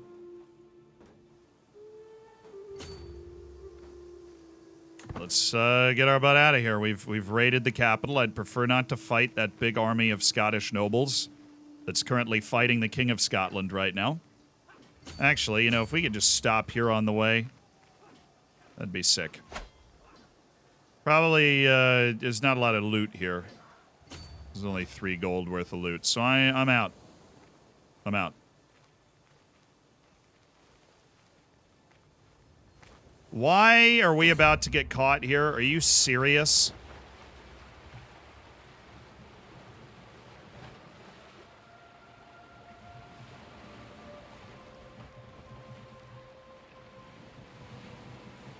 Why am I about to get caught here?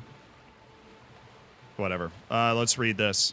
Spent time at sea with salty air in his face and a fine vessel beneath his feet. Today sees my personal craft and small escorting squadron out for drills, practice, and pleasure. The voyage has been exhilarating, change of pace from life at court, and we spot a distant plume of waters, followed by a small island of wine-dark flesh, the great beast of all the deeps, a whale. Okay, we can go after, let the others handle it. Just bring me the carcass.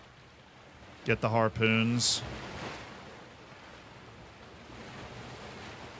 I have the hunter trait, so I can really go after it. A creature of fearsome majesty, or we can... I'll just take the 50 gold, honestly. Just bring me the carcass. So what did I do wrong there? What could I have done to avoid getting caught in this fight? A fight that, mind you, I think we might win. Because our troops are just so much better than the troops. They're all levies. Is this army levies? Almost. This is going to be close. This is going to be close. Our troop type is just so much better than theirs. I think we might win this anyways. Our counselor Otar was slain in battle. Dang it. Oh, our brilliant chancellor too. Styrbjorn!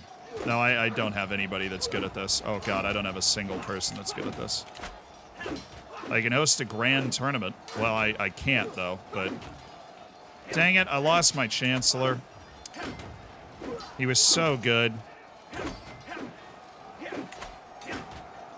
I forgot I had a prisoner. Such is life.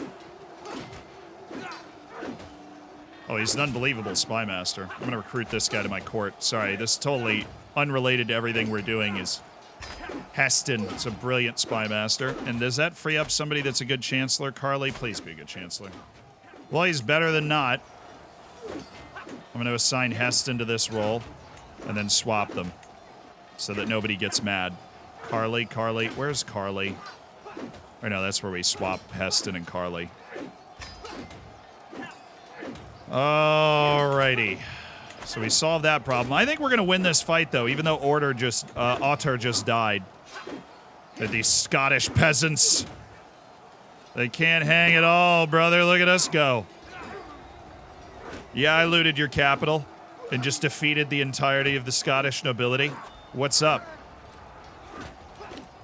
How you doing? Can I please get in the water? All I want to do is get in the water. That is a monster win. Excellent work by my half-sister there. What a fight. What a fight. Okay, so I've got 18 gold, and we took a real punch in the chops, but we did a nice job winning there. There's 0 raid loot. 9 raid loot there, 3 raid loot there, 16 there. I'm sailing there, brother. You got 16 there. Oh, no, that's where the army's going. Oh, no, we're not going there. No, I don't want to go there. That's where they're retreating to. Would have wiser for us to stay down here. Whoa, the barony of Dunbar's worth 23 gold. Well, let's let those other armies duke it out up there. Screw it. I'm coming down here. Oh, that army's raiding. Okay, that's like Ivar the Boneless. He's just raiding. Well, I want the 23 gold from here. Oh, there's 23 gold in Edinburgh, too. All right, we're raiding Dunbar and Edinburgh, and then we're sailing back to our land. And we're going to invest this money. And then we're probably going to look to go to war again. Prisoner taken in the siege. Ooh. Captured some random, super unlucky courtier. Let's keep raiding them. I got there first. Watch it. Is this other raider gonna fight me? Because he'll probably beat me. Is that guy gonna fight me or no?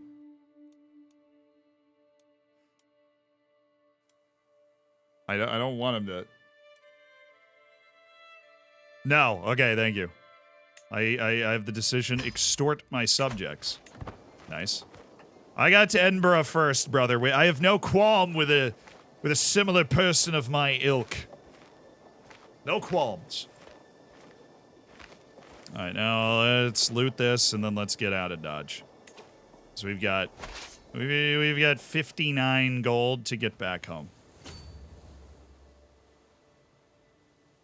We sail away from southern Scotland. Ah, Siegtrigger's walking. Siegtrigger just took his first step. Brilliant. A giant step for a child, a small step for a ruler. What else can he do? I can increase his prowess by 1. But I also increase his stress. Yes. What else can he do? That's what I want to ask. I want Siegtrigger to be a proper fighter. He needs the prowess. He needs to be tough. I'm going to make him tough.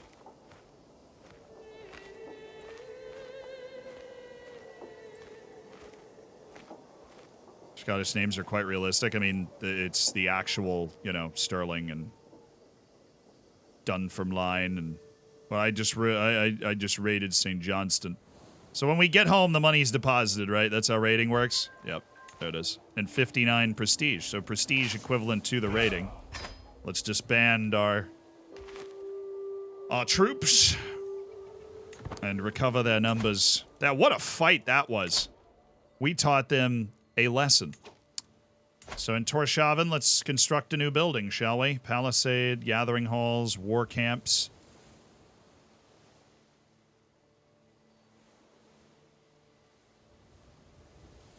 It gives us improved levies, an extra knight, but it doesn't give us the boost there. We can build palisades.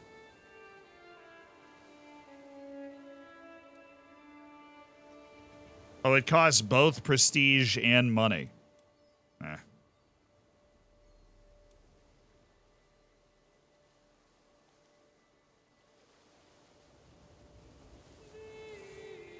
Warrior Lodge is a trade port. Improves our station men-at-arm toughness and our other stuff. So this is all Gathering Halls is prestige-based as well. Reduced cost for hosting a feast in this holding. Holding gets levies. This county gets control growth, and holder of this area gets plus 2.5 prestige per month. Okay. Oh, yeah, true. I can upgrade my title. That's what I should do first. We can become the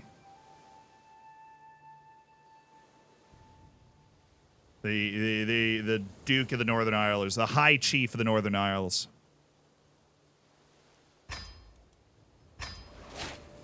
Y'all. Yeah.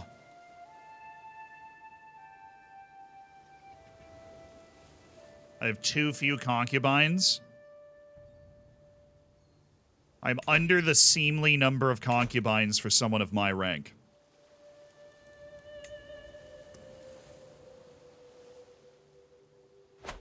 What would it cost me to declare war on the Kingdom of Alba? 1,000 prestige to attempt to conquer the entire Kingdom of Alba? That would be an interesting move. I should be within the realm of being able to attack the High Chiefdom of Moray. Ooh. He's weak. We could go for it right now and attempt to just declare war and we go for the gold here. But my fame is less than illustrious, so I can't do it. But I could fight him for Orkney. I could lay claim to Orkney to launch my attacks on him in the future. That would only cost me 75. He has allies. High Chief of Meath. That's in Ireland. It's in the middle of Ireland. This dude, does he have any troops? 577. Come wandering over. King Constantine Machinid of Alba. We could fight him for Orkney. I mean, I am, after all, I am the Jarl.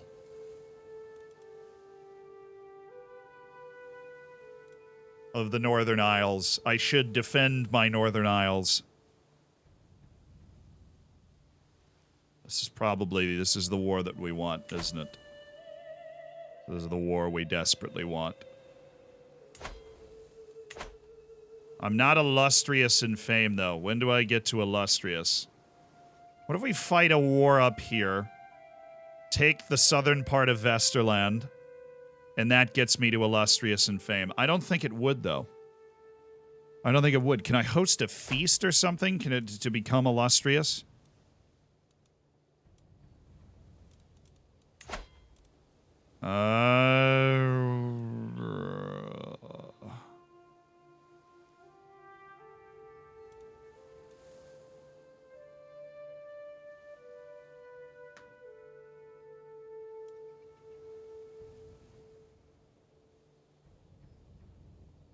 I could host a feast.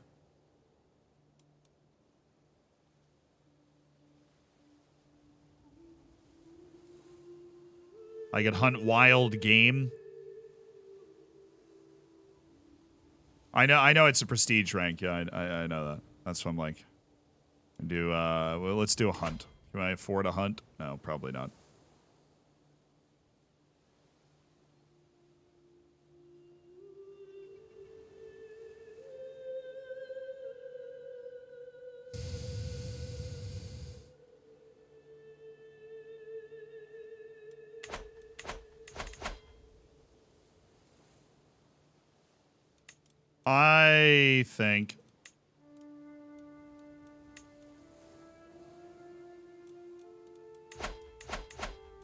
I think that we invite champions.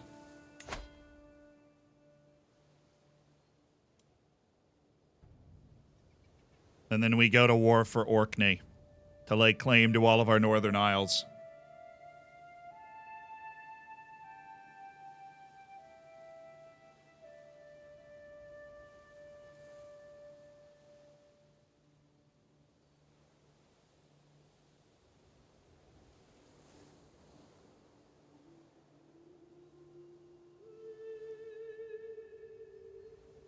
I'm not racing to do anything. I'm working to, you know, lay claim to certain areas that I think we might be able to lay claim to. Now, one of the holy sites for the North religion is right here in Jorvik, in control of the northern part of the British Isles. Would go a long way towards what we're trying to do.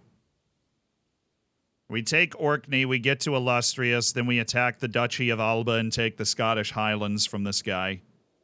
That could be the route that we decide to go.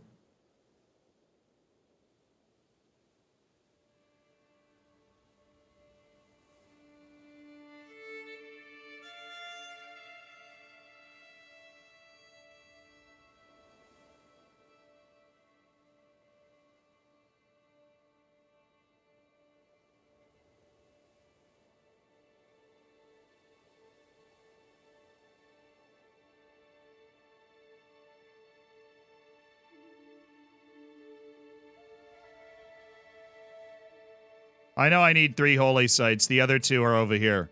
This is an easier area to unify. Just go in, guns blazing, basically. Especially if I'm you know, if I'm owning the, you know, if I own this land, right? If I own the Kingdom of Scotland, it's mine. That's a pretty organized set of land there. That's pretty organized. All right, I can go to limited trial authority. Oh, yeah, I should do that.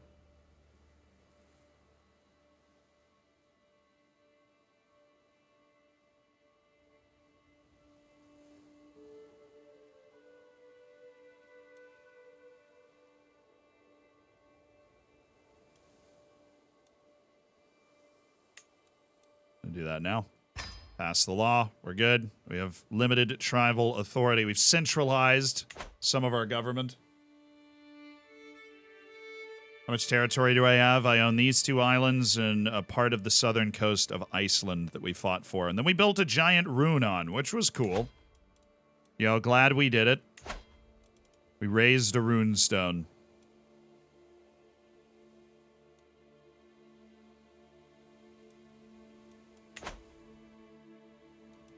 Do we strike while the iron is hot and attack the king of Alba for Orkney? He's still at war. He's defending this war. So I think we're gonna wait for that war to end, because right now there are more troops up at arms. And I'm also just gonna wait just a hot second for us to get all of our troops back from our previous raiding adventures. And then we're gonna come on down. We're going to start a party. 1 more month, I believe. And then we'll have the troops we need. We probably don't. Got him. All right. Hi, man. What's up? How you doing? I just really want Orkney, and I feel like I can just hit now. So... Orkney's mine. I rule the Northern Ireland. I rule the Northern Islands. You're in debt. You have to pay money because you're feudal. You have to pay money to raise armies. There's no way you're going to be able to fight this. There's no way you're going to be able to fight this.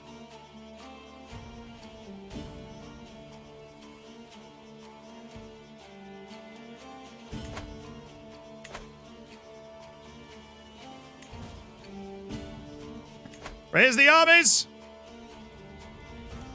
Create a new rallying point. That's our rallying point. Raise everybody we have here. Bring the troops up. We sail for Orkney tomorrow to claim our land. 5 gold, that's fine. Enemy ally from Meath has joined the war, that's fine.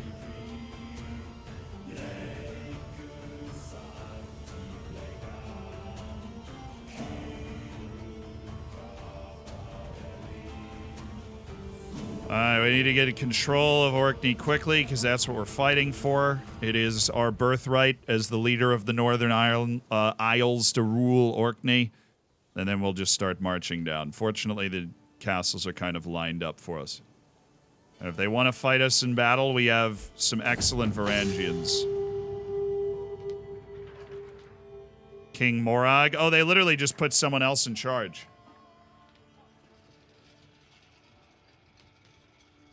So Constantine got removed in favor of Queen Morag. Well, how many troops can Queen Morag muster? Is all I care about. Not much. My goal is still the same. So that war was to put someone new on the throne, and that someone new can't put the army in the field that I can. So here we come, baby.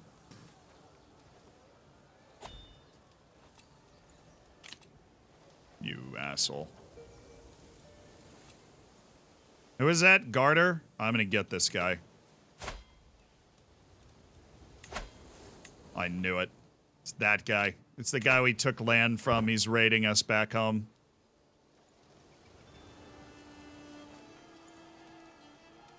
Oh, we're gonna go get him back. Have no fear. We gonna get him back. Oh, captured in the siege. My daughter Ileana was captured. Fun! And Bjorg was killed. My caravan master.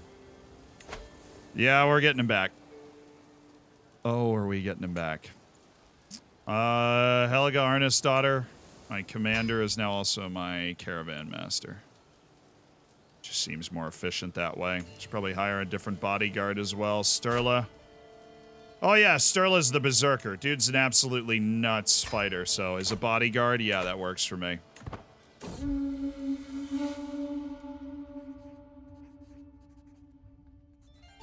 It's been a solid month since Silva brought down that blasted fox while hunting, and she's still carrying its maggot-ridden head around with her. Fun! Everyone in Torshavn is sick of it, but she refuses to be rid of the thing. The rest of the court has finally had enough, it seems, and forced her to come to me for a verdict.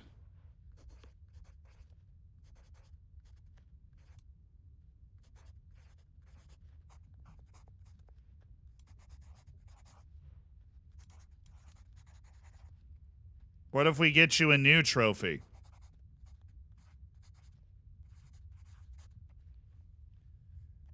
Probably a good call that gains opinion of me, and then we get rid of the reeking trophy thing.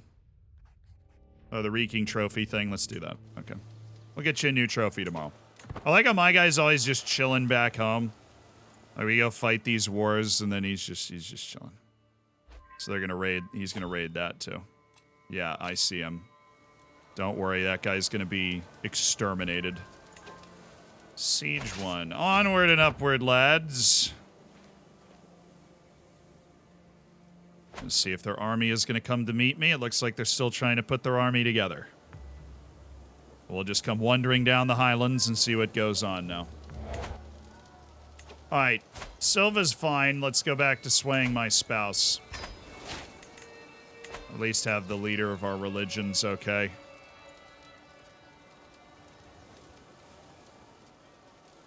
I should pay the ransom for my daughter. No, I should go to war and free her is what I should do. And we will do that. We will absolutely do that. Oh, he's down here now. He's still on a raiding mission with them. Siegtrigger. Alright, I don't want to have him have some sort of mental stress break. Actually, I do. I do want to cause him to have a mental stress break if it increases his martial. His first words, and I said, what else can he say? I'm a harsh father, well, you know, but he's going to be a great leader of men. Oh, Arngrimmer. Aren't you supposed to be fighting? Anyways. Oh, he's a wanderer. This is some other guy. Decent marshal. Decent fighter. Charge, so this guy's just telling me stories. Tale after tale, the saga continues, each anecdote longer and larger than the last. You must simply stay at our court. Yeah, we need courtiers, and this dude's a good fighter, so. We'll invite him to our court.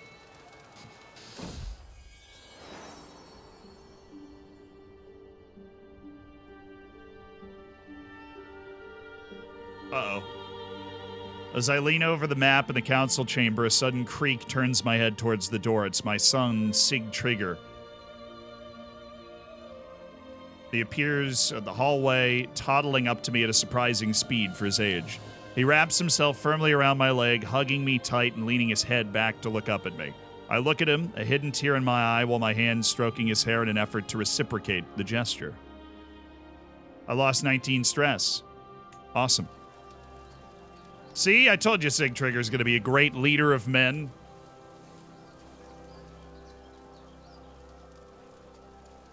He came to me and cried like a man. And we got gold from our siege. Just keep walking down then. We attack with speed. They're trying to make their stand there. There's never a quiet moment. My son and heir, Sig Trigger, is so full of questions. I do my best to encourage his curiosity. Sometimes I cannot help but get exhausted by the constant stream of thoughts and queries. When a father and mother love each other very much. Nice. He gained the trait curious, which is not a bad one. Oh, Arngrimr died. Dang it. That was my marshal. Well, now I'm glad that I invited that other dude named Arngrimr here. Jeez. That was also Sig Trigger's educator. We need somebody with military training to teach him. My half-sister can do the job. She's a shield maiden after all. That works for me.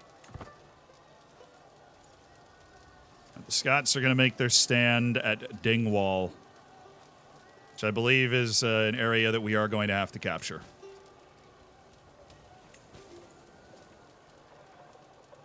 Yeah, I did. I traumatized him.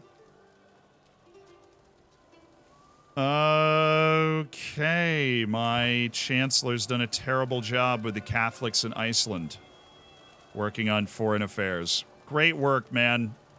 Truly spectacular stuff. Oh, got 16 gold from that siege and took a prisoner. Life is good. Let's go fight them at Dingwall. Oh, they're running away. No. Oh, I nearly caught them. Just keep working our way down. My Marshal Angrimer, an avid hunter, has brought me a man who sells trained hunting raptors. The finest birds I've raised. An assortment of hawks and falcons of various sizes sit calmly in a cage before me. This here's a fine specimen. I can get a hunting raptor for 7 years. For 15 gold.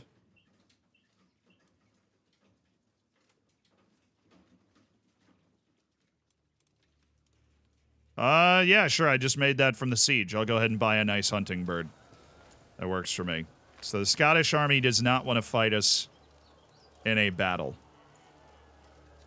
And then I will just keep walking from fort to fort, brother. And then eventually, I'm going to go get this guy up there. I will get him. Oh, they're trying to go around us.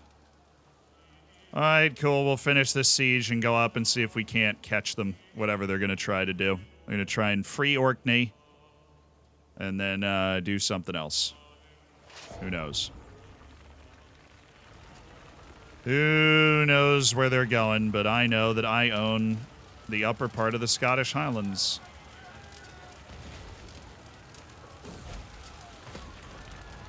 Anglo-Nordic hybridization. Who leads it? Jarl Haston the Proud. Where are you? Oh, okay. It's just happening down on the East Coast down there. It's a problem for me. We need to stay separate. I've taken prisoners. I don't think we'll catch them, unfortunately. I think they're going to be gone. Oh, will they be able to get to sea in time? I don't think so. I don't think so. I don't think so, son. Get absolutely caught and crushed. And they're in Orkney, so they're absolutely, we just obliterated the army. Oh, that was... You know, sometimes you just get outmaneuvered. It's okay. It happens. And now we just take the garrison that they put in Orkney.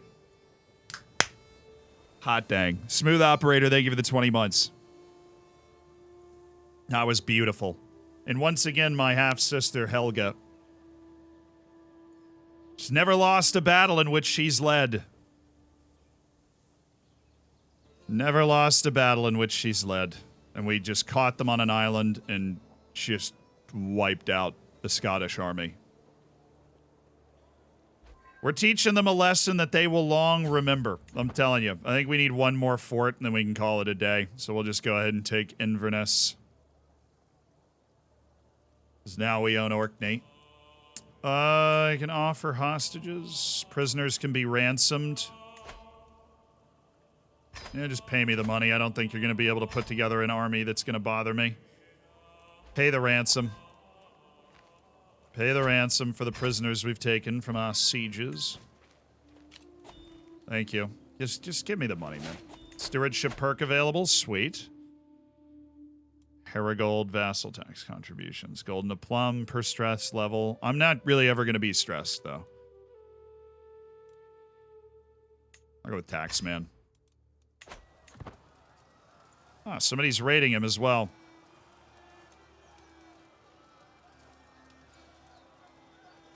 Where's this army from? Ah, the High Chieftain of Moray. Okay. So he's not under direct control of the new Queen of Scotland, but he's raised his own troops to prevent stuff getting raided, but he doesn't want to fight us. Understandably, we're pretty good at fighting. Ah, more market stalls. The wares of a jeweler. My guest, Bootley Sound, suddenly appears by my side. Okay. Word of advice, my lord, have a look at the sculptor's stall. The wares might be simple, but their potential is great. So I like this guy. He's a 13 steward, which would be a new steward for me. Can I invite him to my court? I just did, I think. Oh, it appeared behind it. Okay. Yeah, I'll pay him 3. There we go. He's now a guest in my court. Do I invest in the jeweler's workshop or the sculptor's workshop? Jeweler investment, I get plus 5% prestige and holding taxes plus 10%. Sculptor's workshop's 5% piety and 20% holding taxes. I'm going to go with the sure thing here. Yeah. I'm going to go with the sure thing.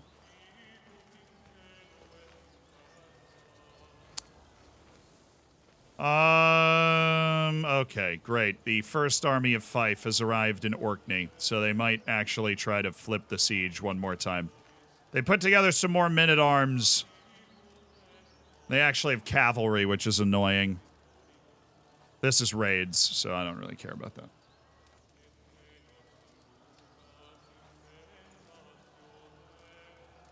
Camera box should be over here. Yeah, well, it's always blocking something. The war score is at 92%. We've had the camera box in all 4 corners. We've been messing around with it. I don't think we'll be able to catch such a small army embarking over there. But more control over another castle is just going to keep bothering them. The raiders are... It's a bad time to live in the Highlands of Scotland, man, I tell you. The raiders are not letting up.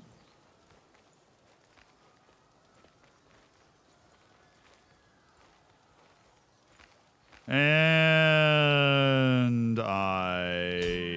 Oh, pause. They didn't get the siege off. It's over. It's over. They didn't get the siege off. It's mine. I've claimed the land. I gained the fame and everything else and the money and the... Well, I already got all the money, but the prestige.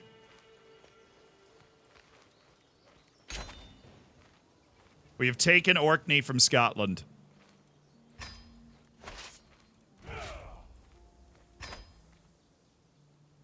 What's up, homies? We now really can call ourselves the Duke of the Northern Isles. Wow, yeah, it was a good adventure. It was a good adventure. We went out and did what we needed to do. And now we actually will have 1,000 levies that'll be there. Oh, I can create a new men-at-arms regiment. I did not notice that. I want to add horses. I feel like horses don't really make a lot of sense with the way that we fight. But the horses do have excellent pursuit and excellent screen, which I feel like is something that our army is missing. Is it time to save our daughter? Soon. It'll be time to save our daughter soon. Let's get 100 horses.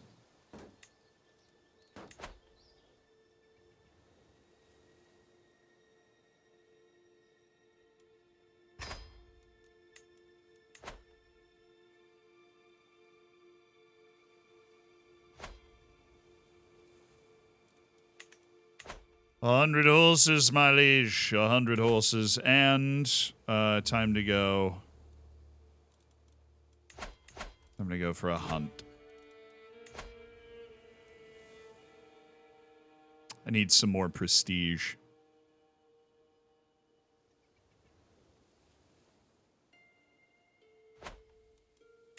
I've got a good falcon, so I'm going to go ahead and cook, just crack on with a hunt here. Recreation, yeah, that's the point. Increase our success chance. Yep, 77 gold, cool. Our entourage is 8 people. Basically my entire court, which makes sense. Let's do it. Bad chance of success. Am I old now? What am I? Only 39, come on. I'm really disappointed that the Amazonian trait hasn't been passed down to my 2 children. I might need to get a concubine or something to see if we can speed up that process.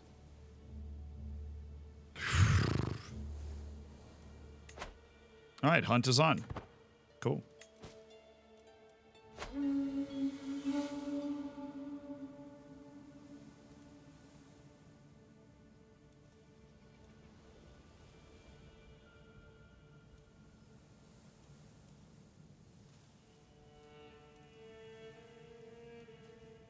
All right, let's go hawk a crane, baby. That's what we tried to do last time, and we freaking missed.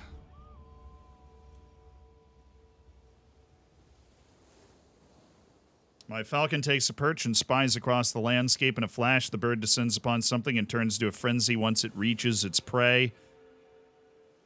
I hurry over and find it hawing not over a dead beast, but a small collection of coins and trinkets. Nice. It's got 50 gold out of Midas Touch. That's what we call that.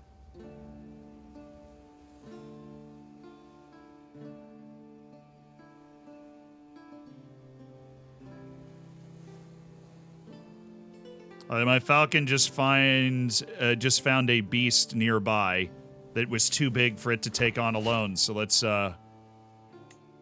see if we can figure out what that is. My Chancellor Carly signals the party to hush. We've arrived at the release spot set out by the Game Masters. A flock of gray cranes is in the distance. I have a 27% chance. Am I catching a crane today? Probably not.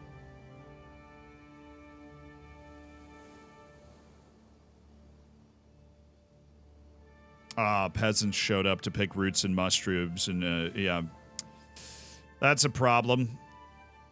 The generous donation should keep them away long enough. Yes, let's give them 7 gold so that they will leave me alone. And then I aid the peasants and get development, growth, and popularity. Let's do that. I gave them 7 gold to stop foraging so we could hunt. And we failed. I had a 31% chance, you know? I had that cool new falcon. We leave the adventure behind. You know, Carly, you did your best, but I'm beginning to think that this is impossible or something. Available to host a grand tournament. Not if I want to go. I can go into crippling debt and do it.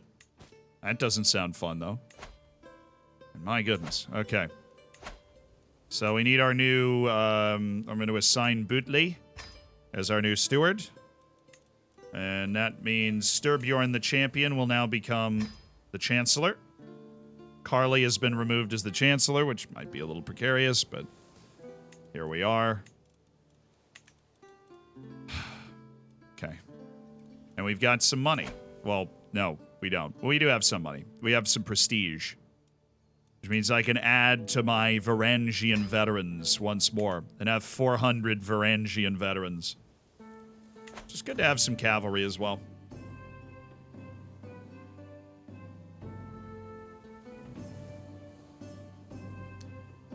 Friendly reminder from Mombud, appointment at 5:30. Yes, I do have an appointment at 5:30. That is correct. Daughter released. Oh, sweet. I didn't even have to ransom her. She's back. She has returned to the Faroe Islands. Well, if you think that's going to make me forgive you for freaking capturing my... Are you kidding me? You captured my firstborn child in a raid of my capital. You will die. But I appreciate it. You just saved me some money and some trouble. That does mean that we don't need to go rampaging in there right now. Wow, Scotland is so weak.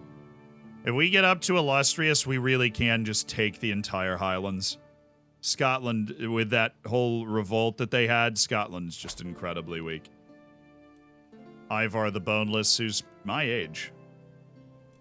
He has a boatload of people. He's got special soldiers. Okay.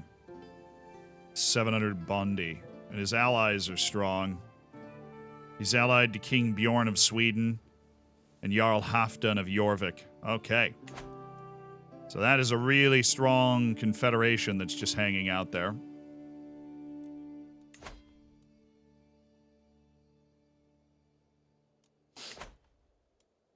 Do-do-do-do-do-do-do.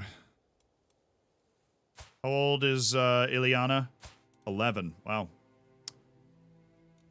Hopefully Carly's been training her up well.